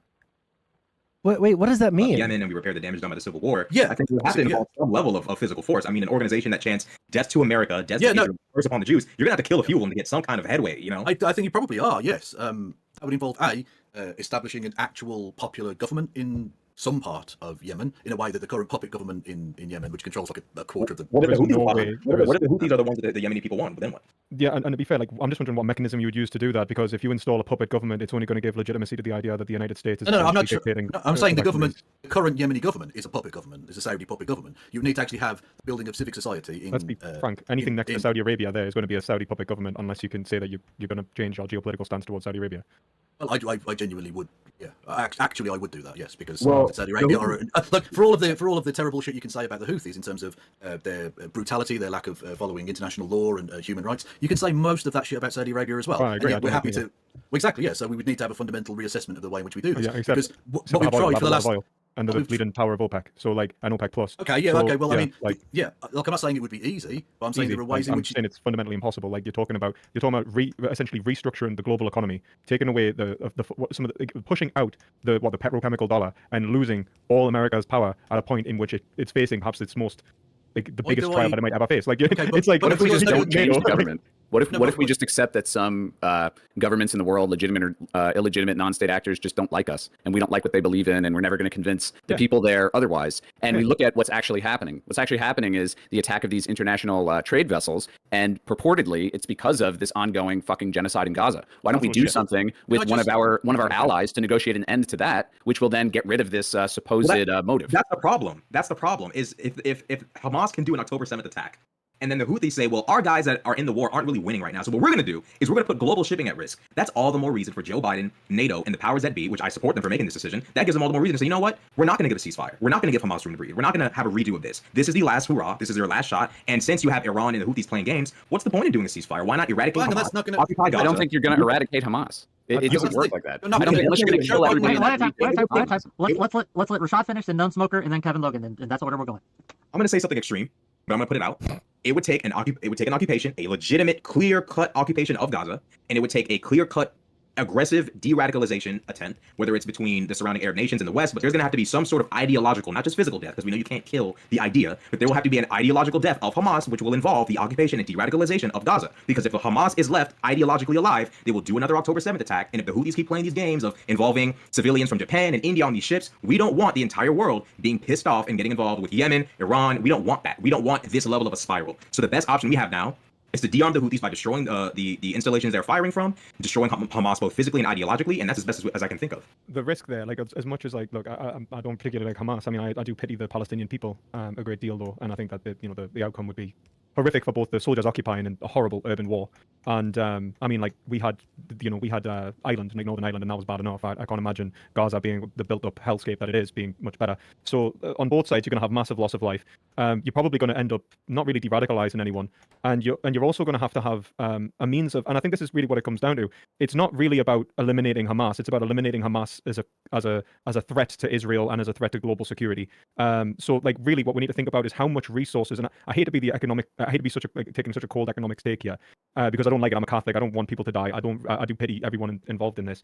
But I think that what we'll have to look at is that this is a war upon resources and global shipping. And what if we end up engaging more resources than necessary, we're going to end up losing a much bigger war. And that's the real risk, I think, from this. So what we need to do is contain Iran. Yeah. I just need to, I think, push back a little bit on what, apologies, I've forgotten your name, Rashad said. Yeah. When you talk about having to occupy and essentially re-educate the populace of Gaza to de-radicalize them, I would argue that given that the Israeli government has set itself absolutely on a campaign of genocide against the Gazan people, a campaign of destruction of even civilian infrastructure, I would argue if you're going to need de-radicalization and occupation, then those occupation forces need to go into Jerusalem and de-radicalize the Israeli government, which is the organization that is currently bombing the fuck out of basically everywhere in Gaza and seeking to imperialistically. And that's going to de-radicalize Hamas? That's literally what's taking place there. Now, I don't think the Houthis are doing what they're doing precisely because of Israel, but these things are connected. And again, it goes back to wanting to restructure the way in which we deal with that entire region. Well, if you want, listen, if you want to, stop the interruption of all international fucking maritime trade, if you want to stop that, just destroy Israel. It's easy.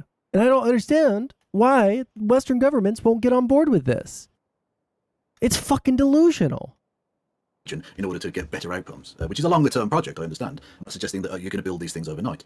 But to the point that perspective philosophy made, in terms of the challenge to American geopolitical hegemony, why do I give a fuck about protecting American geopolitical hegemony? What interest have I in that particularly? And like, imagine that America doesn't like America falls and Russia takes advantage of the situation, and we have a war in Europe. No, America isn't going to fall.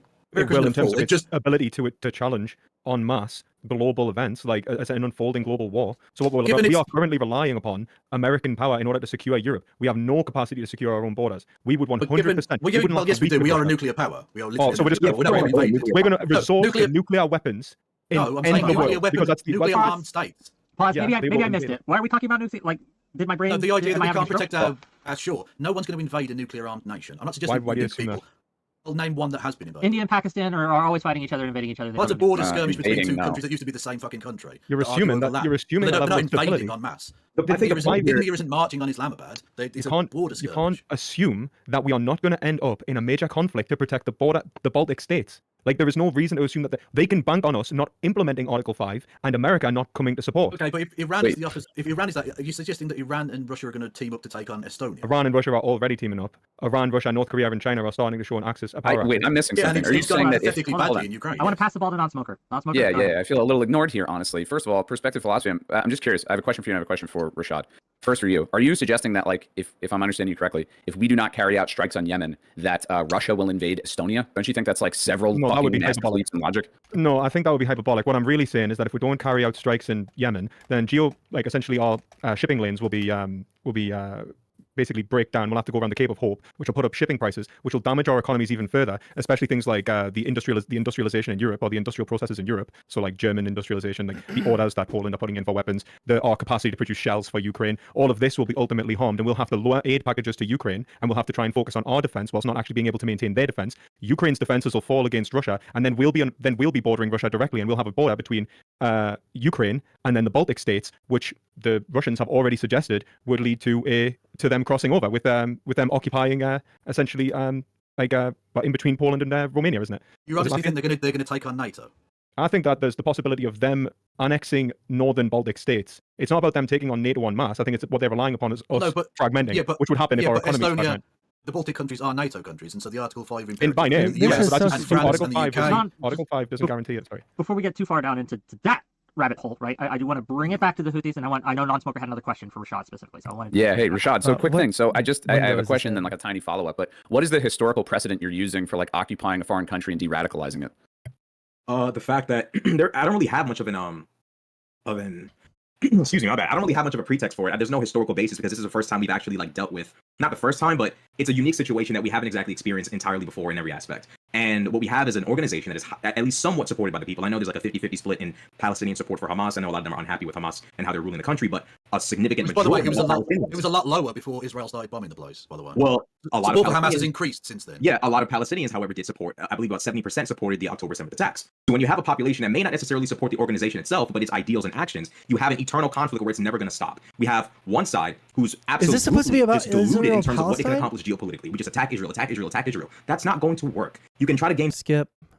Like I don't like unless you've got some actual concrete. It's utopian to rebuild houses and allow people to live in them. Well, no, you can rebuild houses, but when you're talking about like essentially producing a two-state solution, which leads to the de-radicalization of. Oh my God, they don't want to talk about the Houthis. So they're talking about Israel, Palestine. What we're seeing is Iran expanding its power outward. It's been developing the resources and the means in order to engage this way for a long time. This isn't something like, now the Houthis, who are incredibly well armed, are just disgusted overnight and somehow just managed to, they've been trained, they've been given resources. This is not something that is just. We're just gonna do it all, out of the passion. I agree. They're hearts. supported. No, I agree. The Houthis are definitely supported by Iran in some capacity, but to act like they have no agenda on their own and that they're just a puppet of Iran is kind of minimizing. First of all, it shows a total disregard for anything that's gone on in Yemen and any of the history in Yemen and what has enabled the Houthis to gain any sort of foothold or power there at all. And B, it's kind of ignoring the reality of the situation that the Houthis, much like Hezbollah and Hamas, want to be seen as legitimate. They have their own motive here of wanting to be recognized as a force to be reckoned with. So, I mean, are they just, these, I don't think they're just these mindless drones of the Iranian government. I think they have their own motives here. They're taking action for their own reasons. No, but I mean, you can also yeah, I don't think the Houthis are doing this to stop anything to do with the Palestinian people. I think that's an excuse they're using. I think. So why are you Also, I defending it? don't think they're necessarily just puppets of Iran. I think they've got their own strategic interests involved in this. And their I strategic interests think are defensible? them sort of piggybacking on the Palestinian people's issues and pretending like that's the only reason they're doing this is actually a pretty gross betrayal of the Palestinian people. I think that's a fair thing for them to do. Yeah, I want to pass it to Rashad. He's been trying to get in. I know he had his hand up. Go ahead. Cool. Yeah. If I mean, back to what you guys were saying about, why is their America doing this? intentions It honestly does aren't not matter. for At the end of the the day, the people need Palestinians. resources, they need their goods, they need their shipping, and they're going to get it as long as we keep the Houthis from being able to clog up these shipping lanes. Whether or not it's being done from a place of pure And now it's benevolence time really doesn't to, matter. I mean, it's like if you're being bullied at school defend and some kid their steps in because he wants a good fight actual, from your bully. At the end of the day, he saved your reasons ass. Like, you still got saved. Doesn't matter for if you just doing wanted this. to fight or not. You got Yeah, saved. but in this instance, you being bullied. Oh, is they're triggering the slightly fuck more out of me. expensive shipping. Like, I don't think that's worth. I don't think that's a fair thing to kill people over. So you think that's the only? Hold on a second. It's not just Let Rashad slightly. take this. Slightly. You said want to let him go? Yeah, let Rashad take it. Rashad, I would say let Rashad take it. Go ahead. I mean, it's not just it's more expensive shipping. It's people not getting their goods on time. It's innocent civilians moving these ships being targeted by basically fucking. I mean, comparably pirates. Okay, I can't do it. The Kevin Logan's too fucking retarded. All right. Our top political priority over the next 2 years should be to deny President Obama a second term.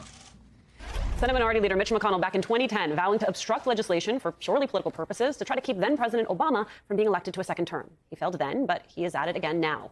NBC News reporting that, quote, inside a special closed-door Republican meeting on Wednesday, Senate Minority Leader Mitch McConnell cast doubt on an emerging deal to tighten immigration laws, citing GOP opposition to its provisions and telling senators that linking the two measures could also sink Ukraine aid.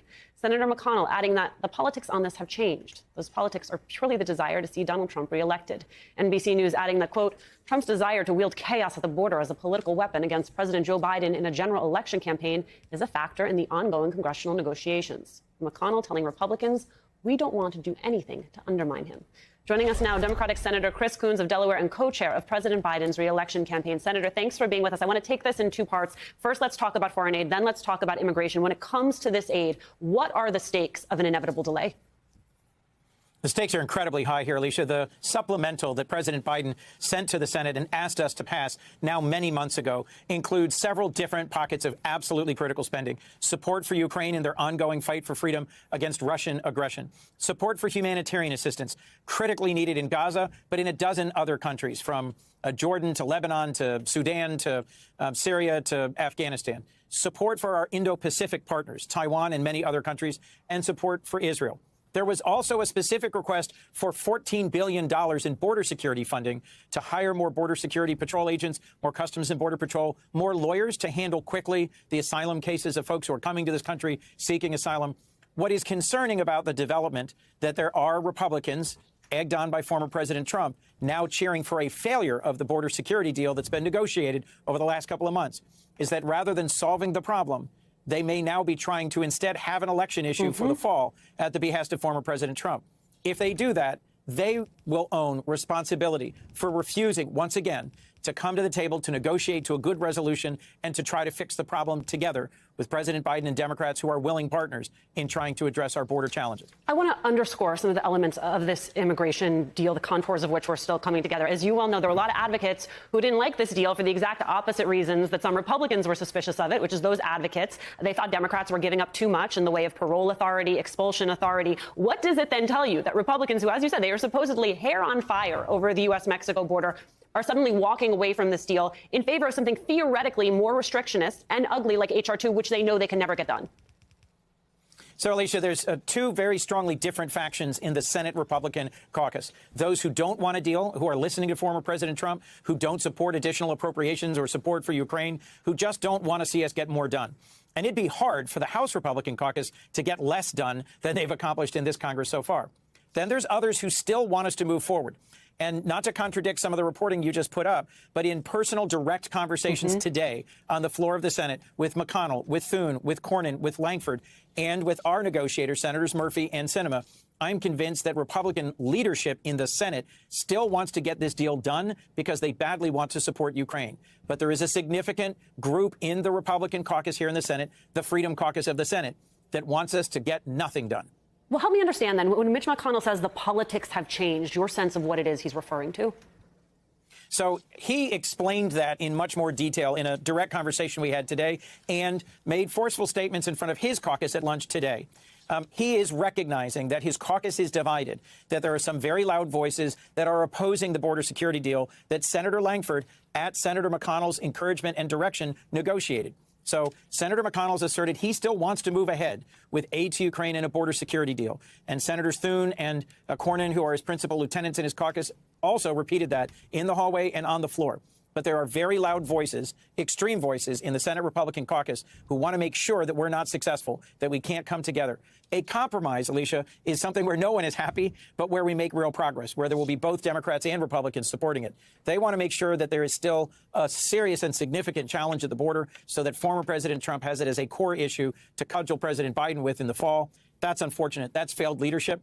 But Senator McConnell still wants to get a package of aid done for Ukraine and border security. Senator, as you were trying to hash this all out in Congress, there's also sort of a subplot here that is emerging out of the state of Texas, a back and forth with the United States Supreme Court. The Texas Tribune reporting the Texas National Guard and state troopers are still rolling out concertina wire and preventing Border Patrol agents from accessing most of Shelby Park, a 47-acre Eagle Pass park that sits on the bank of the Rio Grande where thousands of migrants have crossed. And this is despite the Supreme Court ruling against Texas Governor Greg Abbott earlier this week. It feels like a step in the continuation of Republicans exploiting concerns about immigration to embrace authoritarianism, right? To say we are going to go it alone. The rules do not apply to us. Well, I thought it was striking that the Supreme Court recently ruled that border control, that the Border Patrol agents should have access to the border of the United States. That was a broad coalition of justices that rendered that. I've been to that park. I've been to that point in Eagle Pass.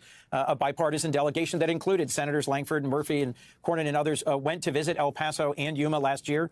And what I thought was truly tragic was the recent event where several migrants drowned trying to cross the Rio Grande, and where that concertina wire was kept to prevent Border Patrol agents from coming to their aid and saving their lives. This is an ongoing humanitarian crisis at our southern border. We need to do things to reduce the number of folks who are making an expensive, a long, and a difficult journey from their countries of origin. We need to invest in stabilizing those countries and improving the conditions in countries throughout our region. But we also need to make sure that it's clear that the federal government is principally responsible for immigration and border security. And we need to invest in improving border security so that we can develop a path towards an immigration system that is safe, legal, and humane.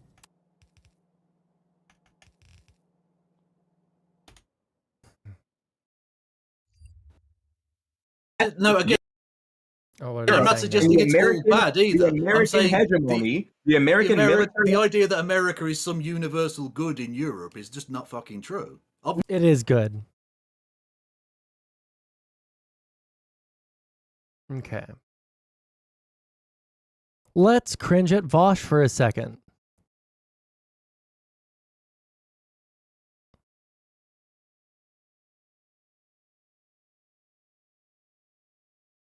Abolishing time discourse. Now this is so like edge case in Twitter. I feel like I put that on there on my on in the stream title as like a fugue state, you know.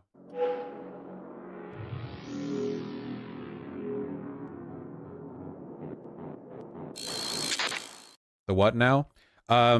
This is one of those things where it's like there's a good idea at the core of it, but then much in the same way that they do to everything else, it gets kind of like poorly expressed, defined, and advocated for by teenagers online. You know, this is very common with anything related to anarchism. I feel like we keep running into this. Like, you know how a bunch of people said abolish police, and then it turns out that like obviously you can't literally just abolish the police. Like, maybe you can build a society without them, but you can't just get rid of them now and expect things to function. That's not how that works, you know? And likewise with prisons, you know? Like, abolish prisons. Okay, then what do we do? And then it's like, well, and usually what a lot of people mean when they say this stuff is they mean, like, critical reform of, right? Like that's usually what people mean when they say abolish X or Y. They mean critical reform of. I feel like that's kind of a rhetorical misstep. You're not going to get public support behind an idea that nominally means something other than what it means. You know, like I understand there's always going to be a little bit of fluidity when it comes to slogans and catchphrases, because you can't expect everything to be perfectly coherent and semantically correct when you're boiling it down to a single sentence. Like there's always going to be some muddling there, but yeah. Abolish time. Let us be free from the boring drudgery of work and capitalism that time makes possible. Every cock is a cop. Every clock is a cop. We call for the complete and total abolition of time itself. We call for a free life unstructured by the inhuman rigidity of time and the police, prisons, and other methods of control it necessitates. No more dead time, only party time. Is this real? It's real. A very serious political prescription made by very serious people. Yeah, well, I'm convinced, yeah. The frustrating thing is there is like an underlying legitimacy here. Remember that pamphlet that came out from one of the like Smithsonians where it was like, it said something like hard work is white supremacy. Let me find that thing. Hold on. Smithsonian pamphlet, work ethic, white supremacy. Let me see if I can find that. Here we go. So I remember covering this way back, 4 years ago almost. Smithsonian Institute explains that rationality and hard work are racist. Let me see the pamphlet here. This was made into a pamphlet, so this is just an image from online, but it was like they had a pamphlet. Oh, here we go. Here's the pamphlet form. Nice. It shows more too.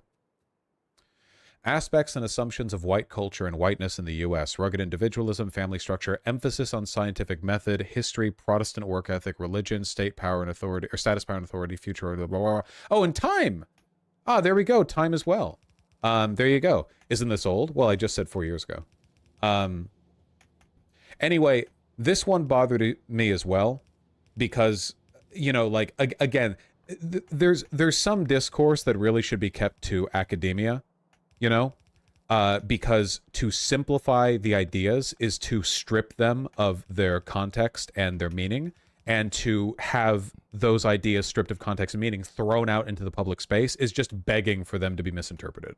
So, I can't say the people who made this pamphlet aren't dumb fucks. They might be, but the real dumb move wasn't the underlying ideas. It was to put them in a pamphlet. Does that make sense? They're saying the scientific method is white culture. What the f? That's pretty racist. Okay, no. So, to be fair, though, a lot of academics really should learn how to communicate with normies. Yes. Okay, hold on. Let me try to think of like a good example here. Okay. Vosh struggling to explain stuff to his fucking toddler audience. That there are many different ways that a human being can comfortably stand while at rest. Just like relaxing, standing, whatever. Like there's a bunch of different subtle changes in your posture, the way your feet are positioned, okay? You can imagine in your head a bunch of different poses, if you will. Now, let's imagine that all of these positions to hold yourself in are equally comfortable, all right? There's no rational reason to prefer one over the other except for your preference, that's it. It's just whatever you're comfortable with, but they're all equally fine, all right? Now, let's say that some of these positions in which one could stand look gayer than others. Now, imagine again in your head, I'm sure this is easy for you, you can imagine a bunch of different ways you can hold yourself at rest that come across as a bit, a little quirky, a little quirked up, a little zesty even, just a little bit, doing a bit of a JoJo pose. Okay, now, imagine if there was a study and it turned out that gay men were more likely to stand in all of these positions equally, and straight men are more likely to only stand in positions that don't have any arbitrary cultural signifiers associated with homosexuality or being a fet or whatever. So gay men are more likely to just evenly stand how they want, and straight men are more likely to limit themselves to a few more conventional masculine standing poses. Does everyone follow what I'm saying so far? No. Okay. Now imagine if somebody did a big write-up on the ways in which our social understanding of what gayness looks like influences something as subtle and personal as the way that we stand. That'd be interesting. And I don't think what I'm describing right now is that irrational either. I think that it is a matter of fact that what I'm saying is probably true to an extent. So, you know, imagine you wrote that paper. Now imagine some dumb put in a pamphlet distributed at a museum aspects and assumptions of homophobia. The way you stand might be homophobic. Do you understand how there's been a communication breakdown? And now people online are going to go, wow, the woke mob is saying even the way you stand is homophobic, you know? And then it's like, wait, no, hold on, wait, there's more, there's, you understand? So what I just described happened like 50 times over in this pamphlet. That's what I'm saying here. Like what I just said happened here. That's what you're looking at right now. So to go over any one of these, you have a much more charitable, like much more understandable, softer usually, because it's more of a like correlative thing, statement that you can defend with research, but then it gets boiled down into this. Now, I think that the publication of this pamphlet was like a crime, okay? I'm kind of not joking. The stripping of context that happens when you take interesting information and you boil it down to this does nothing but hurt progressive and academic interests. All it does is divide people and make people argue over dumb shit. Like, it's bad. It's genuinely like, I hate it when this happens, and it happens a lot. It happens so much. Usually it's not malice. It's because the kinds of people who write articles on I wish that he like would fucking say something. Holy shit. I thought he was going to talk about fucking time.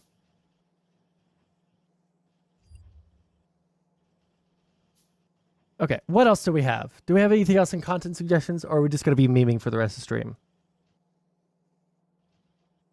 We also, by the way, have open call-ins. Okay, so if you want to jump into a call-in, let me know that you're wanting to do that.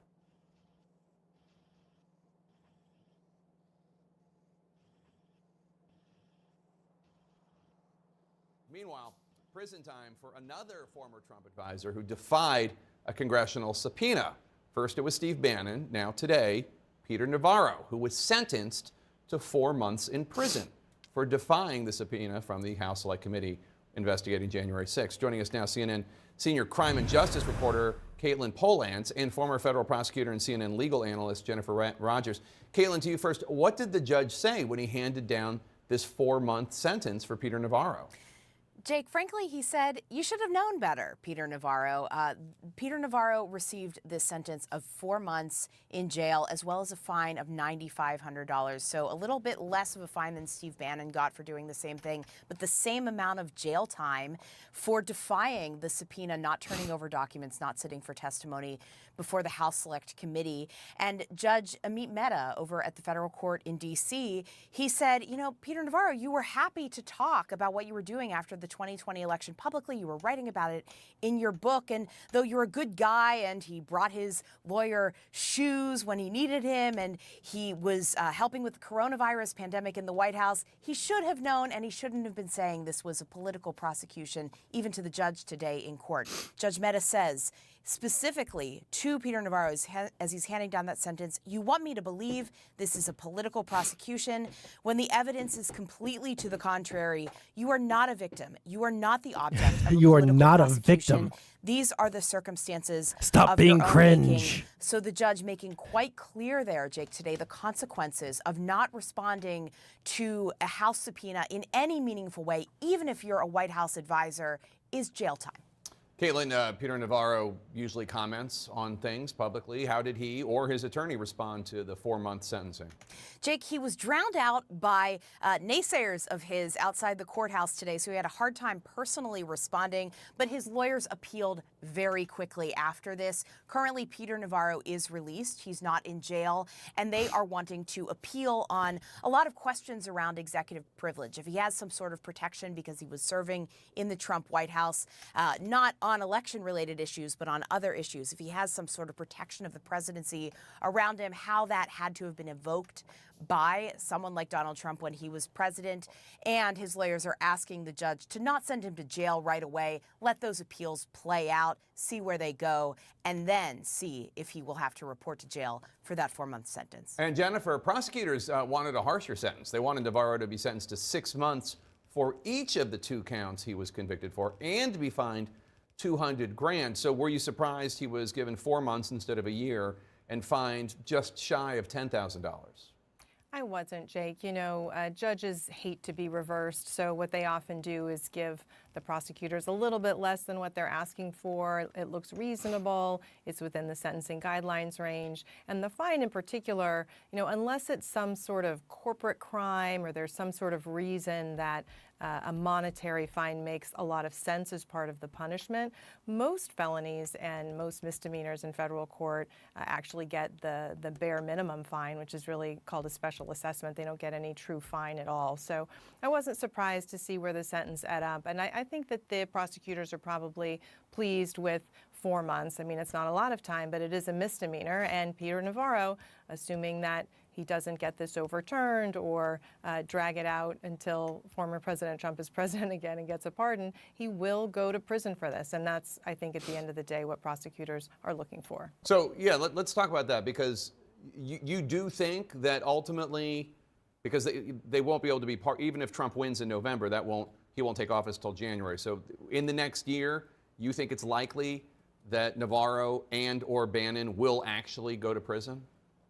Well, so Bannon received a stay of the prison sentence while his appeal is pending. Navarro is trying for the same, which means that they won't go to prison until the appeal is fully adjudicated. If the appeal gets through the process and is affirmed, then they will have to go to prison. There won't be any delay. So the timing of that will kind of dictate whether or not there's time before if the former president wins again, for him to take office in January. But at least for Navarro, it seems pretty likely, if he does get a stay, that his appeal will go on beyond January. So he could get out of it altogether if former President Trump wins again. All right, Jennifer Rogers and Caitlin Polans, thanks to both of you. All right.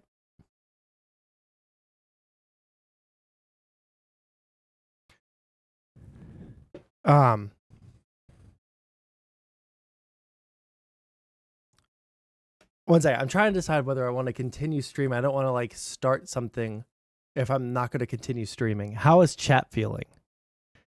Are any of you guys alive, awake, and still actively watching? Let me know. That will play into my decision. Do the game I want? Oh, yeah.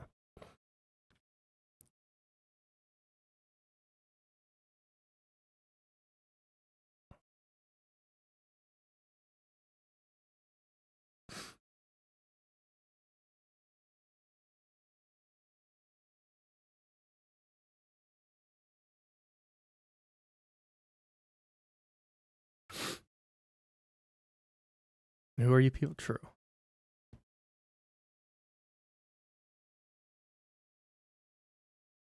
One sec.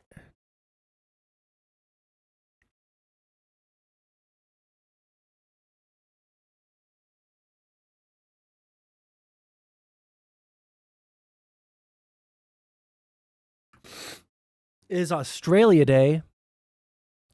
Let me let my girlfriend know. She is an honorary Australian.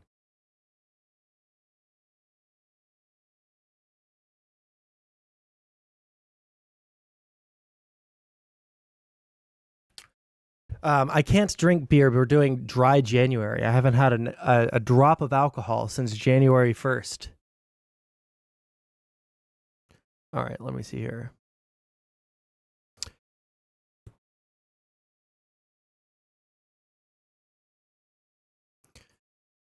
Let's see what. We're gonna just kind of click around on news things because there's no drama that I really care about right now.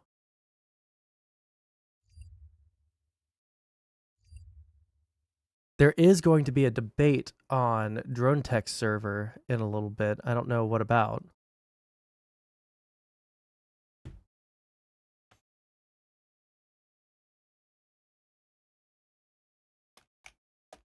Is there a debate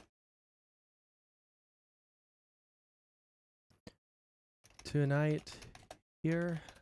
Any segments? Earlier there were. Earlier I think there were. but I'm not like 1,000% sure. I'm trying to see if there is a segment that I can do.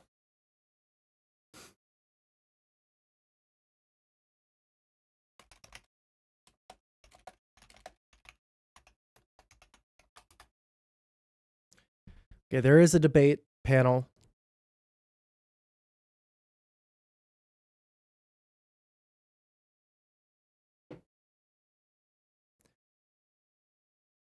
Okay, I am going to continue streaming, which means I need... Oh, fuck me.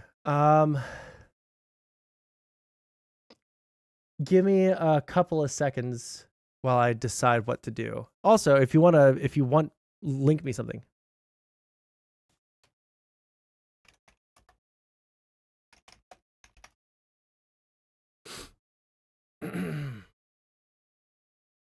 They're hosting an open discussion.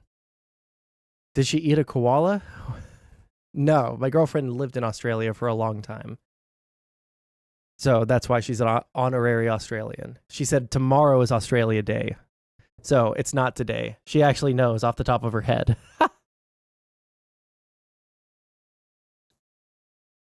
You can't eat them? Oh, the chlamydia, huh? Here, let's see what this sounds like real quick while I'm... 1 second. Okay, I'm going to figure some stuff out really quick. We'll listen to this and I'll talk with you guys in chat. But I'm going to turn off my camera for a second just while I figure this out.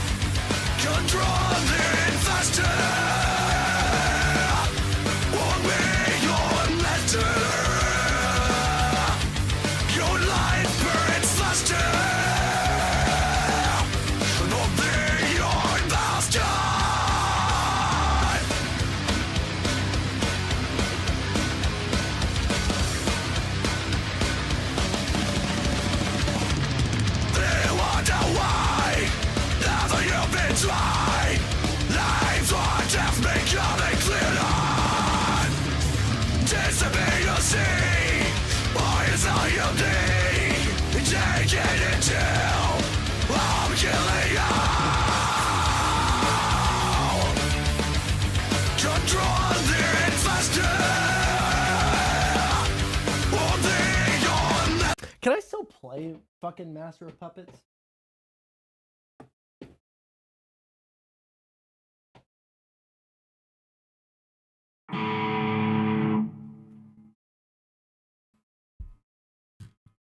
Let's see.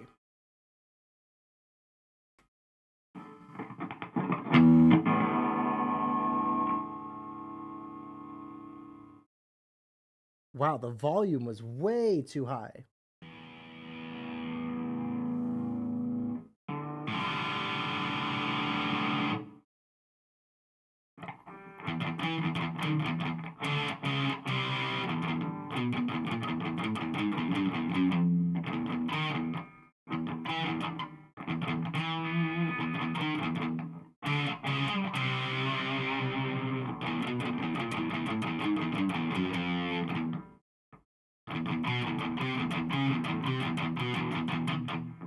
Damn.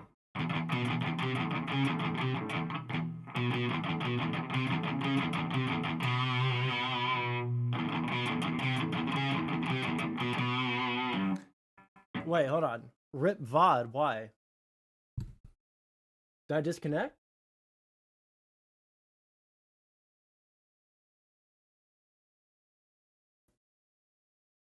Wait, why are you saying rip VOD? Did I disconnect or something on YouTube? No, I didn't. Freaked me the fuck out.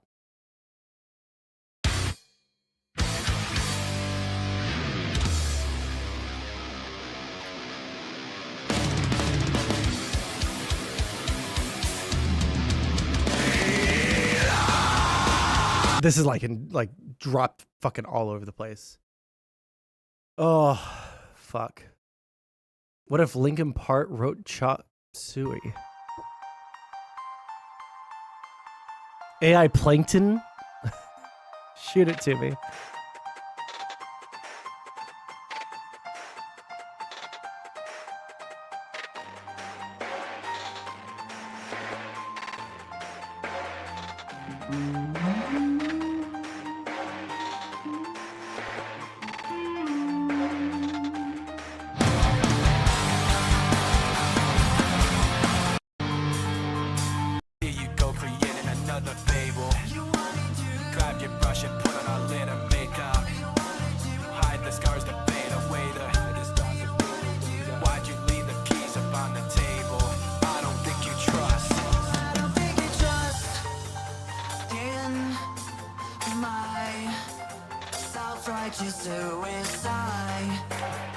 I don't know what to think of this yet. Let's see what they say. Do here.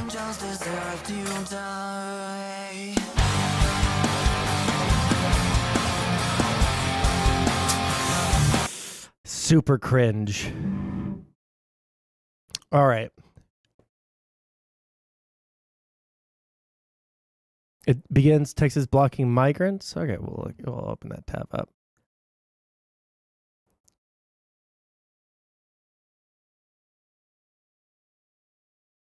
Let's see. It is so weird that Rick Astley covers Everlong. Is that not super fucking weird to you guys? Let me see here. Okay, let's see here.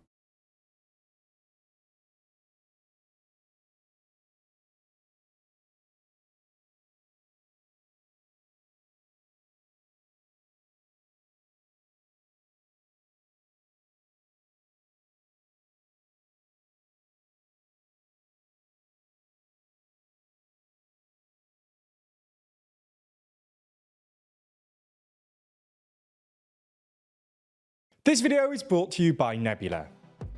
Today, a constitutional standoff in the US as Texas defies the Supreme Court.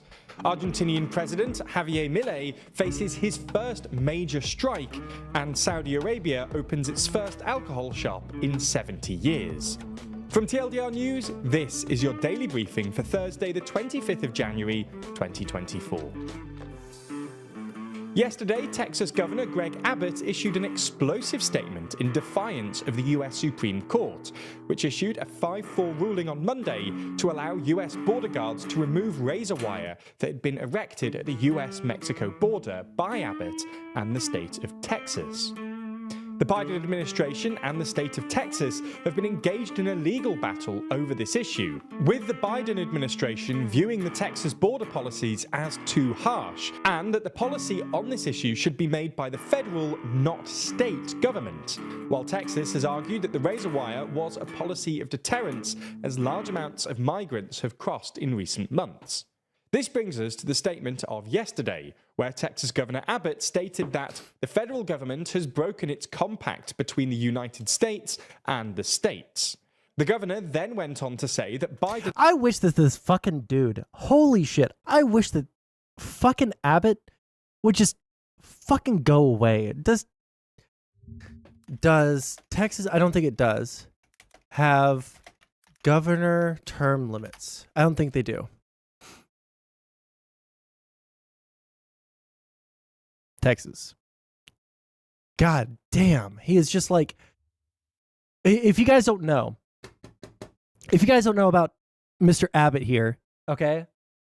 This guy, I think it was when he first got elected into office. We'll double check that. Greg Abbott.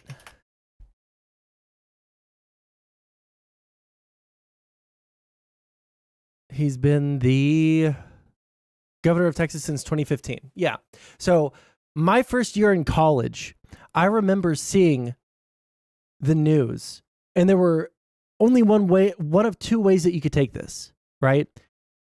Either Governor Abbott is a fucking retard, or he is too scared of conspiracy theorists in his constituency to ever, I guess, not take their side or not do something that they want him to do. In I think it was 2015, must have been. Everyone, for some reason in Texas, thought that they were going to start turning Walmarts into fucking wait, hold on. I need to turn these into walls first, right?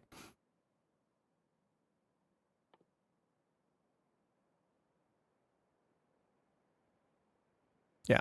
Oops. They thought they were turning Walmarts into fucking FEMA camps. Okay? Like, that's the level of deranged that they were on.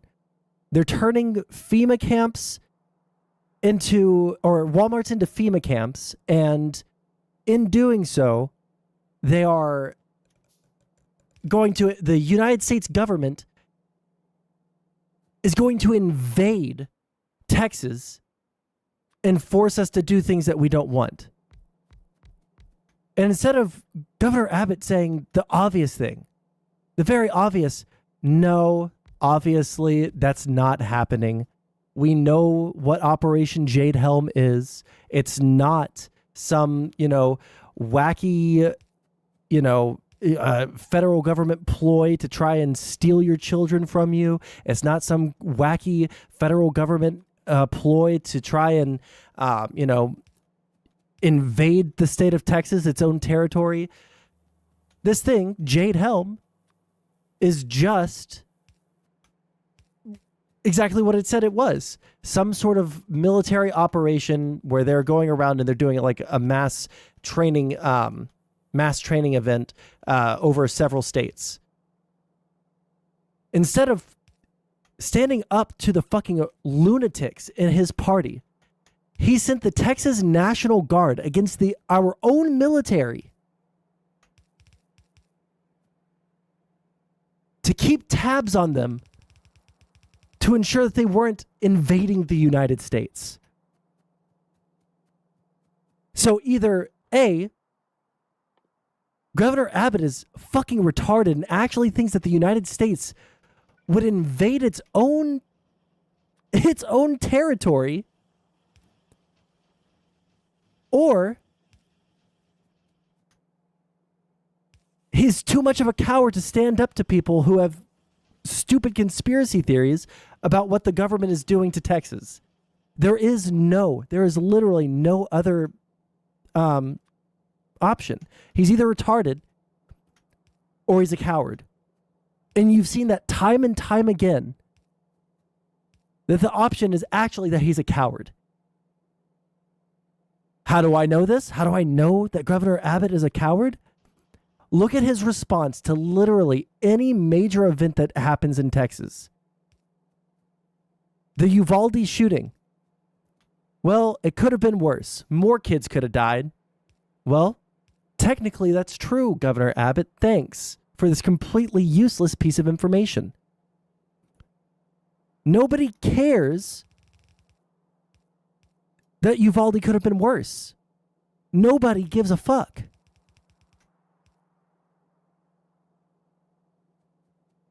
What people give a fuck about is that it happened in the first place. But, that's just Texas fucking politics for you, I guess.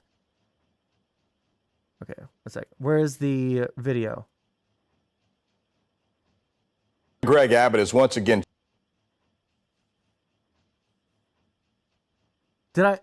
Where did the, there we go.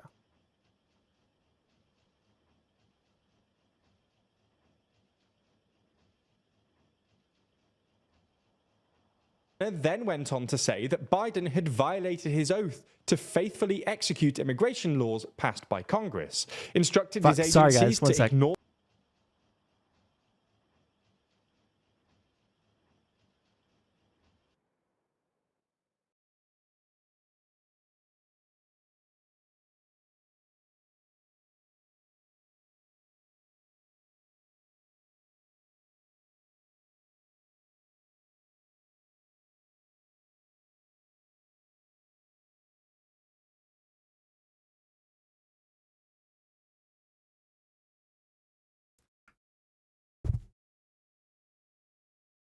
Okay. It kills me they don't ignore the counterexample of California, just letting whoever they want in and turning them into citizens. Just because a state wants to do something when it comes to immigration doesn't give them the right. Yeah, that's a better counterexample than the one that I had, which was about abortion, right? What if Trump wanted to build the wall and California blocked it physically from happening, not through legal means, through extra legal means? Would you be okay with California blocking building the wall? That is an excellent question. Or federal statutes regarding the detention of illegal immigrants, and that Biden had enticed migrants to go to the dangerous waters of the Rio Grande to enter the United States as opposed to the 28 legal points of entry. He concluded his statement by saying that Texas has the right to defend itself under the Constitution and ordered state agencies to secure the border, even stating that Texas's constitutional authority to protect itself supersedes federal statutes to the contrary. This claim of authority has made Abbott order that razor wire continue to be added, going against the Supreme Court. This ignited a political firestorm, with Republicans, Texans, and non-Texans supporting the governor, while Democrats, including Texas Representatives Joaquin Castro and Greg Casar, asking Biden to assert federal control over the Texas National Guard so that the state can comply with the US Supreme Court decision. At time of writing, President Biden has yet to weigh in, but his response will be telling. If he lets Abbott defy the Supreme Court, it could allow other states to do the same. If he steps in, many Republicans will claim the president is infringing on the rights of the states. This is especially contentious, as there is a general understanding in American politics that decisions by the Supreme Court are to be respected and honored. True. There's been precedent before in regards to states defying the Supreme Court. In 1957, Arkansas failed to comply with a Supreme Court decision that declared that racial segregation in public schools was unconstitutional. President Eisenhower subsequently issued an order to federalize the Arkansas National Guard and enforce the decision. Biden could do the same, but whether he does remains to be seen. There's more on the way, but be sure to subscribe and ring the bell to make the daily briefing part of your daily routine, or just search for us on your podcast app to listen along. Argentina's largest labor union launched a major... Oh, that's literally all? That's all you got for that one?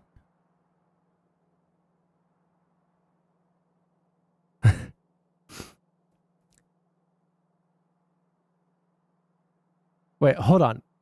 It would just be the barbed wire situation we are at right now? Wait, what are you talking about? The decision.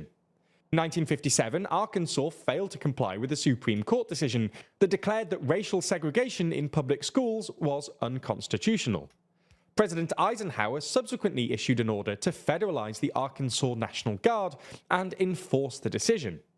Biden could do the same, but whether he does remains to be seen.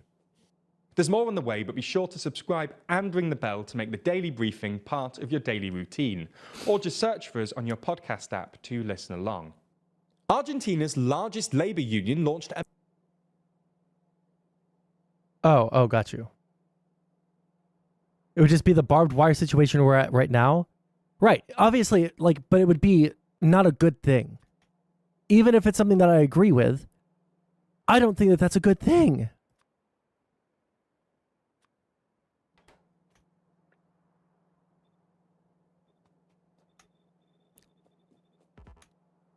We can't have a country where governors just decide, oh, well, I don't particularly like this thing going on, so I'm just going to ignore it.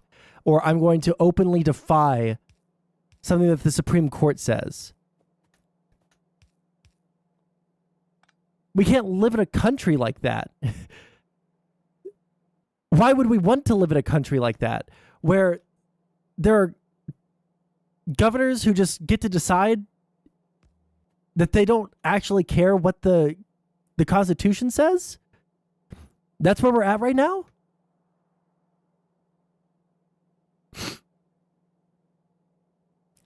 What's going on? Yeah, we watched that a little bit of that earlier. Are they doing anything exciting still? I don't disagree with that, but I think there's a difference between saying that and also meet these conditions, otherwise funding will be withdrawn. What we say is like, I want to see some real diplomacy going on here, otherwise we'll withdraw funding, and I think that's fair enough. Well, I just don't think it's sufficient to say, well, we're really serious about this. You better solve that, and you know, being firmer and saying, look, there needs to be a realistic deadline here. There needs to be a realistic expectation from us. We could even draw up like a 5-point, 10-point peace plan and say, you know, why don't you consider this in the negotiating process? Something, show some attempt at diplomacy. Yeah. Right now, there's none. In a 5-year plan, like, you know, it's just like.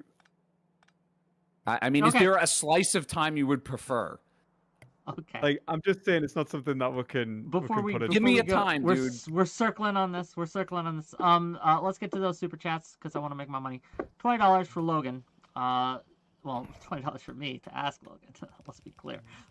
Logan, since you are advocating for just intercepting missiles instead of bombing Houthi missile sites, would you allow Ireland to be taken over by literal Nazis and allow them to attack local shipping vessels? We can't hear him. Yeah, we can't hear we you, can hear him. brother. You might want to. You might be muted. He's not muted on my end. Yeah, I don't think he's muted either, but we can't hear him. I don't see the mute symbol. Your audio is gone, dude. That's the funniest question I've ever heard in my fucking life, by the way. Don't worry, you got a question coming up. Okay, well, he's dealing with his audio issues.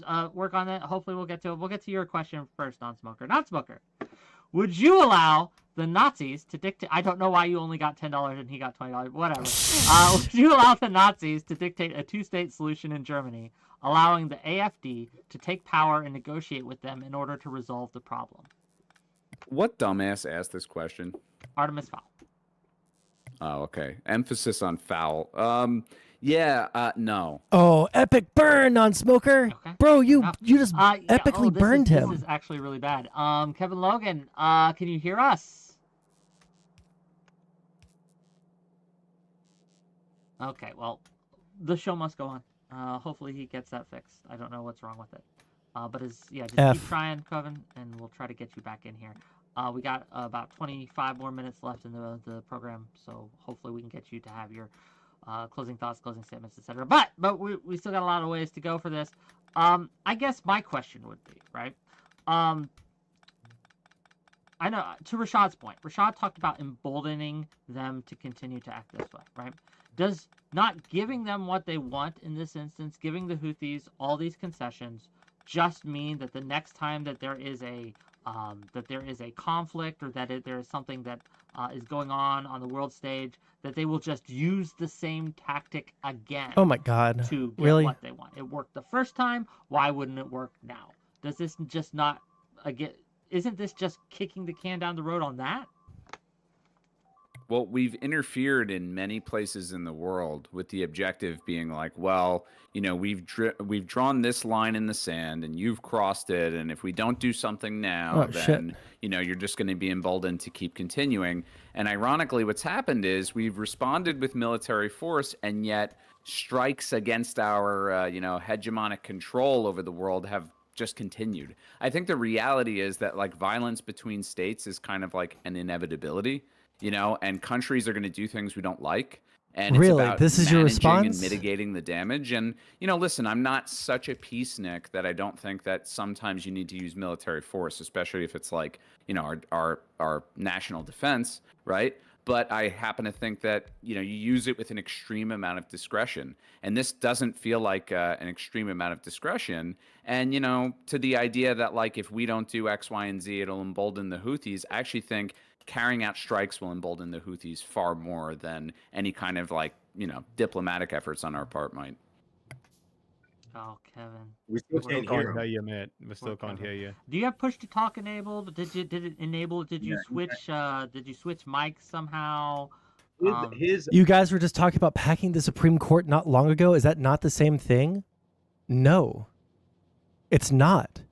In what fucking world is packing the Supreme Court the same thing as defying Supreme Court orders? When did those things become synonyms?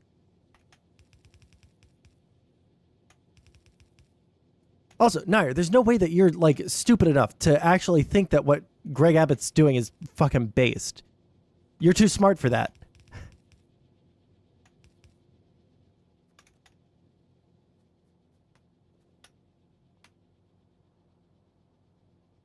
Like, if he wants to challenge it in the courts, which I believe there's already a court case going on, right? This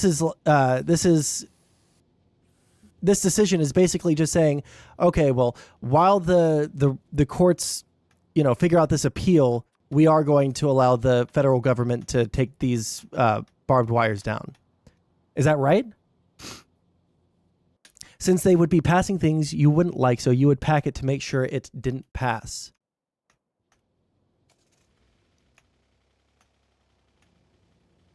I'm sorry. I'm still not. Greg is doing it to virtue signal. It's like taking Trump off the state ballots when he is the clear front runner. I won't disagree that that's a virtue signal. Fix in my mind here. Please, I'm begging you. Fix in my mind where this doesn't, or where this connects. One is openly violating a Supreme Court injunction while you're making an argument in the courts, and the other is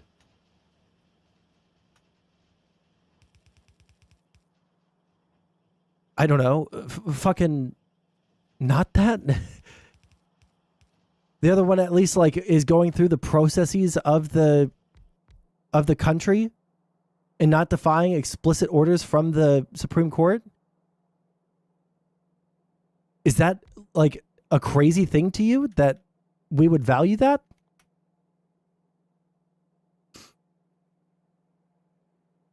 Let's see what this guy has to say. Federal authorities on the border. He's saying Texas has a right to self-defense because he believes the federal government is not doing enough. Most incumbents don't lose elections. They get fired. And they get fired because they're doing a bad job. As you talked about, the immigration system and the border issue is the primary issue in America right now. The Supreme Court is siding with President Biden in a dispute with Texas over the border. A Supreme Court ruling is giving the federal government more flexibility here at the southern border. The justices ruling Monday that Border Patrol can cut and remove about 30 miles of razor wire installed along the Rio Grande by the state of Texas, escalating a political battle between President Biden and Texas Governor Greg Abbott. Texas National Guard soldiers putting up more razor wire in Eagle Pass to increase border security, despite the federal government allowing border agents to remove or cut that wire. Listen, I'm proud of the great state of Texas. I'm proud of our governor. I'm proud of our state legislature because they're stepping up and defending our state from invasion. Listen, the mayor of a bunch of blue cities, the governors of a bunch of blue states have declared illegal immigration emergencies in their states. That's true in New York. Yes. Yes. The ever gracious and always non-political, pro everyone working together Republicans. Not divisive at all, by the way, these Republicans. Perfectly fine with what they do. I have no critiques. They're not divisive. But that Biden, oh boy, that Biden though, he's a real divisive motherfucker, isn't he? When he says, I want to work with my Republican friends.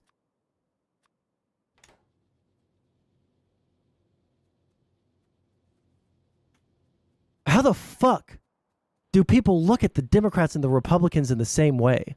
It is mind-boggling to me. The Republicans are so good. I'll tell you what they're good at. Republicans are so unbelievably good at setting a narrative and having people believe it, even though they're wrong on almost fucking everything, always.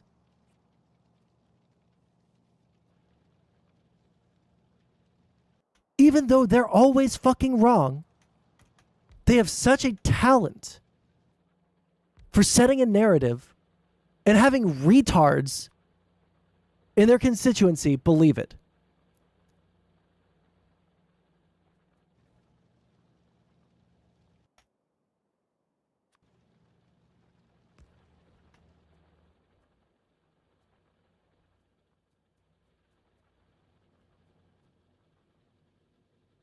York, that's true in Boston, that's true in Massachusetts, that's true in Chicago, that's true in LA. Eric Adams, the liberal Democrat in New York, has said illegal immigration is destroying New York City. That's 110,000 people are destroying New York City.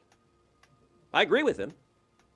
But if 110,000 people are destroying New York City, what the hell do you think 9.6 million people are doing to Texas and the other states on the southern border? And so Texas is stepping up to defend our state. I'm glad we are. But the reason Texas is doing so is because Joe Biden and Chuck Schumer and the Democrats affirmatively want this invasion.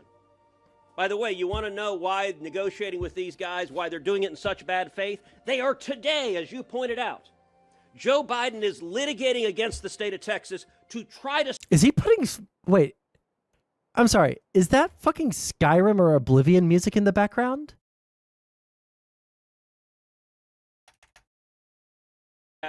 Affirmatively want this invasion.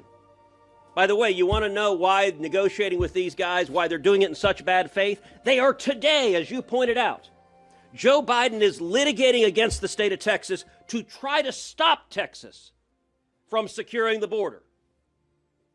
It's not Texas's responsibility unless the federal government asks you to. If the federal government didn't ask you to, then you need to stop. Joseph Robinette Biden Jr. is the greatest friend the Mexican drug cartels have ever had. He is the greatest financial benefactor the Mexican drug cartels have ever had. He is the single largest human trafficker in history. Now, that may sound like hyperbole, but those 9.6 million people, when they come over and turn themselves in, they tell the Border Patrol agents, I want to go to the following city, and they pick a city. And Joe Biden puts them on planes and puts them on buses and sends them to every city in America. And Joe Biden is the last mile of the human trafficking network. So, yes, Biden is fighting ferociously to stop Texas from defending. Every person that comes over? Every person that comes over gets that treatment? No, not nearly. We just went over this.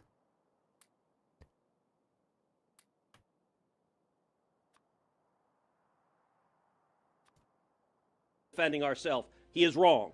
We need to let Greg Abbott do his job, which is to put up the razor wire. I stand with Texas. We've got to secure this border. And with those crossings at an all-time high, the Biden administration is putting a greater focus on border security, claiming the president wants to do more, but it's up to Congress to appropriate funding.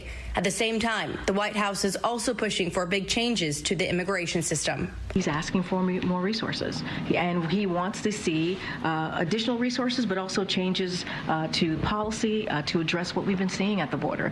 Lawmakers on both sides of the aisle say they're close to a deal on a new bill that would include significant funds for border security, but it would also increase the number of migrants allowed to cross legally, a sticking point for some Republicans. I'm not for just having 1.8 million people come across the border. I think there are national security problems with that. Governor Abbott and Texas Attorney General Ken Paxton say they will continue fighting in court to keep the razor wire up. So it was the states that created the United States, and when the states voted to create the United States and have a constitution, included in that agreement was the compact that the federal government would take care of the states. And Article 4, Section 4 of the Constitution speaks to that and says that if the federal government does not take care of the states, then the states are in danger. Well, we can ask the federal government to live up to its obligation. Authors of the Constitution knew there would be times when the federal government would not live up to its duty. And so they empowered states in Article 1, Section 10, the right of self-defense. And what Texas is asserting is our Article 1, Section 10 right of self-defense, because the President of the United States is not fulfilling his duty to enforce the laws passed by Congress that deny illegal entry into the United States. Governor, will you instruct your officers to physically prevent federal officers from accessing that part of the border? So what That's Texas a hard is question to doing answer. is just very simple. And that is because the Biden administration has really, truly abdicated its responsibility to secure the border and enforce the laws. Texas very simply is securing the border. And so we put up the razor wire that you were talking about, Bill, and we put up all these barricades that actually have denied illegal entry. And as you pointed out also in that screen, there are criminals coming across our border. Texas has a right as a state to stop criminals from coming into our state, to make arrests of those criminals. And we have National Guard as well as Texas Department of Public Safety officers who are there to make those arrests and to deny illegal entry. And Joe Biden actually does have an option here. Joe Biden's option is to enforce the laws of the United States and stop this illegal entry. Doesn't look like they're going to do that. Listen to Corinne Jean-Pierre. This is what she said about you yesterday. It's unfortunate that there is a governor in Texas, Governor Abbott, who has politicized this issue of what's happening on the border. And it's not making people's lives safer. It's actually making it harder for law enforcement at the border to do their job. She just said that this morning. How do you respond? Well, obviously, it's a very uninformed comment on her part. There's really only one person in America not doing their job, and that's the President of the United States, who's not enforcing immigration laws. Also, as she has already been called out, and the president and other Democrats and media, they have cast a false narrative about some people dying on the border that apparently Texas denied Border Patrol access to. That's been completely debunked. The only thing that the spokesperson for Biden can do is to cast aspersions and lies, hoping that people will believe them. Because the truth of the matter is, damned what Texas lies. is doing is what Americans expect to be done. Americans expect the border to be secured. Because Joe Biden has abandoned that responsibility, Texas is stepping up and doing it with all that razor wire that you're showing right now. And you've committed to putting up more razor wire, where the U.S. Supreme Court just a few days ago said that the feds are allowed to cut through the wire that you've been watching yourself for a couple years now. And just to go back to your first answer that you mentioned there, this was your statement yesterday. The federal government has broken the compact between the United States and the states. The executive branch of the United States has a constitutional duty to enforce federal laws protecting states, including immigration laws on the books right now. What is clear is that Joe Biden has, from the time he took office, actually during the time that he was campaigning, he had no intent to secure the border. He talked about open border policies during the campaign, and now he's allowed open border policies with candidly most Americans not even knowing what that meant. But now the people in New York knows what it means. Now the people in Chicago knows what it means. People across the country are having to experience what. Do you see what an unbelievable fucking pussy these people are? Holy shit. It is ultimately fucking blackpilling. Ultimately fucking blackpilling that these people want to talk about. Oh, well, you know, old Biden, he's being real divisive right now. Old Biden's being real divisive. And if we don't, I don't even want to like fake it. Sorry, I can't fake it. I don't like this grievance politics bullshit. I don't like it. I don't like people pretending that they have this horrible fucking thing happen to them.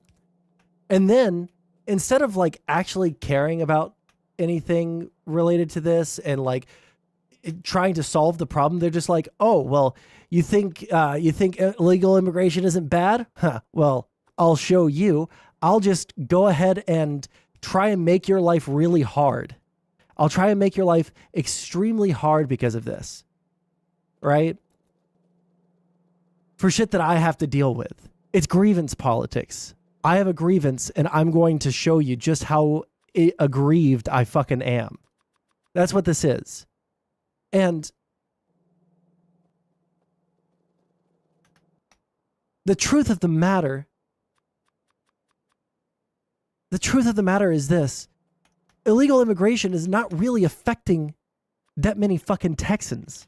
It's not. I live in fucking Texas. I've been to the cities. I live in one of the cities.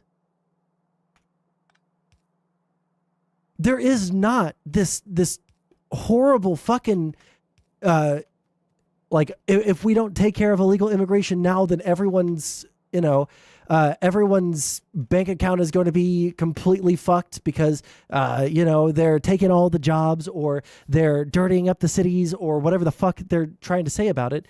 It's just not true. I don't feel like that's the general attitude of people in Texas, unless you live in like a border town. But even then, the people that I've met that come from border towns, they don't really have this opinion. They just don't. I just don't get it. Open borders mean. Bill, I'll tell you this. Most incumbents don't lose elections. They get fired. And they get fired because they're doing a bad job. As you talked about, the immigration system and the border issue is the primary issue in America right now. This is an issue upon which Joe Biden gets a grade of F and deserves to be fired.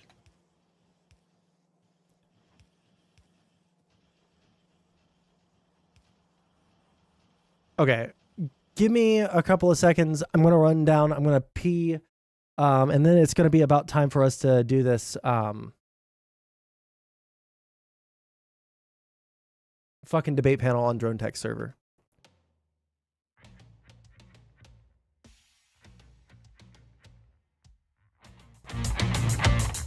I'll be right back.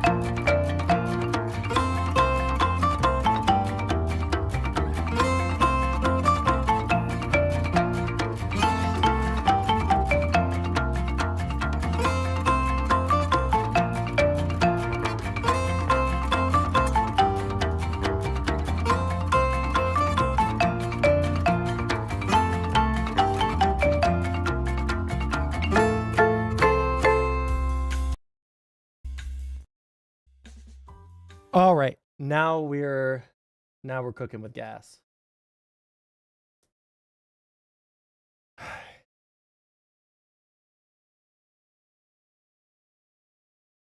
Let me see here. Where is Discord? There's Discord.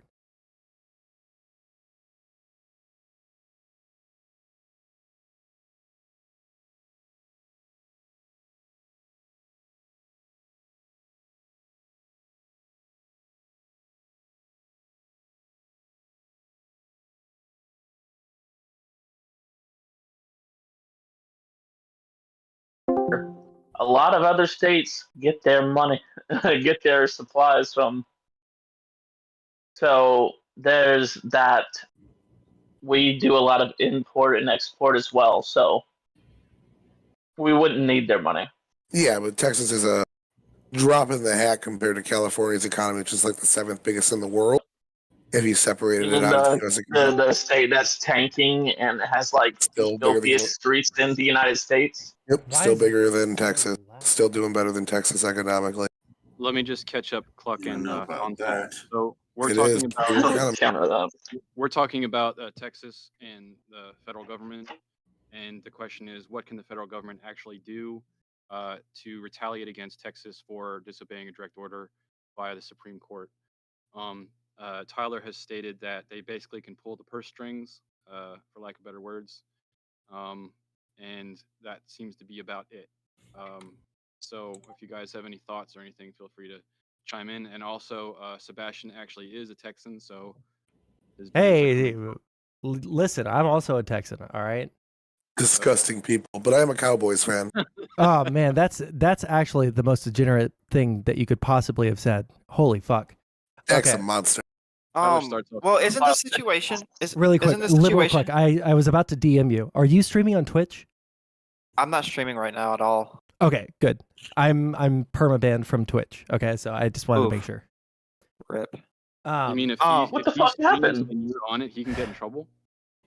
Well, he could get in trouble, and like the unlikely event that I do get unbanned, it would be bad to have like ban evasion. Why did they ban you? Well, I'm not your average left-leaning person. He said the N-word. Yeah, over and over and over. You can't say the N-word. I mean, nutritionist. Yep. That one. No, it was Neurodiverse. it was over trans people something. It was either someone saying transvestite in a video that I was watching, or me laughing.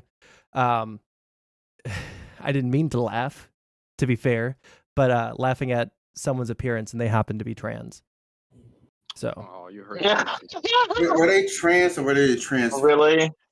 Those are the two. Those are the two leading theories, but because it's Twitch, we'll never actually know why I was banned. Laughing is a much better reaction than the normal repulse. I was just, I didn't expect that face with that voice. That's all it was. But It was the whatever. surprise factor. Yes, it was 100% the surprise factor. Really quick, before we talk about like what the U.S. can do to, or like what the federal government can do to retaliate against Texas, can we all recognize what Texas is doing is literally breaking the law and literally going against the wishes of the Supreme Court? Yeah. They're a sanctuary state. They're now a sanctuary state for U.S. citizens.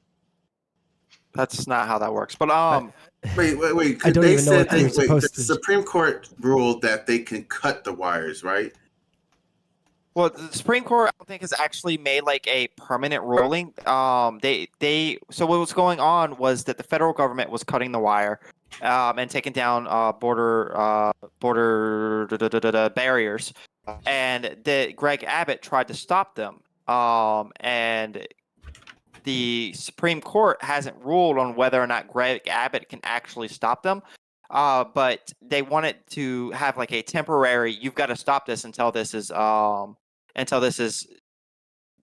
decided in the courts, and the courts. It was already decided in the courts. I literally saw them rule about it in the courts like just a couple days ago. They ruled in favor of the government. Right. They said that the federal government they ruled that the federal government can come in and do what they're supposed to do. So they've Cut the wires. They've done something beyond the motion of the order to stay. I forgot what the legal term was, but okay. I mean, the federal government has purview over. Well, I mean, what is it? It was really a ruling based on what is it? The supremacy clause. Fuck. No. I'm trying to remember because fuck. I'll come back to it when I remember it. Sorry.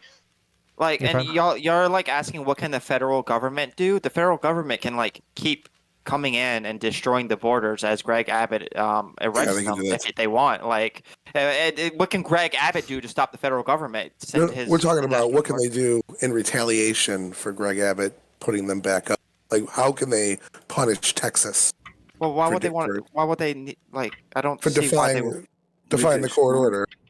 And I basically brought up how the exact same way Trump was threatening to punish sanctuary city, because it's literally the same thing. It's a state ignoring federal immigration law. Well, no, it's not the same thing. The sanctuary, there is no court order forcing sanctuary cities to work with federal government on immigration. That's not what the court order is. The court order is that the federal government has purview over immigration, so they supersede Texas on that. But you saying that sanctuary cities is the same as this situation is just not true. Wait, what is a sanctuary city to you? Really quick, a sanctuary city is a city that ignores federal immigration law to allow illegal immigrants to stay inside of it. Hold on, really quick. I want to explain to you what the difference is and why that difference is, right? So first off, there's a difference between acting as the... let me find a better way to phrase this. There's a difference between understanding the law, seeing the law, and then not enforcing the law, and then seeing a law that you want to enforce and the federal government telling you not to enforce it. Or sure, it's telling a difference, but it's a difference without a distinction. No, there is a distinction, because on one hand, our entire judicial system is based off of the this idea that we have discretion on whether to charge someone, on whether to arrest someone, right? Like, if they wanted to, right, they could arrest and lock up every single person who smokes weed, right? They could lock up every person that they catch smoking weed and hold them until they either post bail or they go to trial, right? No! I mean, that's obviously bad, right? So, like, they could do that, but because police officers and district attorneys and judges all have discretion, right? So at the lowest level, the police officer has the discretion whether or not to arrest this person, or to write them a citation, or to give them a verbal warning. The DA has the discretion whether or not to press those charges and actually bring it to court. And then the judge has the discretion on whether or not he thinks that the case has standing. You're whether right. Or not, You're correct about all this. So, like, but that still doesn't define my point. This is the okay, state maybe I'm stance. misunderstanding. This isn't individual instances of discretion. This is the state and legislators of the state saying that they're taking a policy directly ignoring federal legislation and federal rules on immigration. Yeah, but there is nothing that says that a state has to enforce federal laws. Okay. Wait. So then Texas is fine. There is something that says that the states have to follow federal law, and that's the fucking Constitution, which Texas doesn't seem to give a fuck about. No, I said enforce federal laws. And every state that legalized weed doesn't give a fuck about it to the same degree. Sorry, I misunderstood you. Yeah. Yeah. So the states do not have to use their resources to enforce immigration laws, but They do the not Oh, have also to, or they're not allowed to. They don't have to. They can if they want to. I don't think that they're allowed to actually adjudicate immigration stuff. They have to if they catch somebody that they have suspicion that they are illegal, they have to turn them over to the federal government. They don't actually like enforce that part. But they also don't have to do that. Individuals were barred within the state from doing it. There's certain rural communities. California is very red. And there's a lot of red areas that were saying that they were barred from the state government from doing that. So it wasn't just individual instances. This is the legislative direction that the entire state went into. Wait, what about California? Sorry, I must have missed that part of the conversation. What about California? We were talking about California's sanctuary city. There were certain individuals in certain precincts that wanted to follow federal law and actually report these immigrants to ICE. And the state was telling them they were not allowed to. So it wasn't individual instances like you were saying. It was a state coming to the conclusion that they were going to defy federal immigration law and become a sanctuary state for illegal immigrants. Well, hold on. And No, not turn them over to ICE. that is directly what I was talking about, because it wouldn't be up to the individual police officers necessarily, right? Like they have the discretion to arrest someone or something like that, but they also are, you know, they take command and they also take their priorities from the district attorney, right? So if the district attorney says, I don't want to deal with these cases, we're not going to deal with these cases of this. This is why we see like, these are like examples of this being a shitty application, right? Like San Francisco and some of these cities that say, oh, if you steal, you know, less than $1,000, then we're not going to prosecute you, right? That's a shitty implementation of this, but it's the same thing. No, I totally get what you're saying. And there is a difference between the two. I'm just saying it's a difference without a distinction, because at the end of the day, both parties are choosing as a state to ignore federal immigration law. One's choosing to ignore Biden, one's choosing to ignore Trump and becoming sanctuary city. Well, it's not that they were they were defying Trump, right? Who's the president? How long The have leader of the sanctuary? executive branch. How long do you think there have been sanctuary cities? What, 10 years now? No, sanctuary cities have been around for a long time. It Yeah, wasn't. I mean, it wasn't How because long of, they're around for? If Well, they're he's still just saying defying that- Trump's word and they're still around, they're defying. right. But the entire point that I'm trying to make is it wasn't to spite Trump. They Right? could have been around in the past, but there was a resurgence under the Trump administration specifically to defy Trump. That's when we I started don't- hearing about him again. You might have heard about that, but I don't think that necessarily makes it true that like the only reason there are sanctuary cities is because they hated Trump so much and they just wanted to defy him. There have been sanctuary cities for a long time. Like it's not like this is some new or novel thing. Well, yeah, it's been around for ages. Did you say that states don't want to defy Trump? The sanctuary cities did not want to defy him? I guess now the busing continues. Berkeley in 1979 was the first sanctuary city.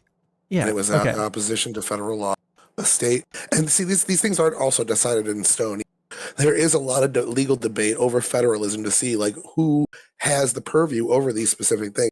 So it is perfectly within Texas's rights to take it to the Supreme Court and challenge to say we do maybe have some purview over the safety of the citizens of our state.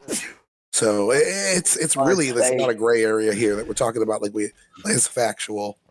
The only thing that I was considering- arguing against was the idea that sanctuary cities are there specifically to spite Trump, as if this is like a Trump versus I the. mean, Yeah. they made a resurgence in that a couple years ago, but I mean, there was probably around, they were around before that. The first one was in Berkeley in the 70s.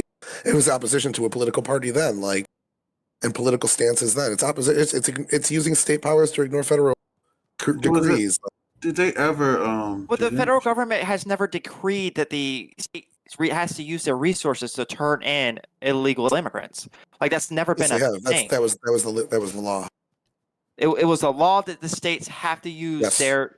Okay, which do you know what the law is called? I'll find it for you. But under Trump law, Yeah, they were that would be they were helpful. legally mandated. They were legally mandated to turn these people over to ICE because the federal regulation on the border is set by the federal government. If you have people breaking laws on the border and you don't turn them over to the federal government, then you're, and I wouldn't say aiding and abetting, but in a way you kind of are aiding and abetting, not in more of a colloquial and not a legal sense, them breaking federal law. What about on a moral sense? Oh. I don't really put morality into any of this. I mean, I wouldn't put morality in it, even considering the factors. You guys wouldn't put morality on this? I mean, there's ways to. I think a lot of the people coming up here have a moral good argument, and a lot of people that want to keep legal immigrants out have a good moral argument. I think everybody, in a way, can justify why their side is morally right enough. Well, to obviously, but what do you think? What do you think? I don't know. If I'm not going to they argue weren't- that. I'm not if you going to make argue your what I own think. I want to laws- argue politics. If you could make your own laws, would you make sanctuary cities illegal, and would you let states like Texas? Okay. I want states to be able to challenge the federal government. Absolutely. I think there should be probably a There's little a more question in this situation with Texas challenging the whole with the border being open like it has been. Do you think that it is right for them to tell Texas that we can't at least keep our borders within the parameters that it was supposed to be in the first place? Like, there's a big issue with it. It doesn't make sense to me that they would even want to, in the first place, not allow the border to be closed there.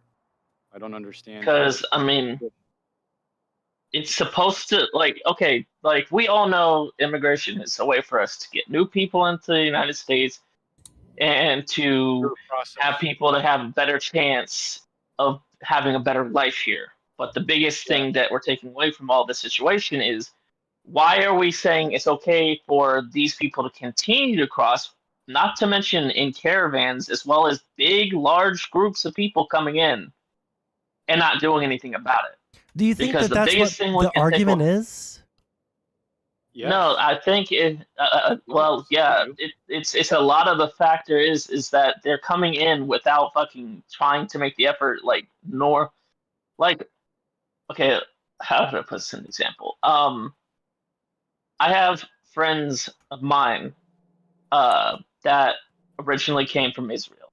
They did all the paperwork. They did all the stuff that was required of them to be able to come into the United States through legal routes. Are we saying that these people who cross the border without going through that or trying to go through that, that it's acceptable for them to come across without trying to, make the effort? So what about the people who cross the border and do seek out Border Patrol agents and try to claim asylum? Are they okay? They go through the legal checkpoints. Why would they? There's a lot of different reasons. I still don't understand. Isn't there a rule to go to the first safe country? Yes. Isn't it? I don't understand. I don't think Mexico. And that's been enforced. In most cases, it hasn't. A lot of people from Honduras are here, and Ecuador is a very safe country right now. Those are people that are crossing illegally. Yes. Yeah, well, a lot of people that come over illegally and then retroactively apply for asylum, like Liberal Cluck was just talking about, they're still in the United States. They end up being here for about 8 years in process due to the backlog. And then if they have a kid here, that kid acts as an anchor to keep them in the country as non-citizen. This is just a mess. I don't understand the argument where I believe in the process that we have. Take morality out of the question, and we have law. We also have legal checkpoints. If people were coming to those legal checkpoints to be let into the country, so be it.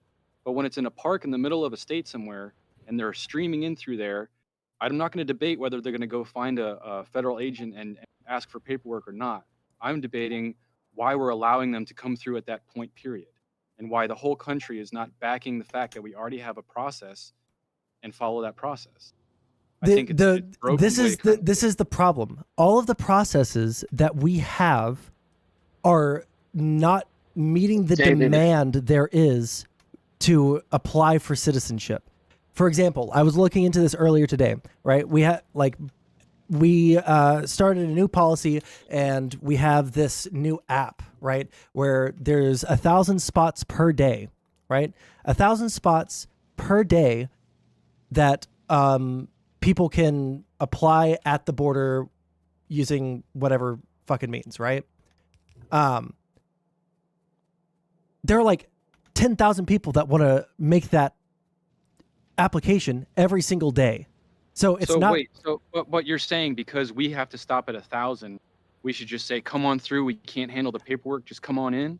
I think I'm we should saying say, what? all right, No, 1,000's you're done for not. the day. No, you're not understanding the argument. What I'm saying is we have a supply and a demand issue, right? We have plenty of supply, but we're not actually making that supply available to people, and we're not offering easier ways to access that supply. Instead, what we're doing is we're making the supply so restricted that people just say, okay, well, you know what? Fuck it. I'm never going to get, it's like winning the lottery, the odds of getting one of these 1,000. Well, I'm kind of wondering what you're saying by restrictive, because we let over 1 million people in legally a year, and that's way more. There's 7 million people who have tried to cross the border since Biden got in, and only about 1.5 million are still here.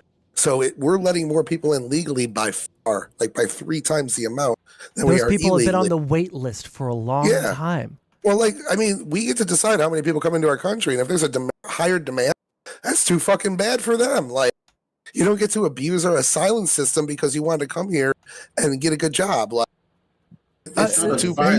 Nobody's advocating for them to abuse any of the systems. What we're trying to say is, hey, we obviously have a problem. People are coming into our southern border. How do we fix this? Well, on one hand, we can do what you guys do, right? And make it as restrictive as possible because there's too many people coming in. We make it even more restrictive. And then people just say, okay, well, more people. To get in legally, it's making it more restrictive to get in. Yeah, No, exactly. Because the restriction, the legal restrictions to get in are so difficult that people give up so and you're then they come advocating in. for people coming in illegally. No, I'm not. Okay, Okay, hold hold on. I want this person, Sebastian. I want you to restate what I just said. That was me defining. Okay. Hold on. Okay, so I get what you're repeat saying. back to me what my point the is. biggest thing I believe, and I'm paraphrasing when I say all this. Okay. It sounds like what you're trying to say is that there is such a heavy limitation on people coming in that it makes it that more difficult for people to try to come in to legally come in. Am I? No, you're missing. Okay. The argument you're making is we make it too hard, so they're just going to break the law. Like, that's them. That's their choice. Football, it's too hard to get in football, so I'm just going to do steroids. It's not a legitimate argument. If it's too hard for you to get in here, maybe you don't have the merit to get in because 1.2 million people figured it out. 28 million people on the waiting list for the next 7 years got it figured out. So 30 million, tens of millions of people figure it out. And if you can't, maybe you don't have the merit to get in a merit basis. Can I add to that real quick? Actually, Can I add to that real quick? Yeah, so I don't mean to. But you're not addressing the argument whatsoever. Like, well, hold on. It's not too scrupulous. Like, it's simple. If you're coming in cross or you're coming illegally, that's breaking the law, right there, then and there. Not only that, take this into consideration. Another thing that is required for you to make sure that you're allowed to come in here is the fact that you have to have a good standing. You can't have a criminal record because the criminal record, whether it's in Mexico, Honduras, any of these other fucking countries below us, is like a very, very, very big indicator, at least in my opinion. It says right there, like, who's to say that you've done it already in your own country? That's already. Wait, hold on. What was the last part right there? I didn't understand you. Like, okay. No. It's just the microphone. Just repeat exactly what you said. What you're saying is already the law. He was just basically saying that, like, if you've done something in your other country, you shouldn't be able to come here and do it. That's already a law. If you break a law while you're on all these probationary periods, they send you right back to your country while you're like a green card holder or a visa holder or whatever. You can't even say certain things. Like, they're kicking people out for being pro-Palestine if they're here on a student visa. So the federal government does and takes advantage of all that shit. So. But I kind of want to quickly. Yep, I sorry. Respond to Sondsol. So there was a statement made that we're restrictive, and he's basically saying you, as in the conservative side, wants to keep it restrictive, and I feel like push more people towards the. You're lagging out. Okay, I thought it was me. You're lagging out. Give me a few seconds. Yeah. Still lagging out. Yeah. I think you're back. Oh, you're back. All right. So I would like to see us push more people towards getting paperwork pushed through so that we can legally bring in immigrants. Yes, I do want to see that. I don't want to see it restrictive, but I do want to see it restrictive enough that it doesn't let people in that would be harmful to the country based on previous records. Hey, you know what? I 100% agree with you. But the way that we go about that. Yeah, there is no but. Oh, sorry. I thought you were. Sorry, I thought someone else was saying but about my stuff. Go ahead. If we can only handle so much, even at a certain point, and people are saying that's still not good enough, so we're just going to come in illegally, and we allow it, that motivates them to do that. and then they're doing it in mass, and we're basically saying as a country, oh well. Right. Why But, is right. What do you mean by we can only handle so much? Hold on. Well, hold on. I can respond to like the broad idea that you're saying. I agree. We don't want there to be people who are criminals in other countries, or dangerous people or terrorists from abroad coming over our southern border and not being checked out. It would be better if they had paperwork and we were able to follow up with everyone that we give the documentation to, et cetera, et cetera, et cetera. Right? That's what we're advocating for. Right? We need there to be more funding at the southern border to process these people and have the ability to do background checks and be able to see if these people are legitimately claiming asylum and all of that shit. Right? If Right you want to now, stop the terrorists, they're not going to come in legally. That's why you have to stop the illegals first. Yeah, Before I mean, oh wow, holy shit! It's almost like you're saying exactly what I'm saying. Yes, obviously they're going to come in illegally, and we want a way to process people that are coming into the country illegally. Here's the question for Weed fucking Sonic over here. Okay, Weed Sonic. Let me ask you a question. If we had a perfect, and I'm talking just imagine for a second a perfect immigration system where if you want to come in, you can get your paperwork, they do an instant background check, they can decide whether or not you have the merits, and they let you in immediately. And we had a good enough bar to let in most of the people that want to come in, and we can handle all these people. Let's assume that in this perfect world, immigration is perfect. Do you think that we would still have problems with people crossing over the border illegally? Yes. Or no? Yes. So we're never going to fully get rid of all illegal immigration or get rid of all fucking border crossings. We're not going to get fully rid of it. You can minimize it, dude. Yes, but how do you minimize it? You Don't guys let say illegals in. Wow. I mean, hold on. That's a good question. How do you arrive at 4? 2 + 2. Wow, holy shit! You really blown my mind here. How do you?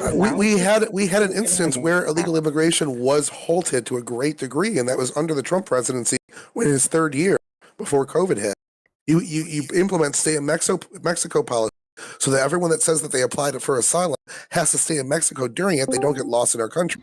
1.5 million people. Was that the Title 42? This is an ideology I don't understand. And Hold on. If you want to cross the border illegally, why would you follow the stay in Mexico policy?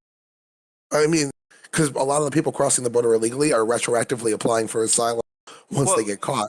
No, they can't do that, because if you get caught crossing the border illegally and you don't have an asylum claim, then you're handed a felony and they send you back over the border and you can't apply for 5 years. Yep. Yeah. But Biden only did that in February, so that's new.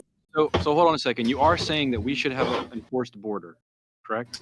Nobody is saying to the contrary. No, at the same time, because earlier you were saying Texas is making it harder. Is doing the wrong thing legally right now because they're protecting a border that the federal government wants to come in and remove that barricade. It's the federal government's you said decision. There's a difference. There's a huge difference. Also, I don't like. Hold on. Okay, There's too many people in here. We're going to have to respect when one person talks at a time. Yeah. There is a huge difference in enforcing a border and making it unnecessarily dangerous for people who do choose to cross. That's their choice, dude. Well, hold on. Really? Can I say something to that? That is such a Can I say something to that? Yeah. Okay, so listen.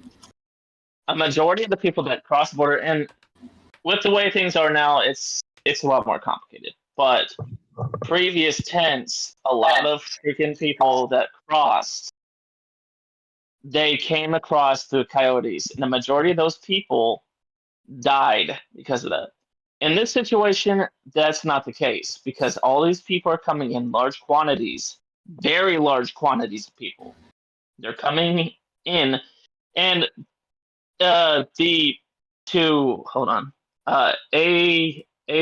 AVD's statement, it's true. It was a lot better implemented. Like the fact that we had them wait in Mexico while we did a run around to check out their stuff was a good policy. It had a good leash on everything. Was it perfect by any means? Hold on. Was it perfect by any means? No. But it gave more time for these people to properly get vetted. The ones who actually got properly vetted are the ones who that are probably in the United States currently. But the ones who aren't vetted, which is the biggest thing that we're trying to take away from this, is the biggest issue. These people that are coming across right now illegally, they're not being vetted.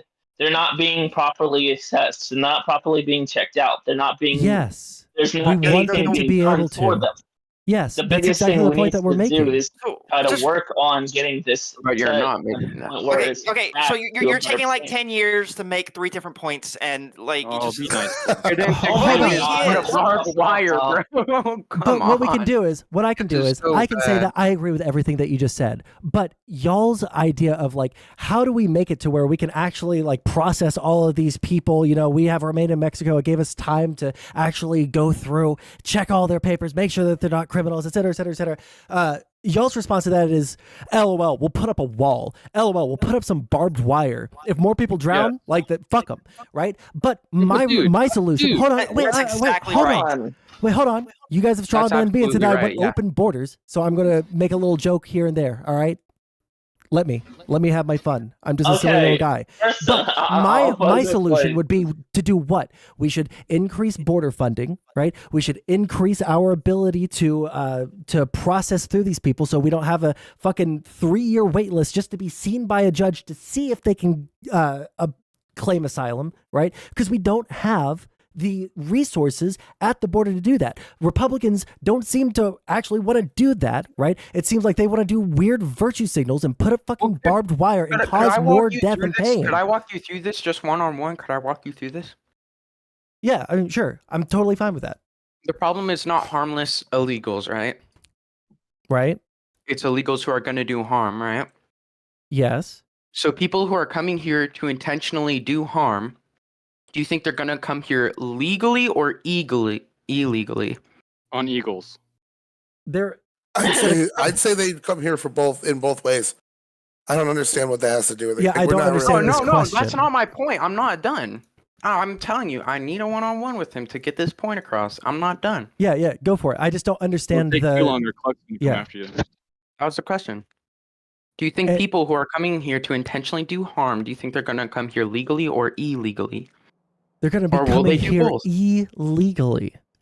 But it will be easier to sort them out from the mass amount of people that are coming over the border illegally if those people are trying to seek asylum or they're trying to gain citizenship in some way, shape, or form, and there are like weird terrorists that are trying to come over our border. Like there's a lot. It's going to be a lot harder to vet all of these people if we, number one, don't have the people to vet them, and we don't have the resources. Can you just restate that? That sounded a bit weird. You said like, okay, so they what come I'm here illegally, illegally, but they're coming here to seek asylum, and let me really throw it to you this way. Okay, you have to inspect. Let's say you work at a factory and you have a production line and you have to inspect for flaws, right? In the first scenario, you have yourself and you have the line in front of you. And there are some things that have flaws in them, and you're able to catch some of them, but there's like 10,000 of these things going by you every hour. You're missing some of them, right? But if we streamlined the process and we had more resources... Your analogy is already wrong. It's already wrong. I'm telling you that right now. You haven't heard the second half of it. I see what he's saying. The second half is... Let him finish. The second half is, now, second scenario, you have co-workers with you that are there to help you catch any defects, right? They're able to process through all of these things that are on the production line, and it's easier to spot those guys that are, those products that are coming across that have flaws in them, right? We don't have those coworkers. We're sitting at like 3 dudes on a production line that have 10,000 widgets going by them every hour. 2 things. Yeah. I'm not against funding, making it easier to process legal immigrants. I'm not against that. Okay. Number 2, that analogy, you're only talking about legal immigrants. You left illegal immigrants completely out of it.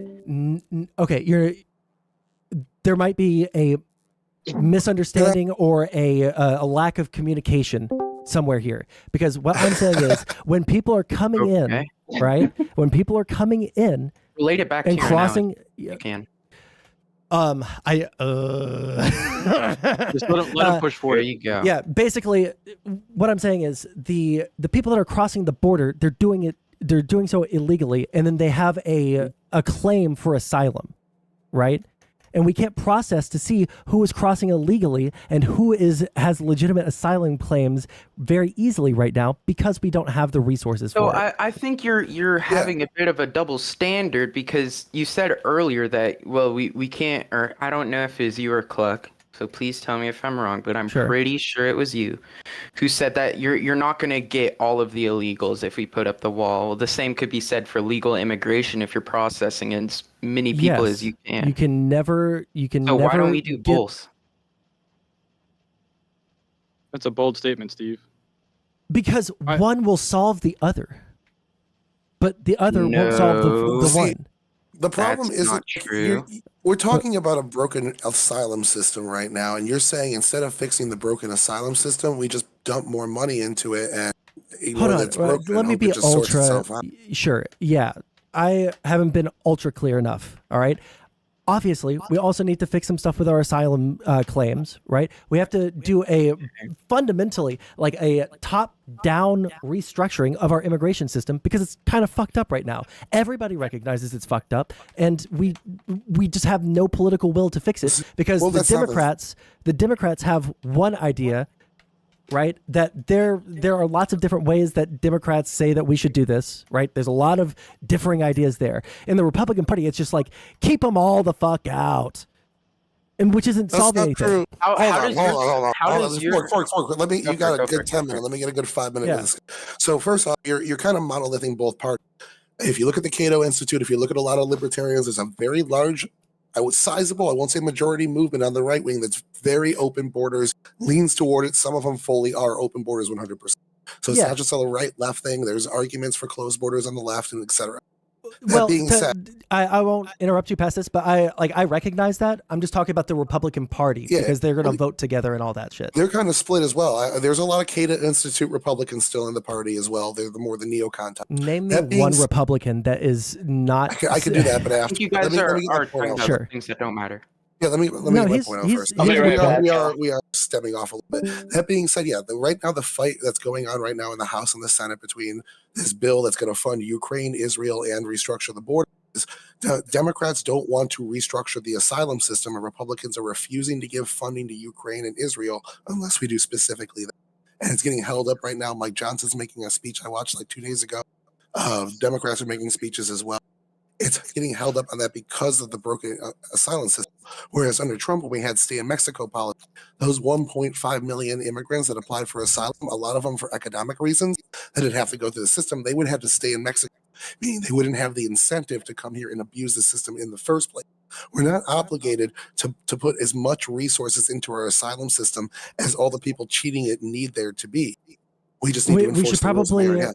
I understand what you're saying. What I'm saying is we should probably increase funding to the level where we can handle what's going on at the southern border. Not to make it easier on them, but to make it easier on us to actually deal with it. Also, let's not pretend like the Republicans aren't the ones that are going back on the bill. All right, the Republicans held up all of the funding for Ukraine and for Israel because they wanted to get immigration reform passed or immigration policies passed. And then when Donald Trump told them, hey, actually, this would be a really good issue for me to fix or to argue about on the campaign, they were like, oh, well, we can't fix the border yet. All this like good forward momentum that we have on actually getting some sort of immigration reform through, at least some for the southern border, is being held up by the Republicans at the behest of Trump because he wants Biden to look bad instead of actually just going into it a little bit more. It's literally word for word what they have been saying. Let me get my 5 minutes, man.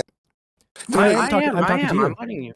Yeah. So the idea to link those policies together was Joe Biden's. He was the one that initially announced to link together funding for Ukraine, Israel, and the border reform.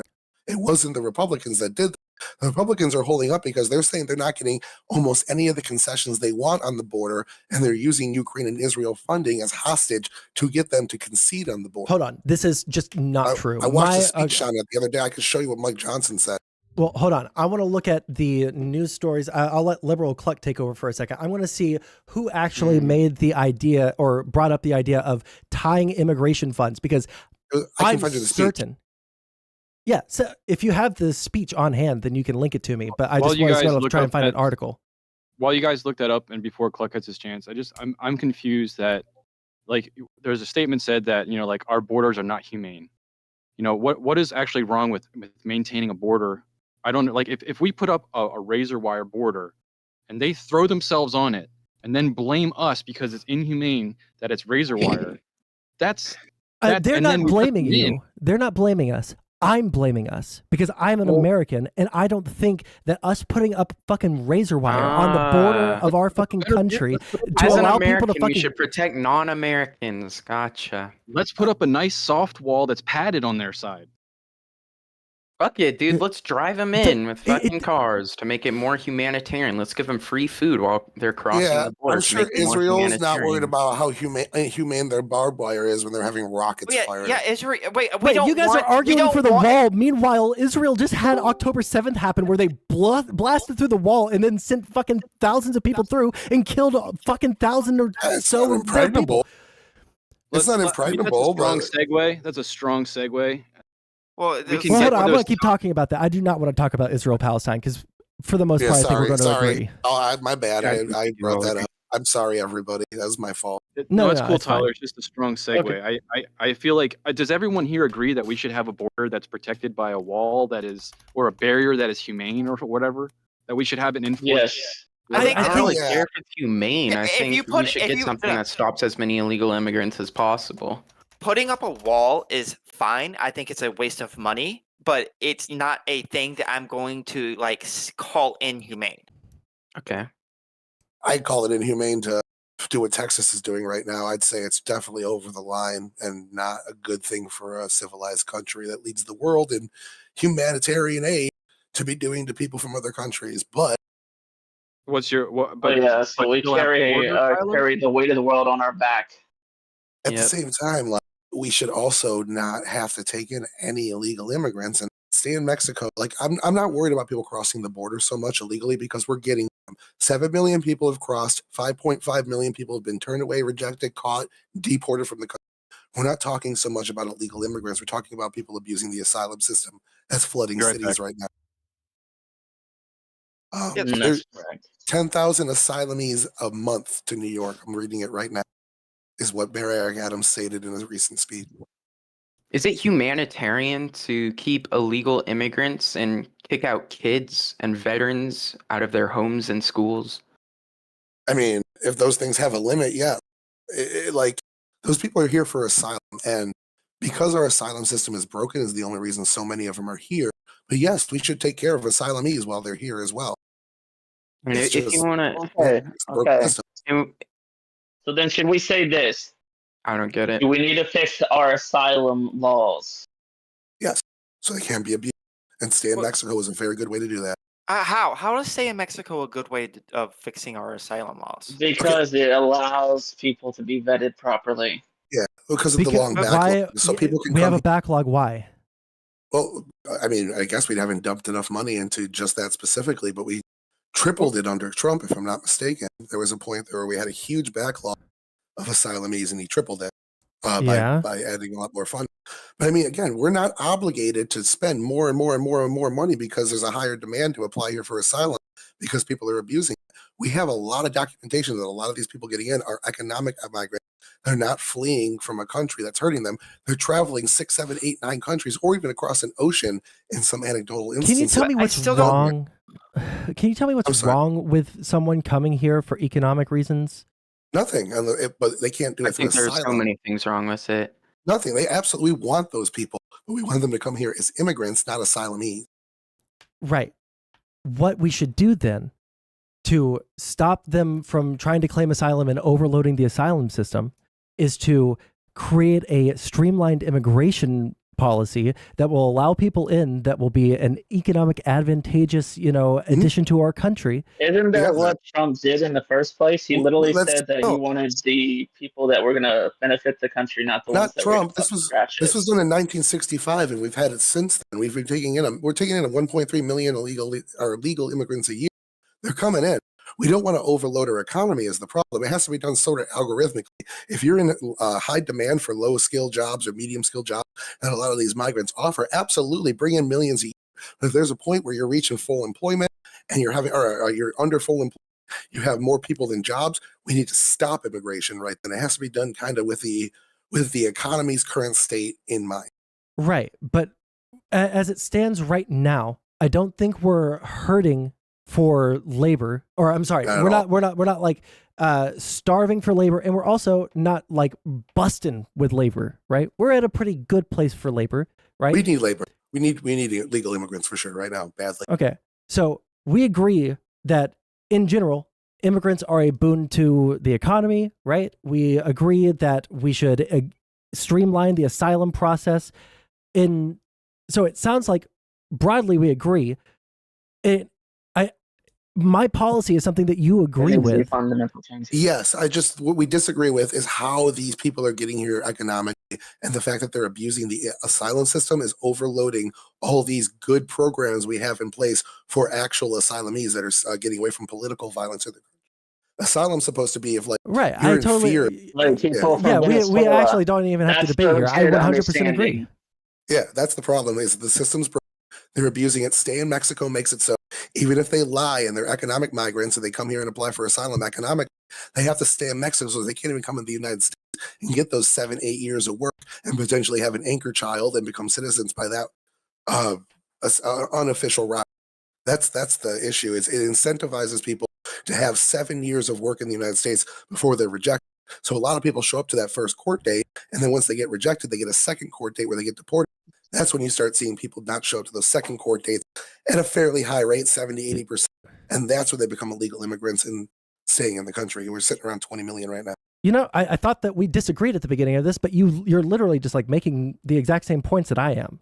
Yeah, I think we line up politically very closely. I watch you have that.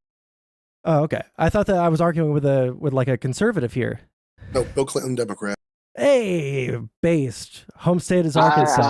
I'm neither side. I don't like either side. Both sides have lots of corruption. I prefer to pick one that's going to benefit Sondsol, you think that Sondsol, you think that stay in Mexico was a good policy? I think that I do. I think that over the past couple of months, I've thought about the 2024 election, and I've thought about all of the hot button topics. And I've thought, what are some things that I would be willing to concede on any given number of topics, right? I don't know the full like implementation of Remain in Mexico, but it feels like if he's agreeing that the asylum system should be streamlined, the immigration system should be streamlined, I feel like that will mostly get rid of the negative effects of Remain in Mexico, right? Like the backlog of people. It would that lower the wait period. Yeah. Wouldn't it? Yeah. I mean, I think so, but I don't see why like lowering the wait period in Mexico is any better than lowering it here, unless you just sort of don't want them in here. Okay. Because you're not listening to what they're saying. It's really simple. Yeah, go for it. Okay, the point is with it streamlined on both of those ends, it makes it easier for people to come in naturally. It makes it easier for people to get processed. It makes it easier for them to do what they need to do to get in. And to his statement earlier, hello? Hold on. Okay, that wasn't just me. I'll be right back, y'all. Oh, okay. I have to. So, liberal, to kind of address what you're missing there is, I think that we should open up our actual legal immigration and make it based on open jobs in the United States. So right now, hypothetically, that's fine. That's better than what we got now. Yeah, we have 8 million open jobs. So let's say 8 million open jobs this year. We take in 1/3 of however many open jobs we have in legal immigrants that year. And these are people that economic. They're not just like this is separate from asylum seekers. Exactly. And these people come in, and then they won't overload systems that are meant to take in lots of people. We're not meant to take in 1.5 million asylees a year. It's abuse. Do you guys think seeking asylum is a legitimate reason to immigrate into the U.S.? Yeah, 100%. Yes, of course it is. That might be going off topic, but I disagree with that personally. What I want to know is that if we're opening up these 8 million, most of these asylum people who are abusing the asylum system, they're abusing it because they want those economic migrant spots that we don't have currently. If we open up the economic migrant spots the way you want to, remain in Mexico is unnecessary because there wouldn't be any incentive to abuse the asylum system. You could be right. It could actually fix the problem and make remain in Mexico redundant in the long run, absolutely. But in the short run, it would be a good deterrent. Okay, so from what I read on Remain in Mexico, the things that happened to those people while they were waiting in Mexico, it's just, I think it's, I'm going to use the word again, more humane for us to let them wait here. Sure, but I don't think it's humane for us to pack them into cities that are already a bit overcrowded and overload their resources. Of course, that's why I am against what Greg Abbott has been doing with the busing to already overcrowded cities. I don't mind him taking immigrants and putting them in other places besides his border towns, which are also overcrowded. But it's got to be a system that's looking out for them and not just trying to score political points. Looking out for them, looking out for the cities themselves, and not just trying to score political points. Found this out in a lawsuit when they tried to sue Greg Abbott. He has to ask the migrants where they want to go, and it has to be an unbiased question. He can't lead them into. They're saying they want to go to New York City. And if you look, Greg Abbott's only supplied about 5 to 10% of the asylum seekers that are in New York City. About 90% of them have come on their own. Well, sure, but if New York City isn't able to handle them, then they don't have to take them to New York City unless they have a family member there that they can stay with. Then it's a good idea to take them to New York City. All Greg Abbott can do is ask them where they want to go. He can't. Yeah, right now I'm a little bit. I need to learn more about exactly what's going on now. When DeSantis and when Abbott were doing those stupid fucking disgusting stunts where they were lying to the people and telling them, hey, yeah, we're going to send you to a city and there's lots of jobs there and we'll be putting you into a little program where we're going to get you a job so that you can afford housing and clothing and food, right? And then he just shipped them off to outside of Obama's house in fucking Boston or some shit. Martha's Vineyard. Yeah, Martha's Vineyard. And then the other Abbott was sending them to New York City, lying to people who are already coming here under duress. They crossed the fucking desert to get here, and then you're just gonna ship these people around like fucking animals so that you can get an own on people that you don't even fucking know personally. Yeah, that's actually fucking scum behavior. God, I cannot illegal believe immigrants. Dude, yeah, I agree with being using individuals for political games is absolutely toxic. Does them being illegal immigrants not give them, the right to have human decency? No, I never said that. Okay, well, you're asking, what were they illegal immigrants? Because I'm wondering if they're illegal immigrants. How the fuck is that That's the entire point. question? Well, because I'm sorry. literally maybe just asking. Sure, Dude. maybe I misunderstood you. I was just curious. Sure. The reason why I reacted the way I did is because it sounded like I said I know they're treating them like they're animals. They're treating them like they're animals, and you're like, well, were they illegal immigrants? And I read that wrong. I apologize. Okay, well, let me tell you something. Let me tell you. I was talking to Drone Tech. I was talking to Drone Tech about the what's his name? Trump's statements where he was like, they're poisoning the blood of America, and his defense of that was that he's talking about illegals. He's not talking about somebody of a certain race or religion, and it really does seem like that there is a level of dehumanization that happens on the right. So I completely understand. I could explain that reaction to that. Okay. Why would it make a difference if they're illegal or illegal? If you're treating these people? Well, it depends what he meant by they're poisoning the blood of the country. You're talking about Trump's comments. Okay. Oh, are you? Do you want me to? I can't speak on Drone Tech's behalf. Oh, okay, yeah. Well, I mean, we can switch to that if you want. I was just, you got offended by Sonsol's reaction, and I'm like, I completely understand Sonsol's reaction because it does seem like there is a I dehumanization didn't of get illegal offended. illegal I'm offended immigrants. right now, actually. Okay, that's fine. Bigot. Illegal immigrants on the right. That's all I was saying. I think there is, honestly, but I don't think it's fair to treat illegal immigrants the same way we do. I don't think we should give them special privileges. Well, we don't. We kick out people from their own homes so they can live there. We So do. Can you give me an example It of that? wasn't their own homes. No, it wasn't their own home. They were kicking people out of homeless shelters and city shelters that had like a 60-day limit. I looked into all those stories as well. All right, well, Oh, I'll look so- into one yeah. now, and I'll let you guys know. Yeah, just so I understand, there's like some sort of like homeless shelter where you can stay for 60 days. There were some people that were staying there past those 60 days, and so they kicked those people out so that they could house some of these migrants. Is that what the what's going on? Citizens over migrants, is that the argument? But No, I'm just asking if that's meaning what point is that happened. they're over 60 days. Yeah, Who knows the story? Maybe I shouldn't have used the word homes. I apologize. Yeah, it wasn't their homes. So the story was that they were like shelters and government amenities that people could stay at when they're having housing issues and whatnot. And people were staying at them past the 60 days because there wasn't a high demand for them. And then once the demand spiked through the roof, they actually tightened some of them up. Some of them were 90 days. They tightened them up to 60 days so they could cycle people more and get more people under shelter for temporary amounts of time. What about the whole school thing where they're being put in like school gyms? That and was kids have to meant. learn online? The New York one was meant to be for when the extreme cold snap came through. They used the public school building as a shelter for them during that period of time. I haven't looked into it to see if it was for that now that's over and the kids are going back to school. I don't know from that point.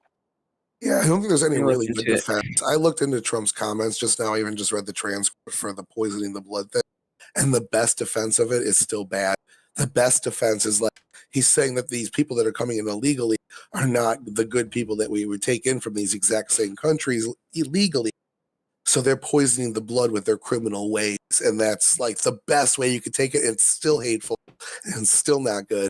It's something a president should say. So Well, let's remember, we have to remember Trump is pretty much a fucking loudmouth. Like he's from New York, and I'm not saying that all people from New York are like this, but a giant chunk of people from New York are big fucking loudmouths. Hey, fuck you. Why would we could give him a easily- pass on that? We could easily state how much of a piece of shit politicians are, but I think it's more valuable to discuss the understanding of what's happening on our for our nation instead of like pointing a finger at this guy or that guy. If you really want to talk about Trump and Biden, I mean, go for it. But it's more interesting to me to hear what you guys have to say about what the problem is and what the solution is than to start talking about how some guy's an asshole, because most people probably aren't going to disagree with you.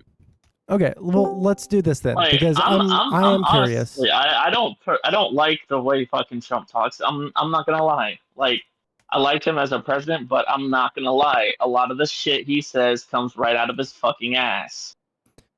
Right, and when it comes to that, right? Why would we want someone that we all recognize has some retarded tendencies? Holy fuck, is this man Because he's better not? than Biden. But hold on, are we saying that none of us have our own fucking retarded tendencies too? Okay, Come on. we might have retarded tendencies, but we're not the president of using the mine right now, United Sondsol. States. Hey, Sondsol, do you remember that time that you and I were just like quoting Hitler about groups of people over and over again? That was wild times. I think he's got a following. Dude, of that's such very, a bad faith argument, Cluck. I do not like that argument at all. Trump's got a following of very, very devoted people that think he got scammed and they want him to get his comeuppance. It's not what the country wants. It's not what independents want. It's a fourth of the parties that they're just going to refuse to vote for him in the next election. It's really stupid that he's going to be the primary winner for that side, but they feel like it's his turn. And I understand the argument why anyway. I don't think. Let me ask you this. Did you really think that we were going to make any good headway with fucking DeSantis or any of the other ones? I think Nikki Haley probably would have been the best option and the most likely to beat Biden in a head-to-head. Yes. We have a segue if you But want. he's also bought and paid for by the DNC. Who, So Nikki true. Haley? Makes her even more based. Nikki Haley, the Trump's foreign ambassador to the UN. Yeah, where the fuck does that come from? The only place that can possibly come from is just the idea that if you're not with Trump, you're against him. Yeah, she's very obviously a conservative. The DNC gave her money to run up against Trump. The Democrats donated money to her to run up against Trump. But if you want to take that argument, in the last election, Democrats gave $50 million to Republican candidates, the crazier one, so that the Democrats would have an easier time in the general election. Right. The concept of being able to vote and switch your party and vote for the person that's going to lose against the person that's actually the party runner for your side. So in other words, what happened in New Hampshire is believed a lot of people voted that weren't Republican and that were undeclared and switched to that side to be able to vote. But Well, they're actually a lot of independents is the overwhelming It was majority of those people. 70% unidentified. I I literally mean, like, was what is it? talking with average unsomething debater. Republican. It wasn't independent. But my question is, What's the name of that Indian guy? From a quick blurb that I watched new guy. yesterday, it was 60 or 70% of the people that voted for Nikki Haley were unsomething Republicans. Unregistered Republicans? Not unregistered. There was another word. Unsomething. Unidentified or unregistered. They were like not unregistered, registered. Yeah. They were unregistered. But see, that's the thing. 70%. What does that New mean? Hampshire has 70%. always allowed, the largest voting demographic of the United States is the independent vote. And a lot of independent voters already swing one way or the other. About half of them already have their minds made up. They like the Republican Party more, the Democratic Party more. So they participate a lot in the primaries. And in New Hampshire, it's always been a thing that you can go as an independent if you're not registered to either party and vote in both parties' primary. So this would be a big deal. Republican means is independent. It's just unregistered as anything. Just unregistered as independent. This article I'm reading has really bad wording. It says 70% unregistered, whatever we're gonna agree on, or independent, and then in the very next sentence, it doesn't talk about independence at all. So it's just a very shit wording. Terminology myself, so I relent. In order It's for just Democrats to something have that to vote, we can play. It's like political war games. It's interesting. I've never paid Yeah. attention to that before. in order for Democrats to have to vote in the Republican primary, and they would have had to switch their party to independent like a year before that. So they really would have had to been pre-gaming this shit for a long time back in order for them to know that they had to do this a year out. I don't doubt that people have done it. It might not be Sure, there might I be don't a think it's a small large handful. majority of Democrats, but people have definitely did that. There might Yeah, be I people mean, that did that, but the entire point that we're trying to raise here is that Democrats didn't get Nikki Haley to 46%. That's indicative of the independent vote or the number of people who are conservative and the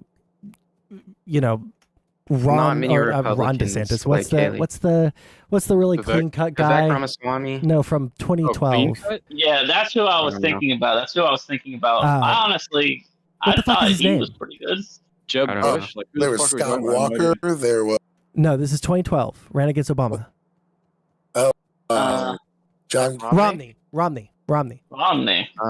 Yeah, there's going to be a lot of independents that would normally vote Republican, but because they fucking hate Trump so much, or they see him as such a threat, or whatever the case is, right? They're going to vote for, anyone but him, anyone but Trump. And that's where we people like me or what's your name? AVD Tyler. Me and people like me and him would say, yeah, I think that Nikki Haley has a much better chance than Trump to beat Biden. So she appeals more to independents. Yeah, I actually 100% do. And I think that even though I'm not gonna lie, I fucking hate Trump. Yeah, that's exactly why. I'm not gonna lie, I hate Trump, but I'm not gonna sit here and say, I want Nikki Haley to run against Biden because I just, I think that she has the greatest chance to beat him compared to Trump, and then not actually mean that. I actually mean the idea that Nikki Haley actually has a chance to beat Biden and Trump doesn't. Trump 100% has a chance of beating Biden. What do you mean? I don't think so. At least at this moment, 100% will. If it's him versus Biden, he's going to win. 100%. The head-to-head polling right now has Trump up 1.7 if you look at RCP, but it has Haley up 3.4 over Biden in a head-to-head. So however good Trump is doing, Nikki Haley is doing twice as good. Can you restate that? I didn't understand that. Yeah, I didn't catch that. In head-to-head polling versus Biden, Trump was up 1.7% last I checked over Biden, whereas Nikki Haley was up almost 4%. Across the nation? Yes, nationwide polling. That's an interesting poll because the data I saw recently is very not that. Well, this is aggregate. This is RCP aggregate polling. They take a bunch of polls, they weigh them out based on how close to accurate they've been in past elections. So certain polls will get like an A+, and their polls will be held to a higher regard, and then they average them all together. And that's interesting. I wonder how accurate that is. That's really interesting. Yeah, they're pretty good. They're pretty accurate. RCP and 538 are pretty cool. Yeah. Can you send me a link to their website or whatever? That sounds it's pretty real, cool. real clear politics. Yeah, here, hold on. I have it bookmarked on my phone. Check it once a day. Yeah, I look at this site all the fucking time. It's like stocks for society. Wait, Sondsol, so if Trump is up in the polls, what makes you so sure that he's going to lose to Biden? He's up in the polls with the Republican Party, right? Because the poll. Sorry. Yeah, you're not wrong. Okay, so like right now we see Trump dominating the Republican primary because he's Donald Trump and everyone sucks his dick. He is up 1% in the national polling. I don't think that that's going to last. Biden literally launched his campaign last week. Like there's been. Trump has been campaigning for the past 7 months, constantly attacking Biden, along with all of the other people who are attacking Biden, attacking everything. Biden hasn't really been setting a narrative, though, to be fair. The Democrats very rarely fucking sit down and buckle down and set a narrative, right? They just fucking try to defend themselves. We both had our parties. In trials right now. That's their narrative at this point. Wait, I'm sorry, say it again. He's in court. That's their point they've been pushing for the last several fucking months. Which is he's in court. You can't trust him. He's in court. He's in court. That's what I've been seeing the last several months. That is Hold on. When I talk about building a Party. narrative, really quick, when I'm talking about building a narrative, I'm talking about hey, look at all the things that we've done good. Like we've done this, and this, right? Like Biden hasn't been out campaigning at all. He's been out, actually trying to get legislation passed and dealing with international debacles and all that shit. President money over to foreign companies on his ass. He's been campaigning for 2 weeks. He's been to Delaware, Virginia, and South Carolina, and that's it. The guy is physically unable to campaign like a presidential candidate should be able to. He's only going. If Biden gets a second term, that'll blow my socks off. I'm sorry, Delaware and Pennsylvania. I don't think he's going to win. There is no way.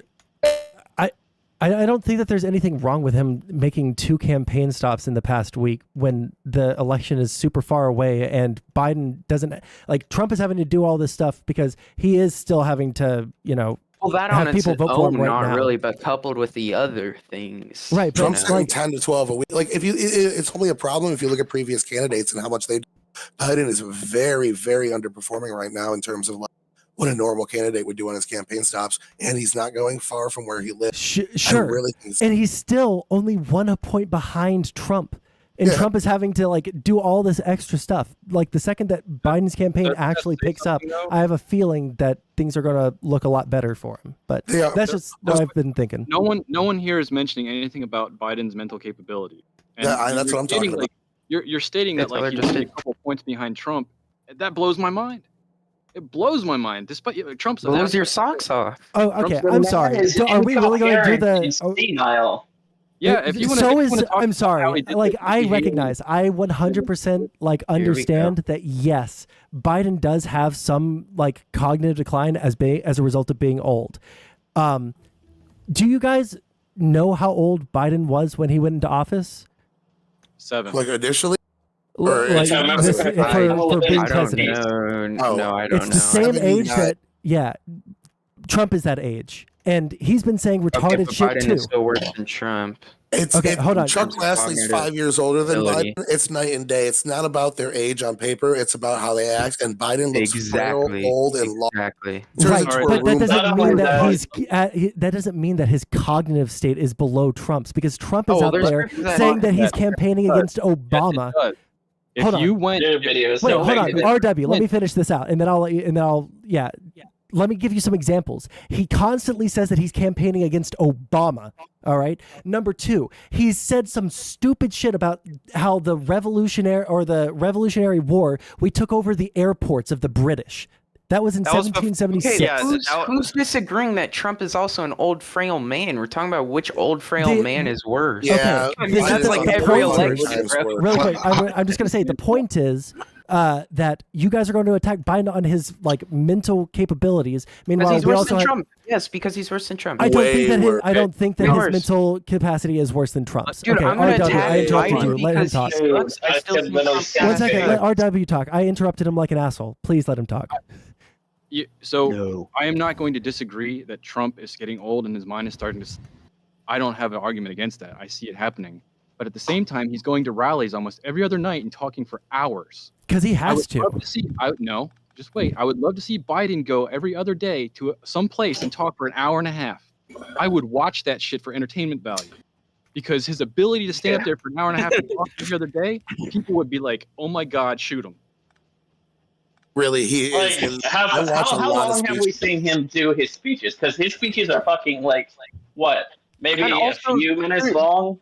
There's another point to be made where Sondsol, you even said it yourself, that Trump is campaigning more than Biden, so he's bound to say more stupid stuff here and then. Biden is campaigning less than him. He's doing less speeches, and he's saying even more retarded, stupid things. Can you tell me something that was more retarded than we took over the airports during the Revolutionary War? Or that he was campaigning against Obama. Dude, Joe Biden has had some really, really bad moments. In the words of Joe Biden, America. He's one bad fall away from the party saying we need to put somebody else in here. He's looking bad. Dude, both are bad. Yeah, and Trump is one fucking campaign speech away from having fucking 40 Proud Boys go out and shoot up a bunch of transgenders. Okay, let's not pretend they don't have their faults. You're delusional. You're delusional. You're delusional. It's over. The Proud Boys aren't a hate group. You're delusional. Transgenders aren't dying in mass. Okay, sorry. Okay. Let me be clear. Number one, the Proud Boys are a bunch of fucking retards that absolutely would and have in the past listened to Donald Trump and when he said stand back and stand by, and then they did seditious conspiracy. Where how many of their members got convicted for seditious conspiracy? 3. Yeah, 3 of the people that were there, and they had the rest of their. 3 of them were the ones that did the plan, and then the rest of them got in trouble for following their buddy. How many people do you think got arrested for anything violent? Points. Yeah, some of these are going off the rails. I can't hear. If Some of these you all are talk, going I can't off hear the you. rails for me. You're making strawmans of us. That's what I'm saying. You're making strawmans of us. It doesn't make sense. When Trump said stand back and stand by to the Proud Boys, the FBI was saying they're not a hate group, they're not a white supremacist group, they're not on our radar. I didn't say they were a white supremacist or a hate group. Not you, but the announcer shoot up transgenders. No. The Sorry, moderator in that I was debate obviously being a little said that. facetious there. Okay. Yeah. It was the moderator in the debate said that, not you. He said the Proud Boys were a white supremacist group. He also called Kyle Rittenhouse a white supremacist in that same debate. So that word was getting thrown around in a lot of places that shouldn't.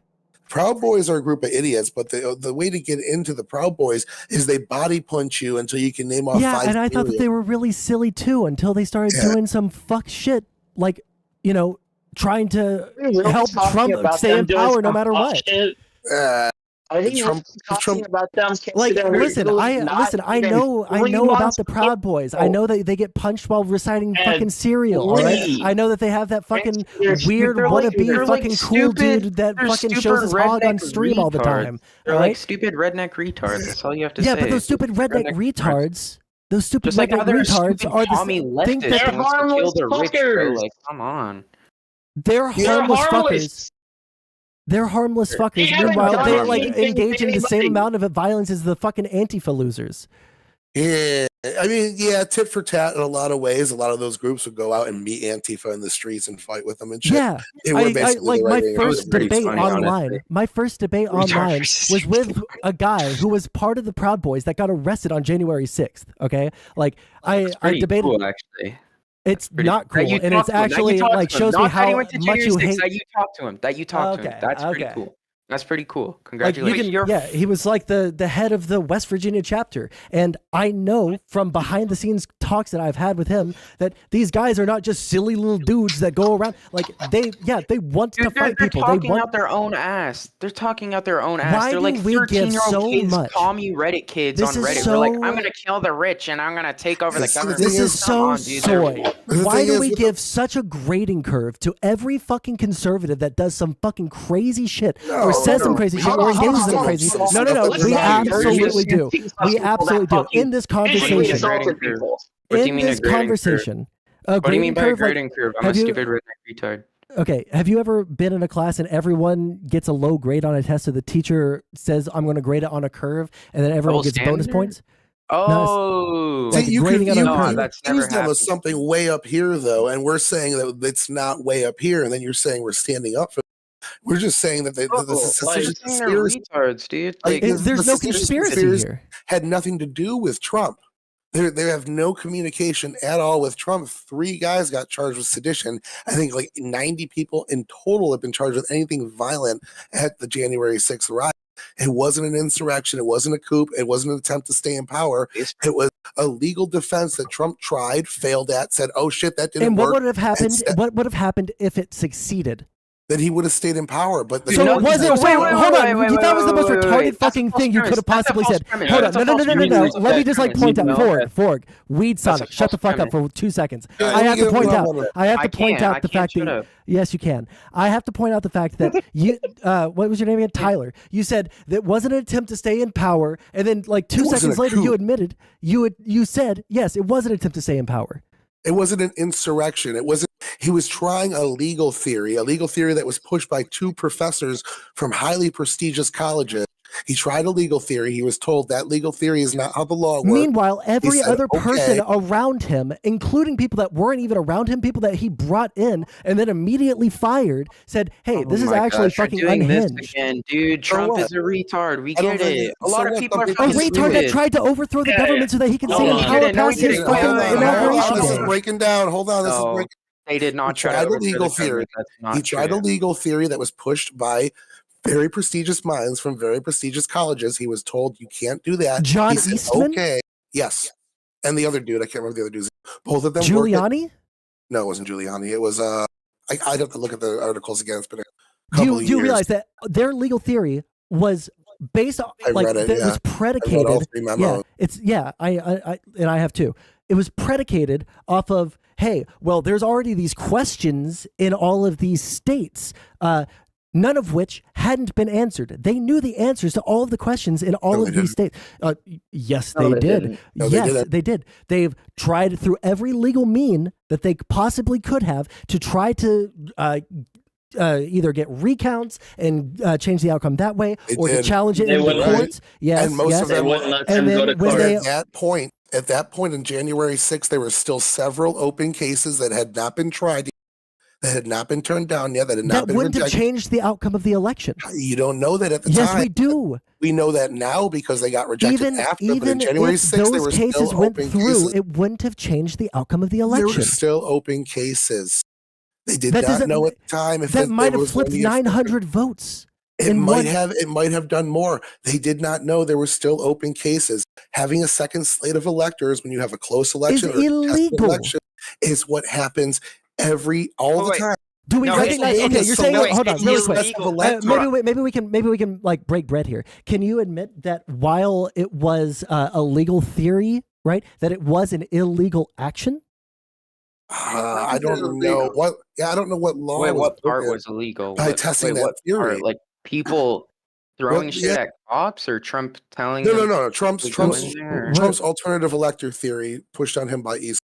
Wait, If that something- was illegal, I'd have Okay. to see what exactly something law. it very was breaking. important. Something Wait, very didn't important. you say you read the indictments? I read the indictment. Yeah, I read the indictment. The Jack Smith January- indictment has nothing to do with that. It's 3 Yes. conspiracy charges and 1 obstruction charge. It has nothing to do with conspiracy. incitement or overthrowing the government or a coup or anything like that. Conspiracy to defraud the conspiracy U.S. was- government. Yes. It wasn't an actual overthrow. There's no proof for that whatsoever. so That's real like quick, one of the I most just annoying- asked him if it was successful, what would have happened? Trump would have stayed in power. He said so. Therefore, yes, it was him trying to stay in power through illegal means. It was not an insurrection, bro. It was not an overthrow by Through the government. fraud. Through think it was- fraud. Real quick. Do you want me? Can I speak? Can I speak? Go for it, buddy. No. You asked me one question, Sondsol. I was trying to speak for longer. No. Hold on. I've been interrupting Cluck for a long time. Ask him the question. Oh, well, one of you guys asked me something that I was going to refute. Okay, Okay. well, I just wanted to point out that alternative slates of electors are only valid when it's coming from official means from the states, not when it's just random people That's not signing on 100% to be. true. Each state has a different process. Pennsylvania, the slates of electors are selected by the presidential candidate from both sides. Interesting question, Forg. Sorry. Wait. So they're selected. They're selected, but they're certified by the someone official in the state, either the Secretary of legislator State, or the Secretary of State. So if a group of people in Pennsylvania were to be like, we're the official slate of electors, but then they don't get the secretary's go ahead, then that's fraud. No, that wouldn't be the legal definition of fraud. That'd be lying. Yes, but not fraud. So what is fraud? Fraud was defined No, by the it's- Supreme Court a couple of cases prior to that. Fraud has to do with lying. It has to have money involved. I can get you the exact reading from that SCOTUS case, but Why don't we just look at the indictment? I mean, you can look at the indictment all Well, you want. anyways, The indictment just alleges things. Unless somebody had a question for me, I'm gonna head out. I'm kind of tired. So Thanks for coming, Cluck. Yep. Y'all have a good night. Have a good night, man. Nice talking Ford, with you. what was the question that you wanted to ask me? You said something. Dude, honestly, I'm not gonna lie. I kind of forgot where I was gonna go with it, but you said something. Well, I'm a Trump supporter, so I don't know what I'm talking about, right? But you said it was an attempt to overthrow the government. I completely disagree with that. That's what I was saying, and then you were going on to say something else, I think, and Okay. I don't know. I The haven't heard of reason that. why I think it's an attempt to overthrow the government is because they, through fraudulent means, tried to use different slates of electors than the ones that were certified by the states in order to cause some sort of confusion in the Senate chambers so that they could throw it back to the states where every state would have one vote. And there are more conservative states than there are liberal states. So therefore, it would automatically... Wait. It had like 5 different resolutions in there, but that was one. I don't know what Trump did on his own. I haven't read into that, so I can't talk to you about that. What I'm referring to is January 6th. How is that like an insurrection or an attempt to overthrow the government? What does the word insurrection mean to you? Red ropes. The word There were insurrection. fucking red ropes in the Capitol building. Trying to replace the That's an current insurrection. government. Trying to replace the current government with a different one. That's pretty much what it means. Okay. And when we have a ceremony that is supposed to certify the election that... Okay, are you going for you're interrupting the piece of a transfer of power or whatever? In order to have Trump stay in power. What? That is what their aim was once they got inside. It was a protest. That's what Trump said. You're going to protest this. It wasn't an actual. Yeah, it was a attempt at protest. It was a overthrowing. protest, and then it became a riot, and then it became an insurrection. Okay. No, that's not how that Please works. tell me. It's not how that works. Okay, so how did really it turn quick- into an insurrection? How did they actually try to overthrow the government, the people who were rioting in January 6th? It was a riot and everyone... They were yelling, violence hang should Mike be arrested. Pence. They were Yeah, trying that- to storm the Capitol, yelling, hang Mike Pence. And they were talking about doing physical harm to people that were going to be voting on the certification that was upcoming. And if they were a The Republican physical and harm they... thing, was that during January 6th? Yes. When they were shouting that? Yes. Could you show me a video of that? I'm not saying like that's not true, Dude, but it was- I know the- about the hang Mike Pence thing and like the Can you just take her word for it? Because it was shown in the January. Yeah, sure. I'll Yeah, I take mean, your like, word. I remember I'm not- streaming that day while it was happening and just being fucking flabbergasted. Dude, I right? wish Cluck was here because he said he's like recorded I the watched entire thing. streams on it too, and I saw a way different story than what you're saying. Nobody on. Okay, I just want to. I don't know what fucking world you live in. Okay, bye. Okay, I don't know what world you live in, but on the day of January 6th, when everyone was live streaming it and people were watching the live streams of it, there was not a Republican in the fucking country that was like, you know what? This is based. All right. Every single fucking conservative that I know, like Rob Noor and, you know, the critically thinking veteran guy and fucking like every single fucking conservative, you know, talking head was like, this is unhinged. This is fucking crazy. They're going around and they're trying to storm the Capitol. This isn't what we're supposed to represent, right? There were a lot of people that were on the verge of just like leaving the MAGA movement like in totality. It wasn't until, you know, the like 2 or 3 weeks went by and they could start trying to twist the narrative to where it wasn't actually that violent at all. And they were inviting people in despite all evidence to the fucking contrary, right? That everyone started saying, huh? There was people that were there. There's not a single video where you can see a police officer just like, hey, come on in, without there being some other purpose like crowd control. Hold on, because they were doing that, and that is their purpose. They were completely overloaded. It's similar to when a police officer is chasing somebody through a populated neighborhood. They will stop chasing. They have their license plate. They know who they are. They'll go to their house and get them later because they don't want to hurt people. They didn't have the manpower. They didn't want police resources. So they led them on little tours around because, because the alternative was to let them go door to door and find fucking, you know, random representatives and fucking string them up on the fucking noose that they erected outside. But it is also notable that only 87 people have been arrested for anything violent on January 6th, and the vast majority were trespassing and protesting where they weren't supposed to be. A lot of those were also like pled down, from what I understand. Sure, for sure, but most. So the people that, I understand that, and I'm not going to say that every single person that was out on the at the ellipse or was out in the yard and never got near the Capitol steps. I'm not going to say all those people were engaging in insurrection, right? But anyone that was, you know, working. We know the prominent ones. We saw them. They've gotten charged. I think a riot with a purpose. They got charged. Calling it an insurrection is just too much.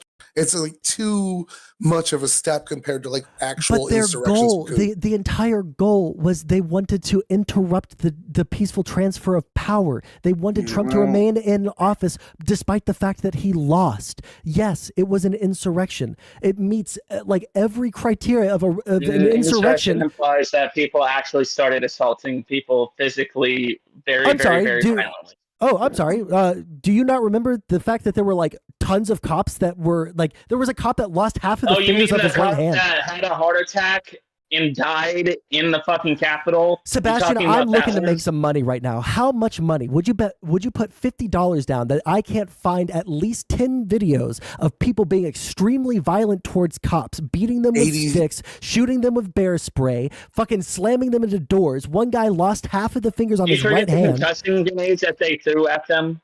100 police officers were injured. Almost 80 of them were hospitalized. There were literal fucking officers throwing concussion grenades into the fucking crowded fucking people. Yeah, because they were trying to disperse them because they were trying to storm the Capitol, you fucking retard. Yeah, no fucking shit. They were throwing concussion grenades. Yeah, why the fuck are we mad about concussion grenades?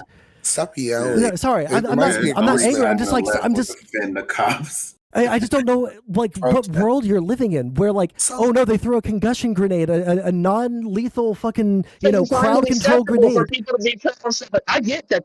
Hold on, when you yell, it fuzzes up. I can't hear you when you yell because of your mic. Sorry. I guess the biggest thing is that yes, overall there are a lot of people that did some stupid, dumb shit there.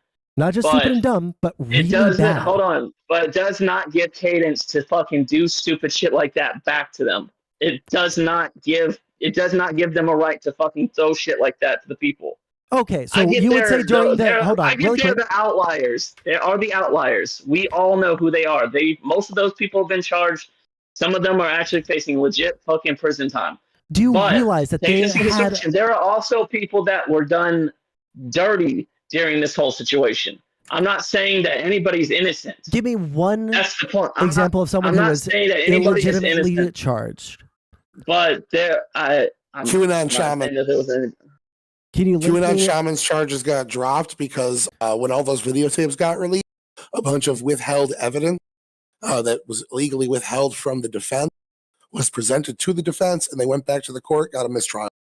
A mistrial doesn't mean that he didn't there's like a video of him violently entering the Capitol. He didn't enter through a door. He entered through a fucking broken window. Okay. Yeah. He was okay. So, but his charges got dropped. So yeah, because of a mistrial. Okay.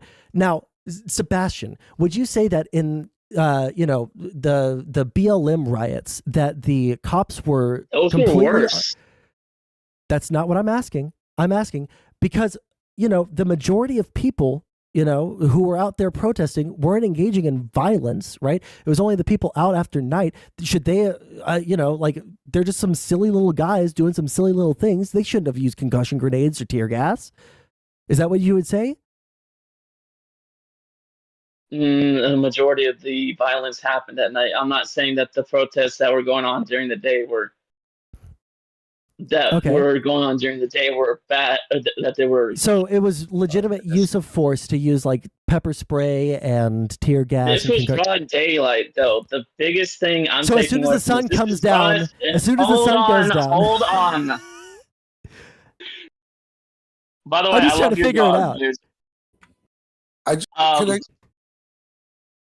I think we lost somebody. Oh. No. Can I just go back to the insurrection? Calling it an insurrection, technically. Wait, before we go back to that, I really right. want to like understand the worldview. This is the thing that really, because I love conservatives. I live in Texas. Okay, I've been around conservatives my entire life. Conservative. Okay, you're a Trump supporter?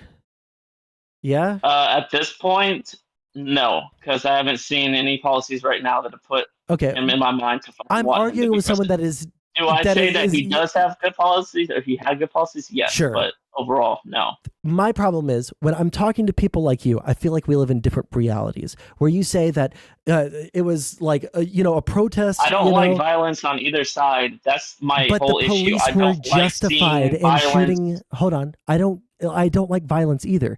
But justified violence is justified violence. And when police are telling a crowd to get the fuck back, and then the crowd starts hitting them with fucking sticks and shooting bear mace at them, I think the police shooting concussion grenades into that group of people is probably highly justified. I'll go one step further.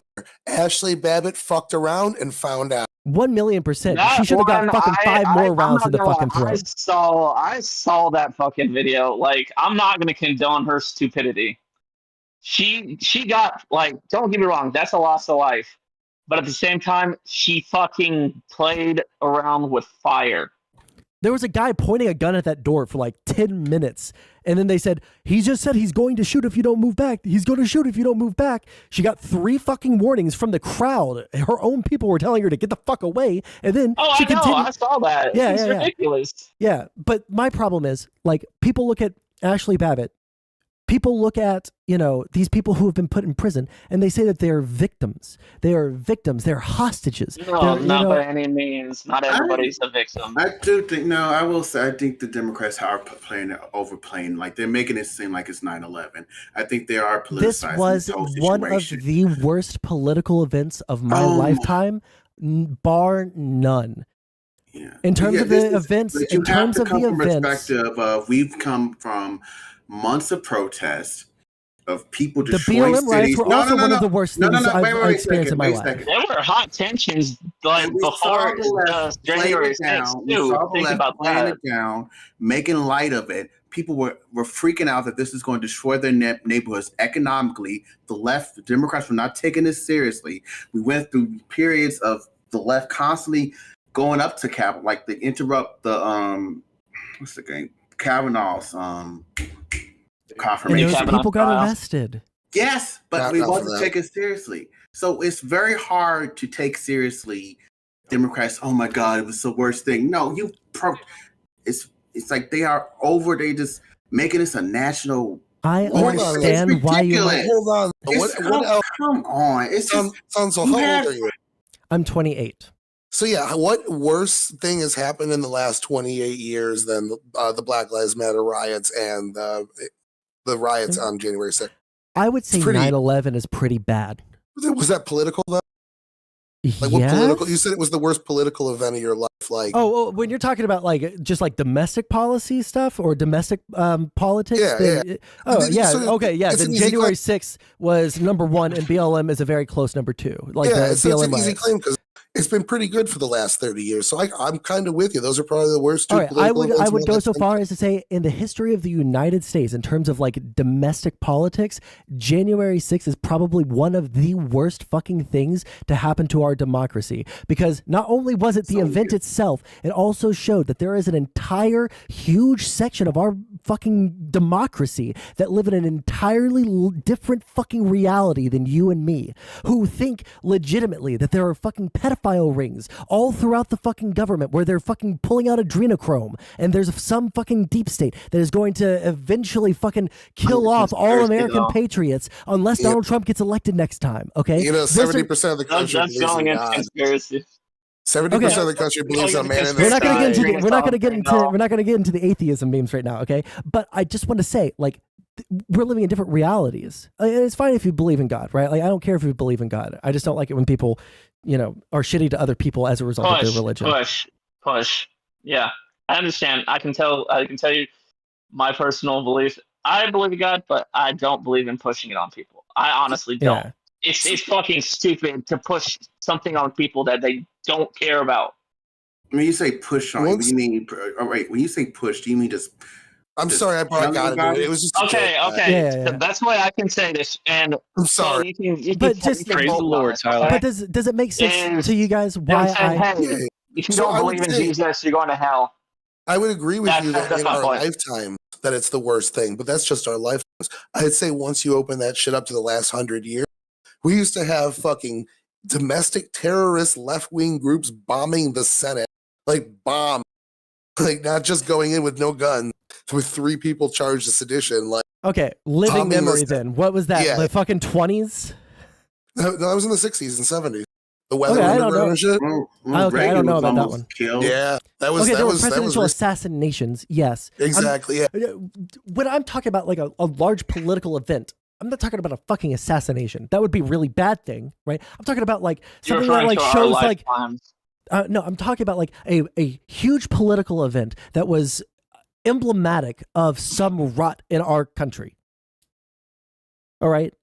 I think that the BLM riots were probably one of those things. There are 2 issues at play there. Number one, the issues that BLM fed into January 6th. It probably did.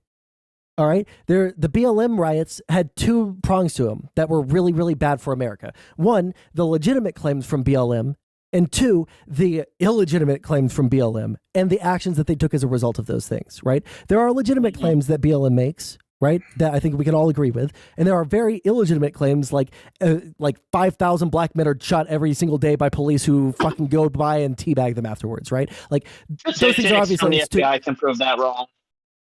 Well, yeah, I know. I'm saying that was a hyperbolic, like making fun of them. Okay, gotcha. Yeah, so like BLM had pros and cons, and I think that after all their rioting, the cons won out. They lost the right to have the moral high ground, right? And that's how it should be too. Yeah, absolutely. Well, let me ask you this. January 6th was also just as bad, but they had no pros. They had no pros. Their entire thing was based off of 100.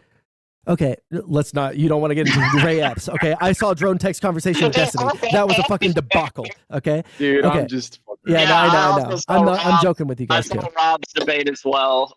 Yeah, it didn't go well. But here's the thing. Like, if the January 6 people had, at least something that was valid that they could point towards, like, this is why we feel this way. I might feel more sympathetic. In their mind, they're justified. I could give you the argument that justifies it in their mind. Absolutely. No, I understand their arguments and I understand their justifications. It's just that their justifications are based on fucking nothing. It's not.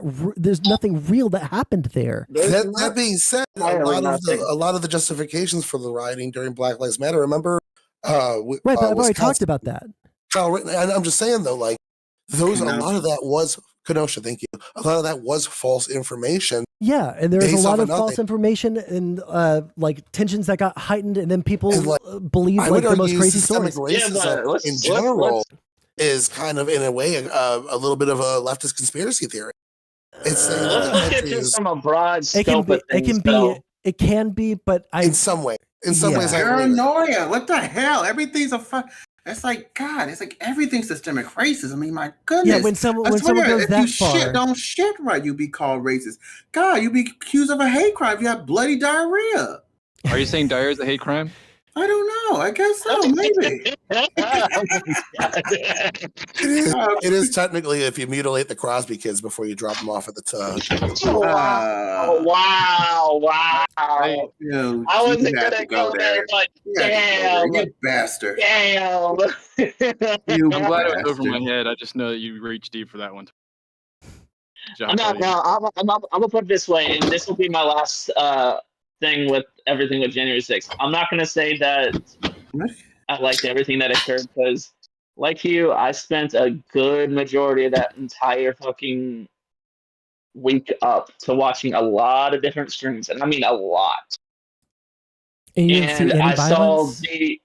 I saw the idiots that were hitting fucking people. We know who those are. Thank God they're fucking in jail. Thank Jesus.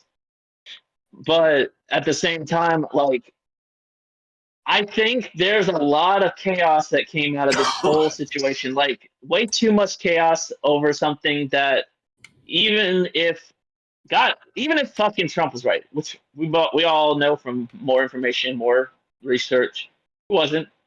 And do I feel like it was stolen entirely? No, but there were situations in different streams I watched where there was some suspicious shit going on that I questioned.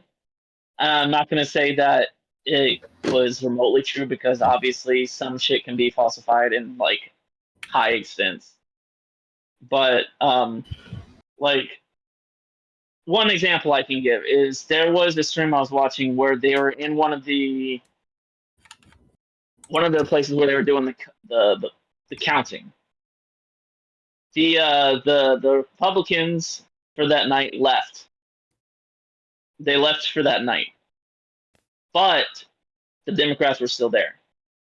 And the biggest thing that I take away from that situation is, why were they still there? I get there's probably a few counts left, but isn't there like a ruling or something that says that after a certain time period you stop?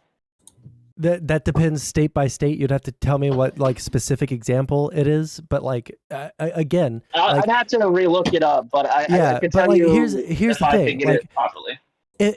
There are hundreds of different things that people said happened during the 2020 election, right? From fucking South Korean bamboo ballots coming over into Nevada, and they counted those when they were obviously fraudulent, and all sorts of fucking crazy shit like that. Yeah, that does sound like shit. In every state that they have, like, even what was it, Arizona, the Republicans ordered an independent audit from a pro-Trump fucking organization, and they found more Biden votes. Every single fucking thing turned out to be either completely fucking fake, a non-issue, or completely fucking legal with nothing wrong with it. There's just like nothing that anyone has shown me. This. Yeah. Okay, so in some situations, hold on, Smoke Steve, you're gonna have to stop that. Mute yourself. Sorry, brother. No, I love it. Steve, I'm happy for a car break and a segue after this. I honestly have been thinking for about like at least over the last year or so is what if this had ended in the draw instead? Like, honestly, like, what if this had ended in like there were just the same amount of votes on one side as there was the other? Like, how honestly do you think that would have turned out? I know it's going into a hypothetical, but yeah, I don't think that that's possible with the way that our electoral system is set up. But if that is the case, I think that like, let's say Georgia had exactly, 29 million votes for Biden, exactly 29 million votes, and they did like 5 recounts and it was the same every time. I think that at that point, the state legislature takes a vote. But what about the things they were right about, though? Can you give me an example of something that like changed? If you guys, real quick, sorry. I want you guys to finish your point that you're talking about, but then I do want, based on time. Yeah, of course. Based on time, I want to segue into a subject that Tyler was going to talk about that had to do with Scott Rasmussen's polling. Yeah. So finish your point, Steve. If you're willing to do a jam session break, and people can go to the bathroom and other people can enjoy the music for a second, then we'll get into the final session. If you guys are cool with that, I'd appreciate it. Go ahead. Sure. We'll do a guitar battle, me and Steve. Sounds good with me. Last point I was just going to make was like one of the arguments being made was that the states did not have the right to do mail drop box voting. In one state, I think it violated the state's constitution, and in another state, they passed the laws in a fast enough manner that there was not enough time for judicial review. So both states ended up using drop boxes, and I want to say both states deemed later that was illegal, and they're not using drop boxes in future elections. Is that Pennsylvania? I think it was Wisconsin and Pennsylvania, if I'm not mistaken. It's been a couple years. I would have to see. My understanding is a lot of the mail-in ballot stuff was stuff that was passed bipartisanly between Republicans and Democrats, and then only once it got closer to the election and Donald Trump said nobody should do mail-in voting, that all the Republicans didn't do mail-in voting, and then they lost because of that, because Trump told them not to. Let me ask you: do you think that mail-in voting is fucking reliable, though? Do you? Yeah, because there hasn't been any evidence to the contrary, right? Like, I would be on board with having, voter ID. But the only reason we did it in the ID. first place is because of COVID, right? It was we've always had it, and it always favored pre-COVID. Well, no, we've always had mail-in voting as an option in a lot of states, right? And it almost always favored Republicans because it would be old people that wanted to vote from home and then send it in and not have to wait in line, right? My grandmother being one of those. Yeah, and then Donald Trump told all of the fucking Republicans, hey, this is not secure and they're going to steal our country, and this was like laying the groundwork for some of his, crazier stuff that I don't like about him. And then they didn't vote that way this time. But the only reason they didn't vote that way is because of Donald Trump. You would have had probably more Republican mail-in ballots, and Trump could have possibly won if that was. I can agree with that. If he'd actually steered into the fucking mail-in voting, he probably would have had maybe like a fucking ass scratch of a chance, honestly. But at the same time, but that's all his own doing. It is his stupidity. It was his stupidity, and I'm not gonna lie. Like, personally, I voted in person because I hate fucking mail-in balloting bullshit. I mean, I voted in person too. It's more like I want to see what I'm going for and what I want, versus you just putting that on paper, which could be easily ripped up or torn up. If there was like widespread reports of that was proved, then I would 100% agree with you that we should do it. There were a few videos that surfaced online that people were ripping up fucking Trump votes. Can you? Not a lot, but a few. I'm gonna have to look them back up, but I can. Yeah, because I feel like every single one of the videos that I did see, I'll take your word for it for right this second, because there's 360 million people that live in the United States. It's bound to happen at least once, but like, I would need like substantial evidence that this was like some like horrible thing that happened all over the place that cost Donald Trump the election. Well, no. I don't mean like it happened all over the place. I'm pretty sure a majority of places were good, but I know there were a few outliers that I noticed. Like, just like I was disgusted by it, because I was like, if these people voted for Trump, let them vote for Trump. If they don't vote for Trump, then shouldn't you just be happy that they fucking did it in the first place? Like, ultimately, we got Biden in office. So there's that. Yeah. Okay. What was the last topic that we wanted to talk about? I can link you the poll if you want. Yeah. I don't even know what the topic was because his mic was a little. Do you want to summarize the topic? for him, Tyler, and then we'll take a quick break for snacks and bathroom. Yeah, I can even link him the poll real quick. I'm gonna run and let the dogs out, and that way you can check it out. Basically, Scott Rasmussen, after leaving Rasmussen Polling, started another polling firm, and he went around and looked at what we consider to be the elite in the United States right now, which would be people making over $150,000 with a postgraduate degree, living in decently dense areas, and found that our 1%, our top elites in the United States, are very far left wing and veer very far from what we would consider to be the working class in the United States right now, that tend to vote more right wing a little bit more. Basically saying kind of like the left winging has shifted from the party of the Union Hall to the party of the faculty lounge, in my opinion. I am like 50% of the way there. Like, I do think that there are like liberal elites, but like at the end of the day, which party is stronger on unions? It would be the Democrats. Like, Biden is the first president. Yeah, Biden is the first president to ever stand in a union protest, right? A union strike. Like, we're very pro-union, so I think that to say that we're not pro-union is crazy. Now, we are losing blue-collar workers by and large, which is bad, and I think that the Democrats need to completely jettison like the progressives.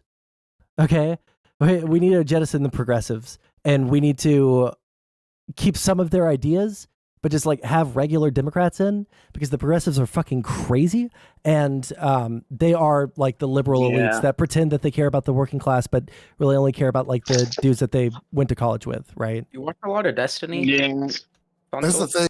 Sondsol is a lot of these elites, a lot of this 1% agree with progressives and liberals. They're asking if you watch Destiny. Do I watch Destiny? Yeah. Here, I'll give I've met him a couple I'm times. sending you shit in chat as well. Yeah, I'm sorry for interrupting. Wait, is there a chat? No, your personal DM. We're friends. We're friends on Discord. Okay, let me look at this link here. So the first one's Wisconsin, the Supreme Court decision saying mail-in, whatever. But that polling is more that like the progressive ideas are represented by the richest people in the United States besides small business owners. So the reason the party is driving in that direction is because the biggest donors are telling it to. And that's kind of pans out here in what they believe in this polling data. So I clicked the first link, not the second link. So I was trying to look at the wrong thing. Okay, so I'm going to run out and take a quick break and shit because we're taking voters. 5, I guess. Yeah. I'll Here, I'll read through this really quick. You have dogs. I thought you had one. Huh.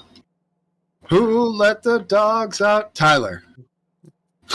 Steve, now's your chance, bro. Ah. Oh, man. What are you having, Doritos? Dude. Oh, he's got that kettle cooked. Oh, that looks crazy good. That's some liberal elite food right there. Yeah, exactly. Oh, dog. Nice potato chips, soy boy. Eat yourself some fried fucking regular Lay's like a real American. True. Oh, no. The yellow bag. I'm enjoying you so much I can't really soybean oil. Oh, so I added you on Discord. I'm gonna try to find those videos that I was talking about, and I'll send them your way when I can find them. Alrighty. Yeah. Also, if there's anyone here that like wants to have a one-on-one, like I stream often, so if you guys want to, if you guys want to, like DM me and I can send you an invite to my Discord, and then you can just let me know what you want to talk to me about there. Hit him up Sounds in good. the DM. Yeah, slide into my DMs. Oh yeah. Well, I can't do that. No. What, am I out of your league or something? Under law? Yes. Oh, are you like a kid or something? Yeah. I'm a teenager. Listen, I can't fucking tell. The groypers that I used to talk to, they sound just like you. All right, and they were in their like fucking 30s. It's less of a compliment to you and more of an insult towards them because they're fucking 30 years old and they're talking like they're fucking 12. So Yeah, lack of testosterone. Let me ask you something. So real quick. Okay, so you saw the Rob and Destiny debate. Yeah. How stupid do you think some of Rob's arguments were? Because like I listened to him at least twice because I wanted to get his perspective, but I also wanted to get fucking Destiny's perspective, and a lot of shit that Destiny was saying was very legitimate, and then there were decent. Well, I don't want to say decent. I can't say decent. A few good points that Rob made. What were your opinions on that? Because like it was, I mean, it was a big shit show. Which debate was this? Sorry. This was one of their more recent debates. Right, but on what topic? January 6th. Okay. I think that after reading the indictments and all of that, I had a pretty good idea of what was going on January 6th and what my opinion was. It lines up pretty close with Destiny's. I think that the way that Destiny kind of grounds it out makes a lot of sense. I don't remember what the fuck Rob said. Like, I know Rob did a lot of, like, how do I say this? What about He did a lot of, yeah. Yeah, that's par for the course. Like, it's like his bread and butter, honestly. Yeah, that's one of my problems. Like, I love Rob. I think he's a really good person. Like, I've talked to Rob dozens of times, right?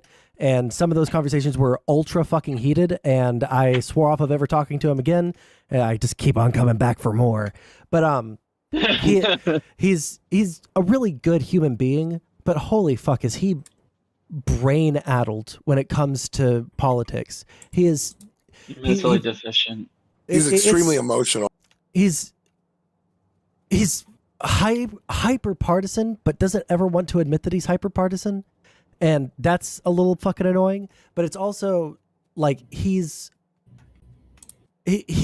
so prone to falling for conspiracies that he reads online. Like, we had the whole argument.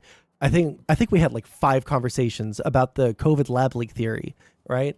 And the arguments that he put forward were just fucking bonkers. And I was able. Yeah, I think I actually watched that stream.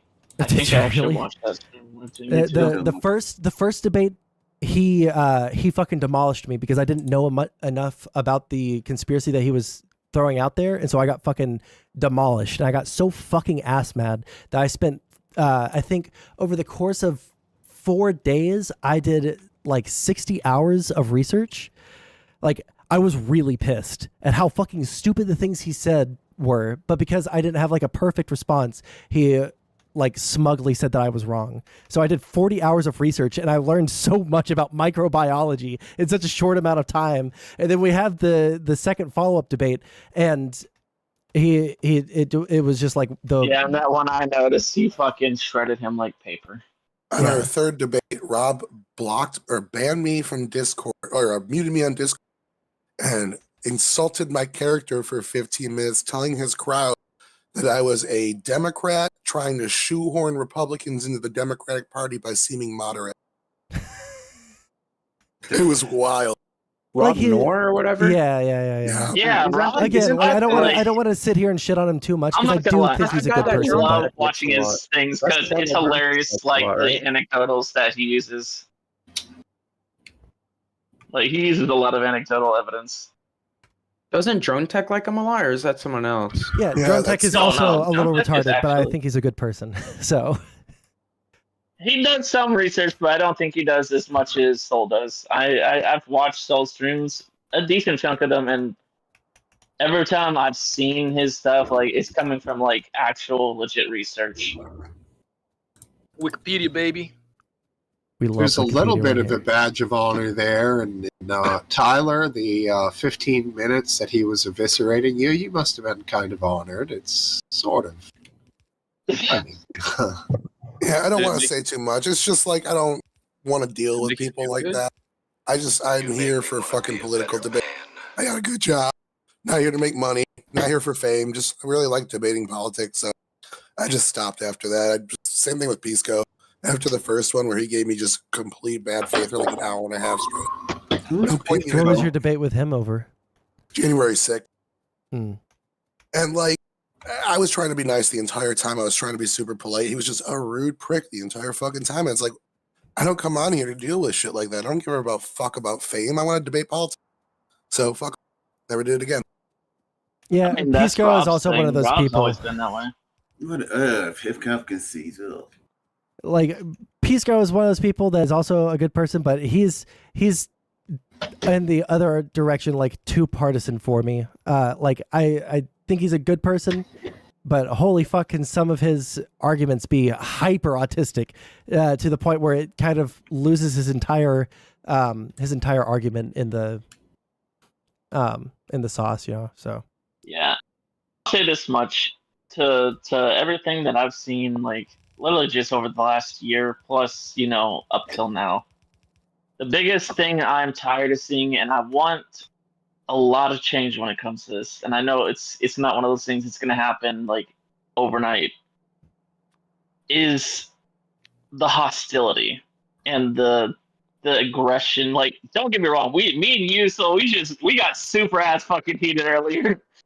I mean, I like that I sort know- of stuff, and I agree. Like at the end of the day, we need to find ways that we can all communicate with each other in a way that is respectful and all that stuff. I get really frustrated when I'm when I'm sitting here, putting in a fuckload of time to understand where I stand on any particular issue, right?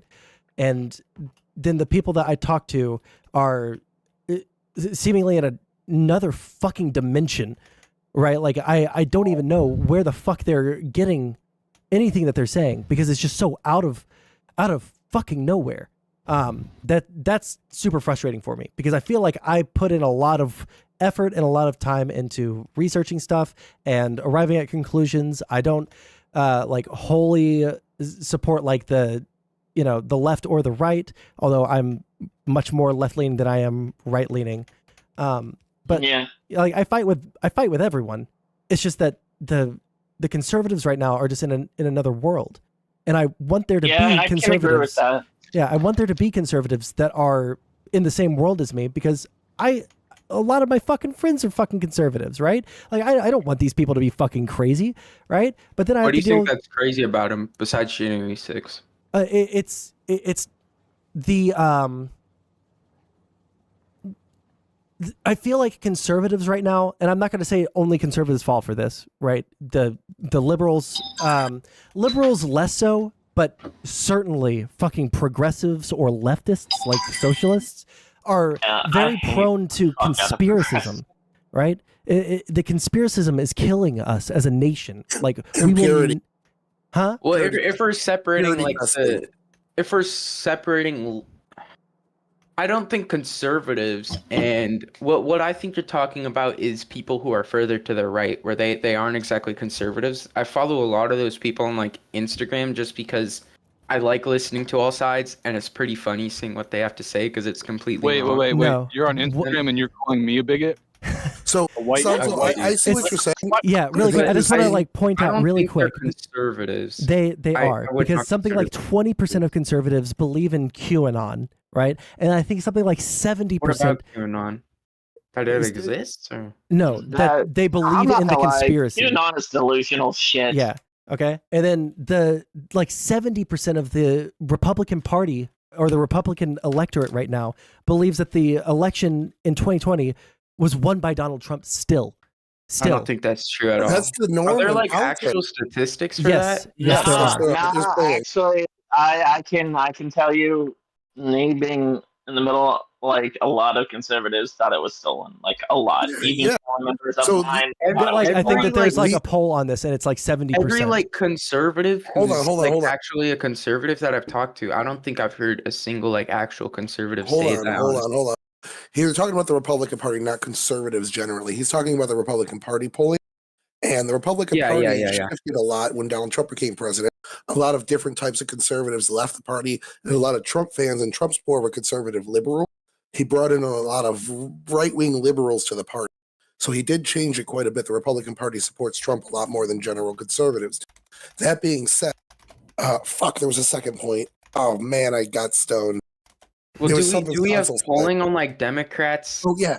Yes, like so we have wondering one. if Yes, that was Russians it. were helping Trump. I'll be Yes, back. yes, we do. I was just going to get into that actually. So during a majority of Trump's presidency, a majority of the Democratic Party thought that Russia not only hacked into voting booths, but that they inserted votes into the tally. And I want to say about 30 to 40% of Democrats over the majority of Trump's presidency thought it was millions of votes that Russia inserted into our election. And I have never heard that number before. I could find you all that polling. Yeah, find me that polling. Like, I'm not gonna like sit here and pretend like Democrats never fall for like misinformation or for shit like that. But I'm talking about the prevalence, the unbelievable prevalence of hardcore conspiratorial thinking, where everything is just like. I also fight with leftists about this, so I'm not putting this solely at the feet of Republicans or conservatives, right? Socialists do this super hard, but what I'm trying to more point towards is like every single fucking thing is the deep state, or someone's just trying to do something to Biden because they just don't like him.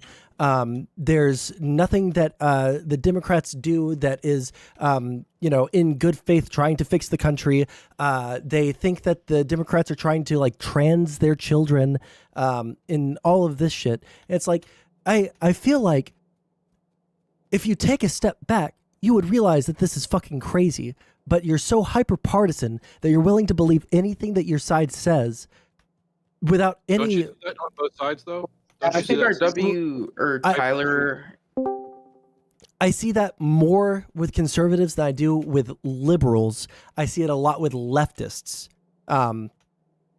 So again, like I'm not putting it solely at the feet of only conservatives or only Republicans, but I think that the conspiracism that like the entire government is just like out to get the average American, that is absolutely a conspiracy.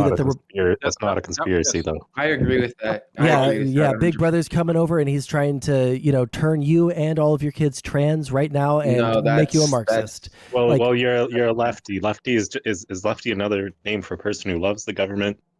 Right. People on the right want to get rid of government. I think people on the left want to build it up. I don't know. Maybe not. You describe yourself as left-leaning, but I don't know. I don't think you're left.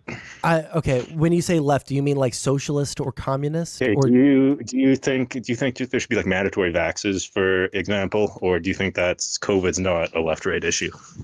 COVID isn't a left-right issue, and also yes, I think that like there are situations in which the government should be able to implement some sort of mandate. Oh, so you don't? Okay, you're not actually for. Interesting. Yeah. I don't think that's right at all. That people should have the right to mandatory vax you. Definitely for freedom and the right side on that one.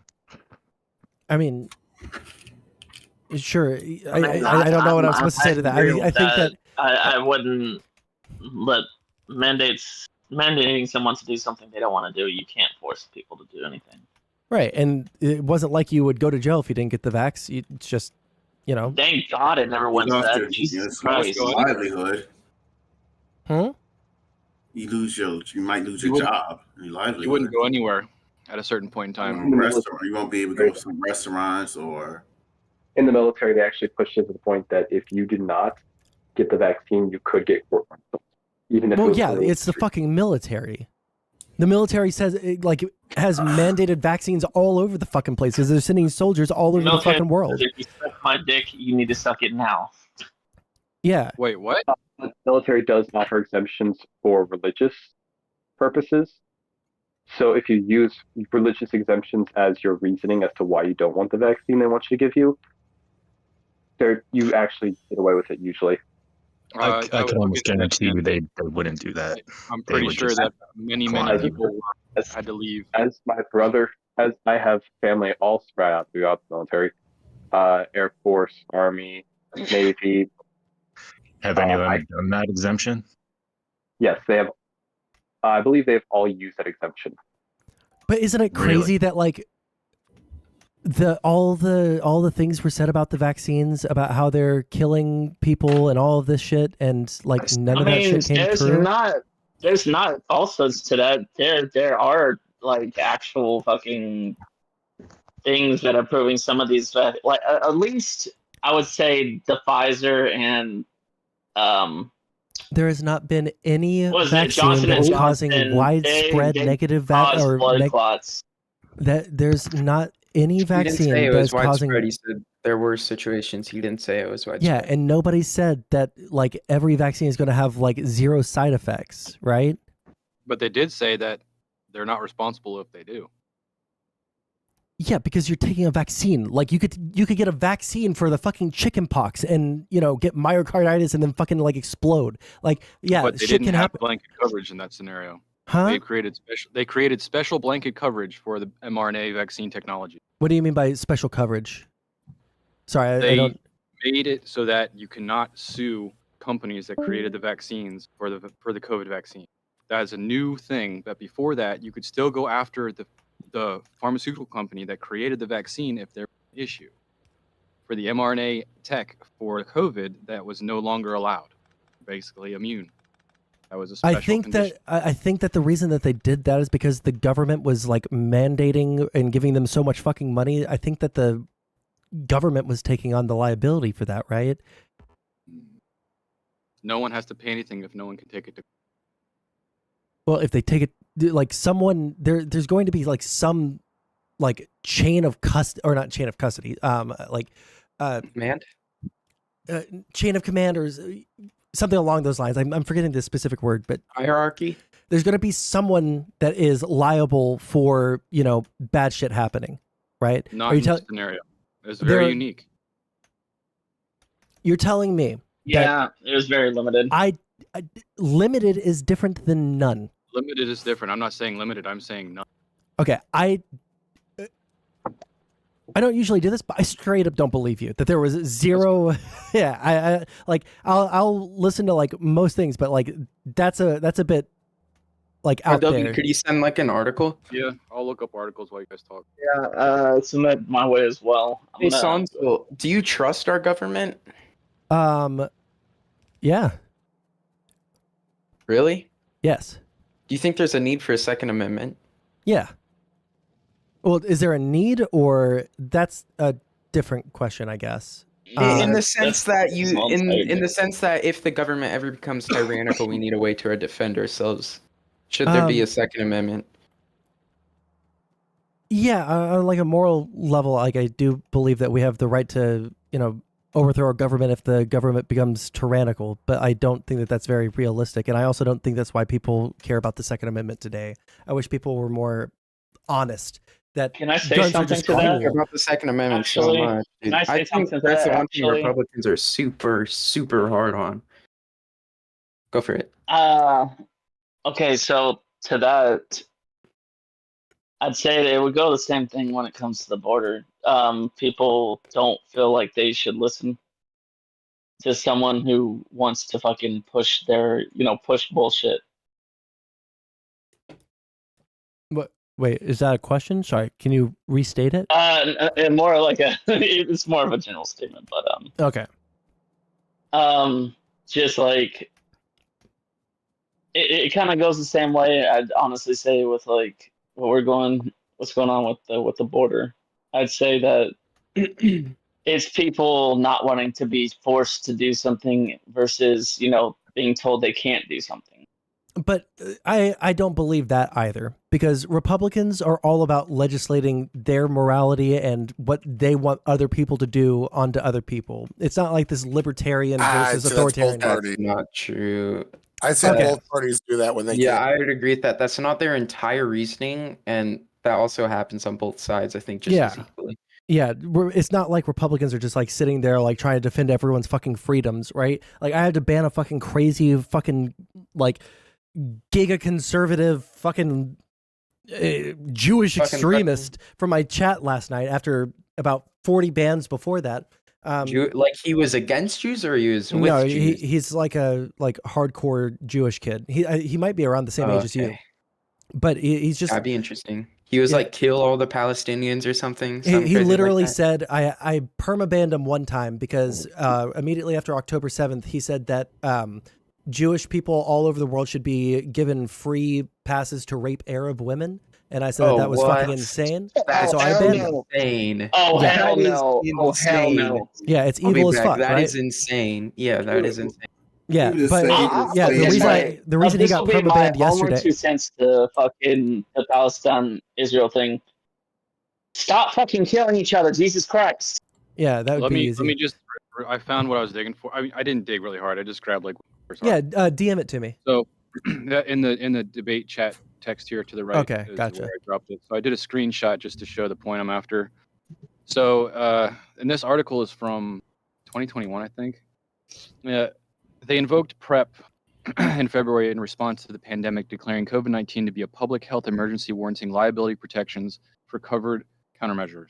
This means that companies like Moderna and Pfizer are protected from lawsuits regarding their COVID-19 vaccines until 2024.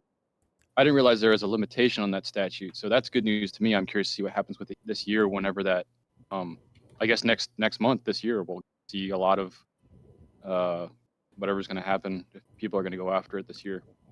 Hey, Sondsol. One second, I'm just reading this super quick. Yeah, go ahead. I have some input on this. Yeah, go, Ashley. Okay. Disregarding any COVID vaccination, any and all vaccine manufacturers located in the United States are protected from any and all liability for any reason from manufacturer down to administering. Any litigation or any liability whatsoever, period. I don't care if the nurse broke off the needle in your arm. I don't care if your vaccination was contaminated with listeria or meningitis. You cannot sue a manufacturer for any reason or anyone who administers said vaccination. And it has been so since 92. What happened? What was the name of the company that made the opiates that got everyone hooked on? Like, didn't they get sued to fucking hell and back? I'm specifically speaking of vaccination. Oh, okay. Sorry. I have never heard this, but it sounds It's like absolutely true. It's absolutely true. I went through a 10-year court case about it. My daughter is brain damaged from vaccination, not autism, actual MRI confirmed brain damage. Okay. So I've went through all of this, and I'm very educated. I'm the epitome of informed consent. Let me tell you that since the early 90s, no one that manufactures a vaccine in the U.S., and this is the reason that the worldwide stage has issues with us and our vaccine hesitancy, because they don't have the same laws we do here in the U.S. They're always strangely, they're like, you're so strange. Are you religious? Are you a religious nut? No. Literally in our country, any and all vaccine manufacturers are protected from any and all liability from the manufacturer of the vaccine down to its administering. Period. Now, there is one recourse that you have. You may report adverse reactions, and you may petition the VIX court. Now, VIX court is where you go when you have an injury, and it gives you compensation for the death or injury of a family member or loved one or yourself. However, those payouts are never contributed to by any vaccine manufacturer and are actually taken out of public taxes, federal taxes. So you can get a payout from a VIX court. It's called the Vaccine Injury Compensation Court, VIX court. And you can get a payout depending on your injury or what caused the injury. However, no vaccine manufacturer or company has ever put a penny into those, and they come out of taxpayers' pocket. Do medicine companies not pay taxes? They may pay taxes, business taxes, but it would be a hard road to hoe if you were going to actually prove that any of those taxes made it into those funds. Does it matter if we have? And well, also, hold on, really and quick. also as a caveat, if you win your case in VIX court, and you're compensated and you prove that you were injured by a vaccine, you or the party you're petitioning for will never be eligible for any medical health care provided by the government. So let's say that you have a brain injury or your liver is shot. You can't get any kind of medical health care through the government. And you have to pay through the nose for private health care after that. Because for the entirety of your life, if you win your case, you will never be coverable by Medicaid. Wow. And all of this is absolutely true. I've gone through it. I went through it for a decade. And this is why one mama told me, she said it most bluntly. She said, "Oh, you don't file in Big's court unless they died, unless your child died or your dad or mom died." And I said, "Why?" And she said, "Well, because you don't know how much their medical bills are going to be, throughout their lifetime. So you don't apply for that reward or that award or that compensation unless they've died, because you need coverage for them through the state. No one else is going to give you affordable coverage."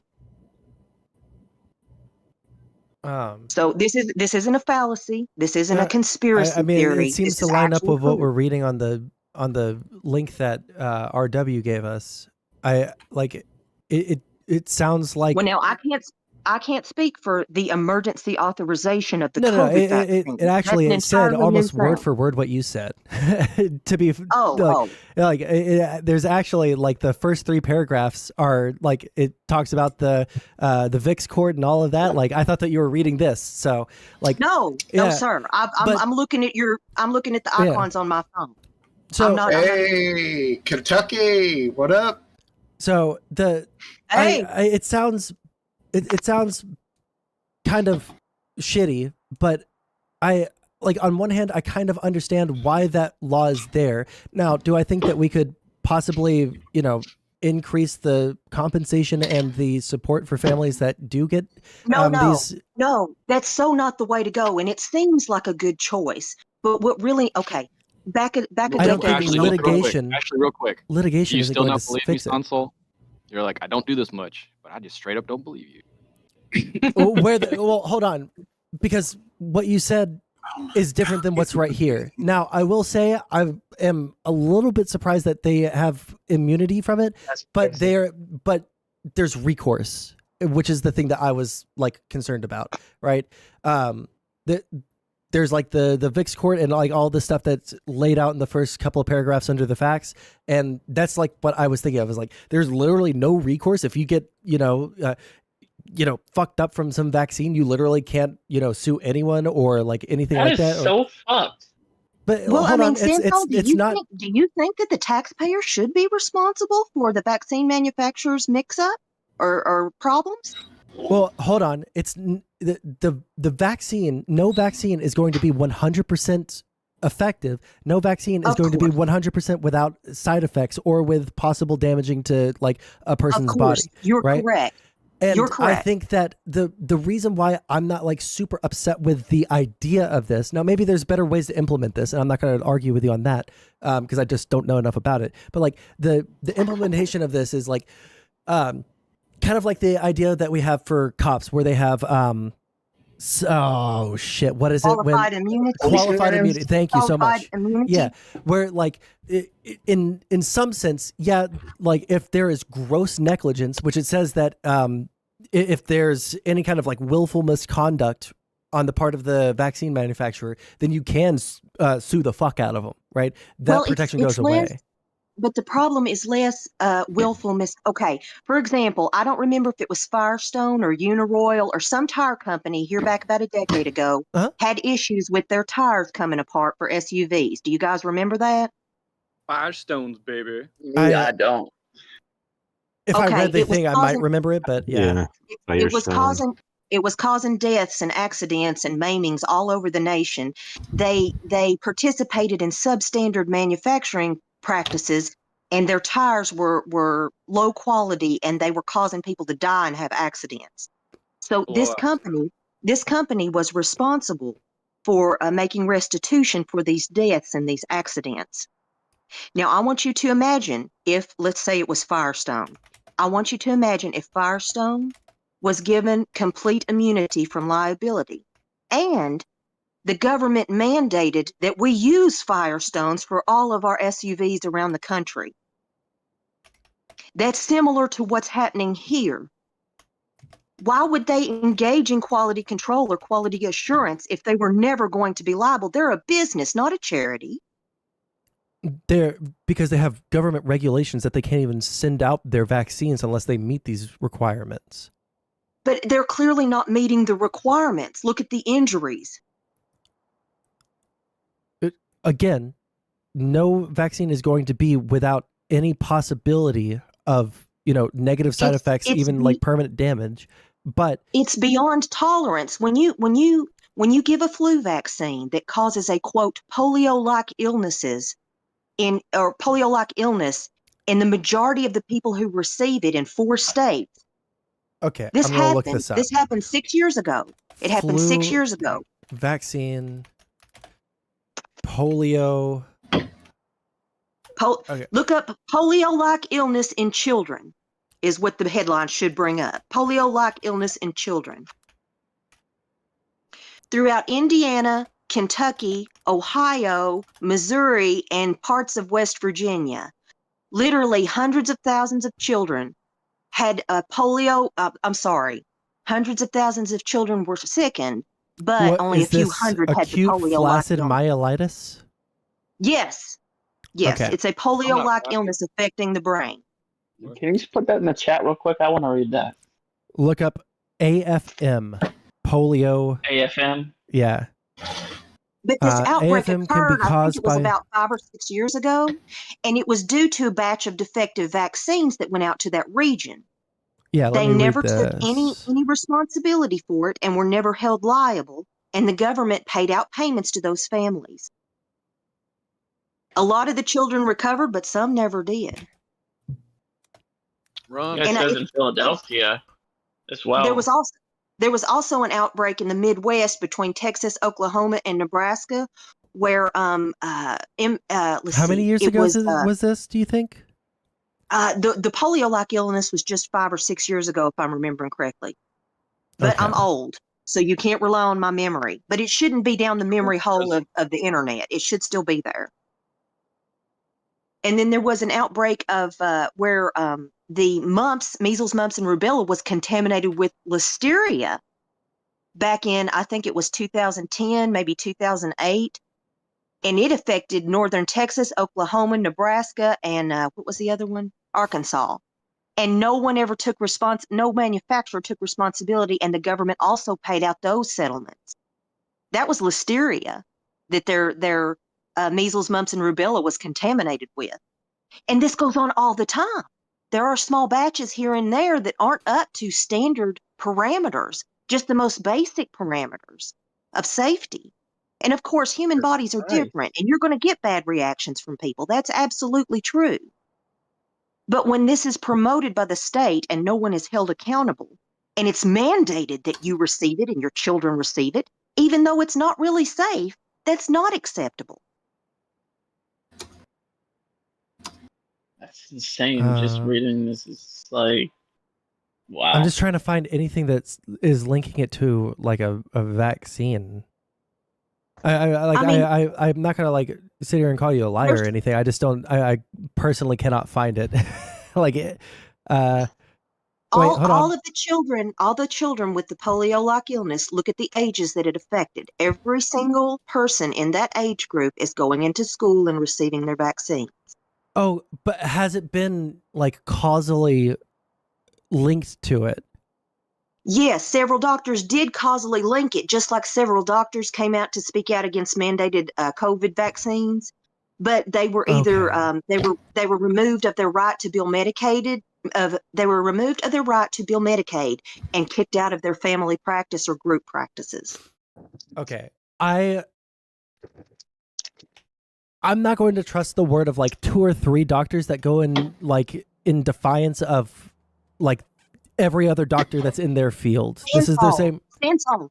When they came out and spoke, when they came out and spoke against the COVID vaccines, was that 2 or 3 doctors? Yeah, compared to the thousands of doctors that were saying it's totally fine and very happy to take it and give it to their patients. Yeah. Yeah, trust the science, just like global warming.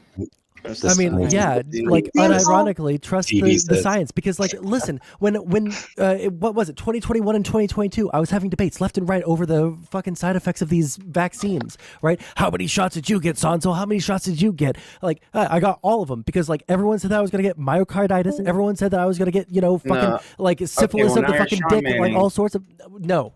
They said that I was going to. You do this a lot. This is not a straw man. They unironically, and you can look this up. They were all saying that it's going to give you myocarditis. That there was a huge amount of people. Talking about us. I understand, Sondsol. Yeah, Sondsol. I understand that you're fully vaccinated and have no side effects. No, I'm talking about.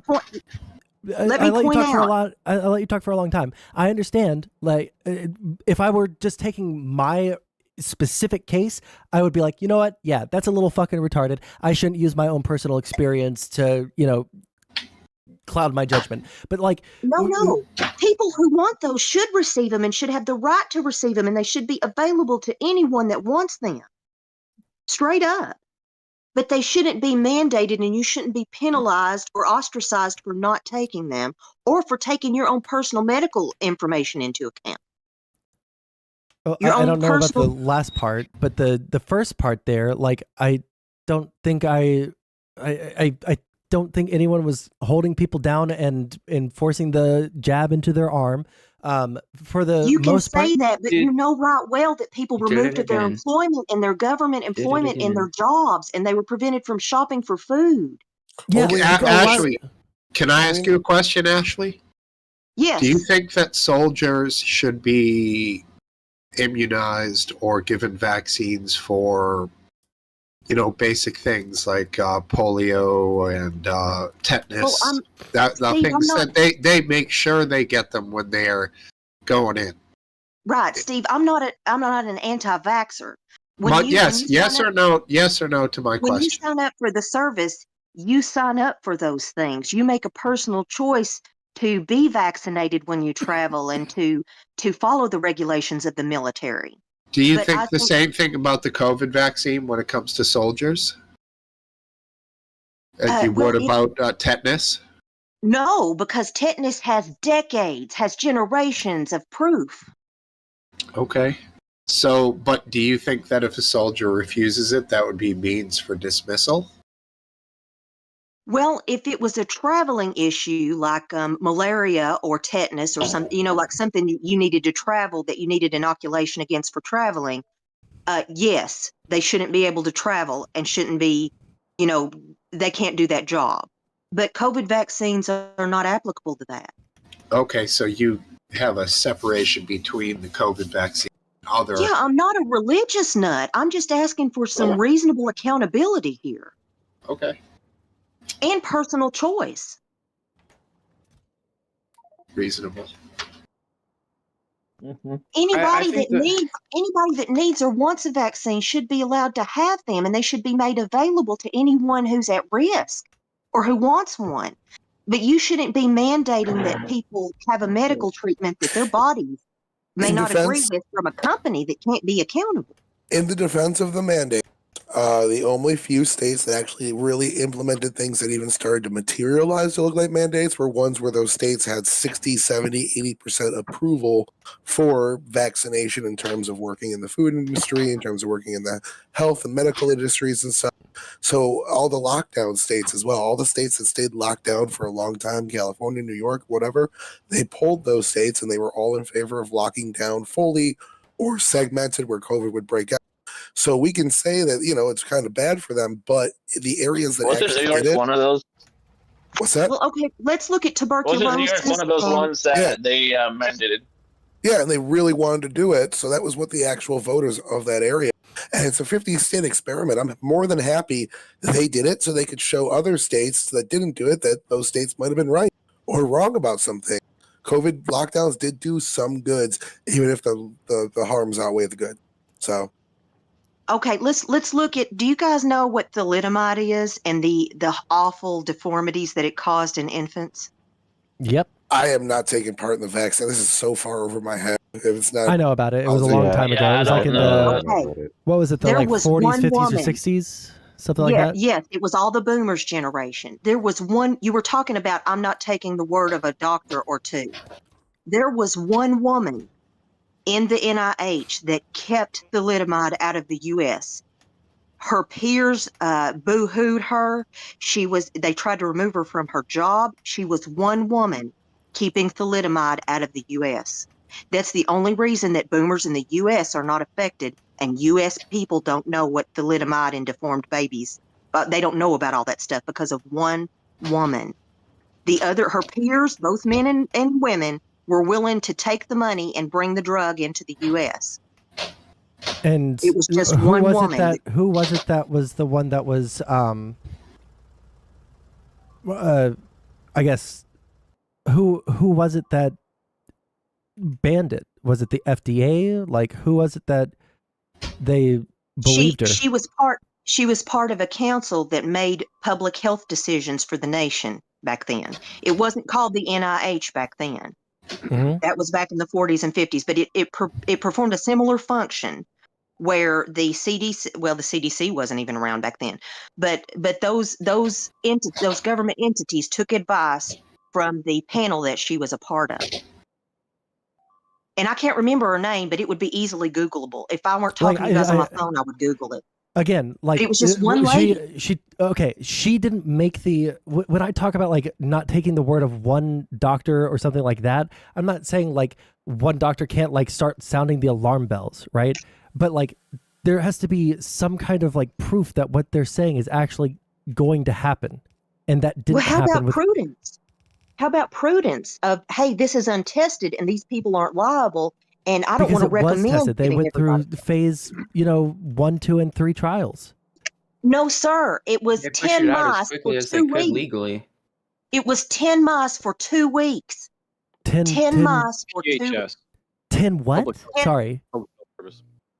They tested on 10 mice for 2 weeks. 10 humanized mice. For 2 weeks. For the COVID vaccine. Yes. That is not true. There are literally hundreds of people that were taking part in the phase 1 through 3 human trials. What do you think a human trial is? I'm talking about the pre-human trials. The pre-human trials, the humanized mice were given humanized T receptors. It was 10 mice for 2 weeks before they started putting it in people.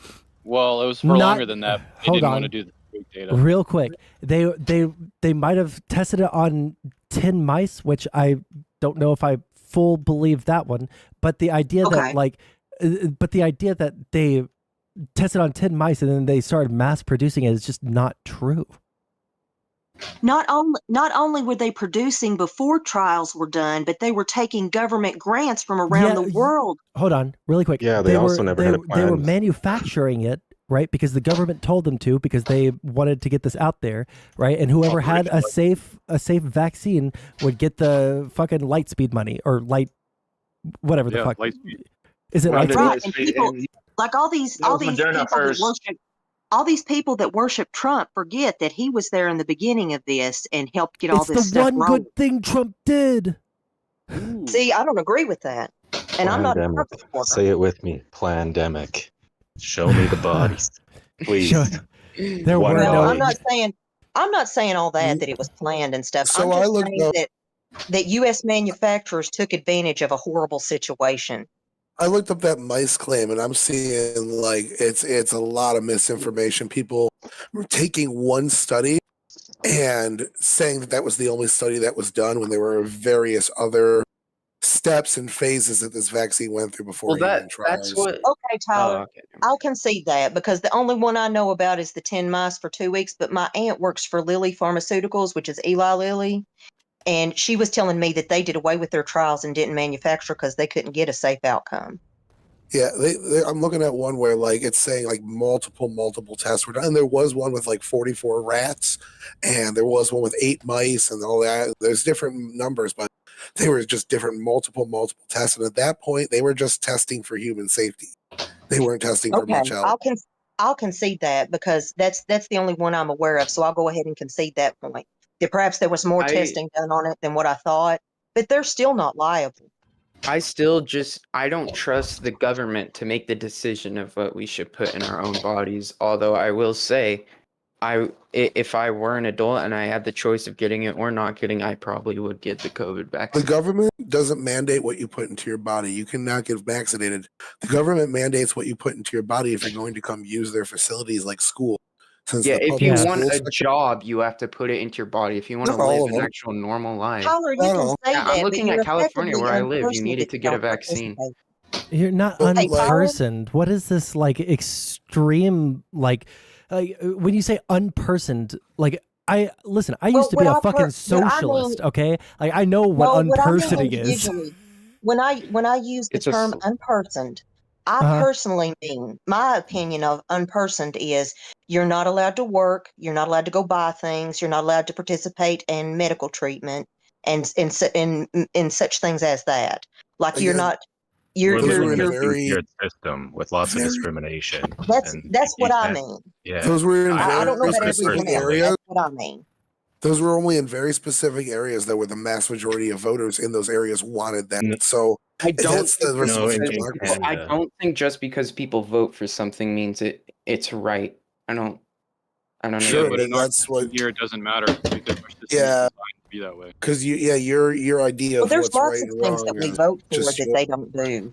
So I don't think you should vote on whether or not what we should force onto other people. Like what they Wait, say that's they will literally vote. I every don't remember any that's vote. every law ever.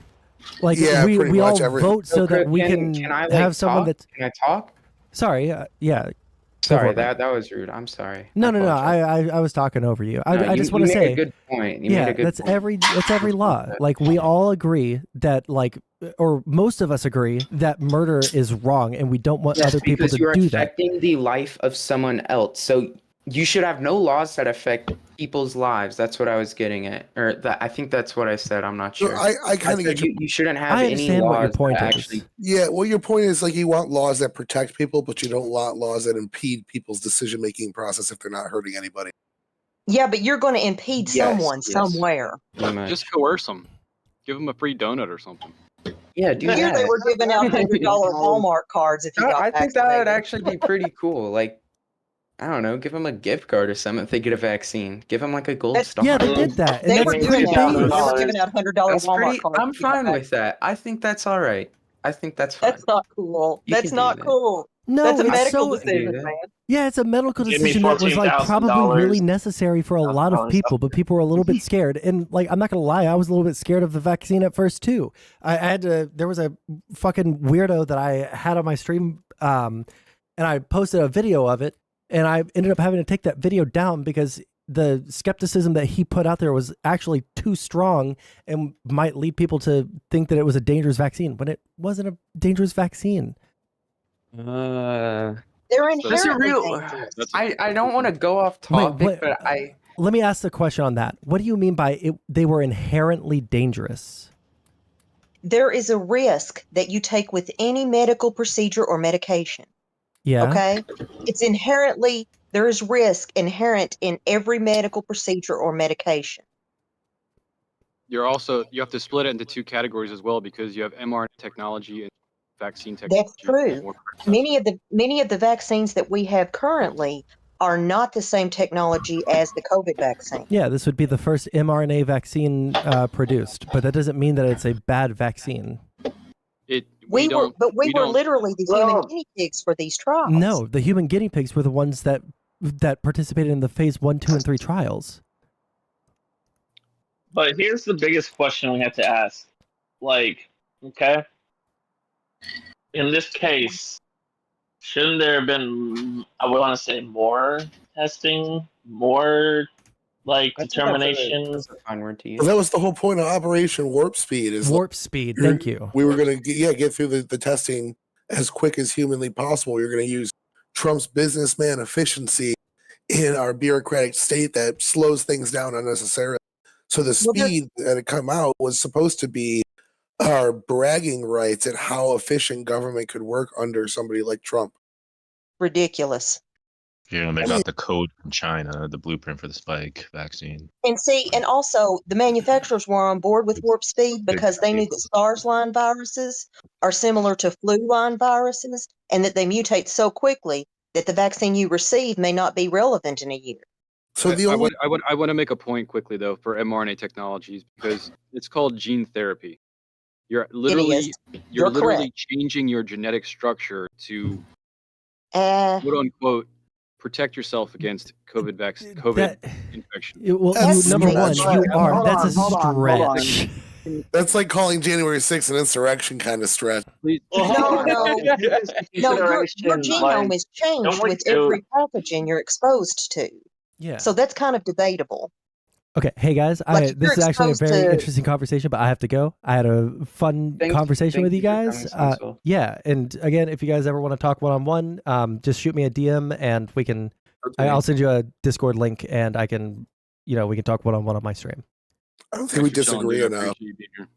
You want a 2-on-2 somebody? Let me know. I don't think we disagree enough. Yeah, hey, you know what? If you get an idea for something, let me know. All right. Yeah, I sent you a bunch of DMs of all the citations you were asking for too. Yeah, and I'll read through those after I get off here. Catch you guys later. Real friends give each other citations. Wait, okay, bye. Okay. Hey guys, I just realized that it is fucking at 10 p.m. and I've been streaming for 8 hours and 22 minutes. If you guys haven't already, subscribe to the YouTube and become a member, etc., etc. And we'll possibly, I might end up having to call into work tomorrow because my throat is super fucky. And oh fuck, I go in at 6:30 a.m. I'll try to go to work, but after that I'll probably stream. But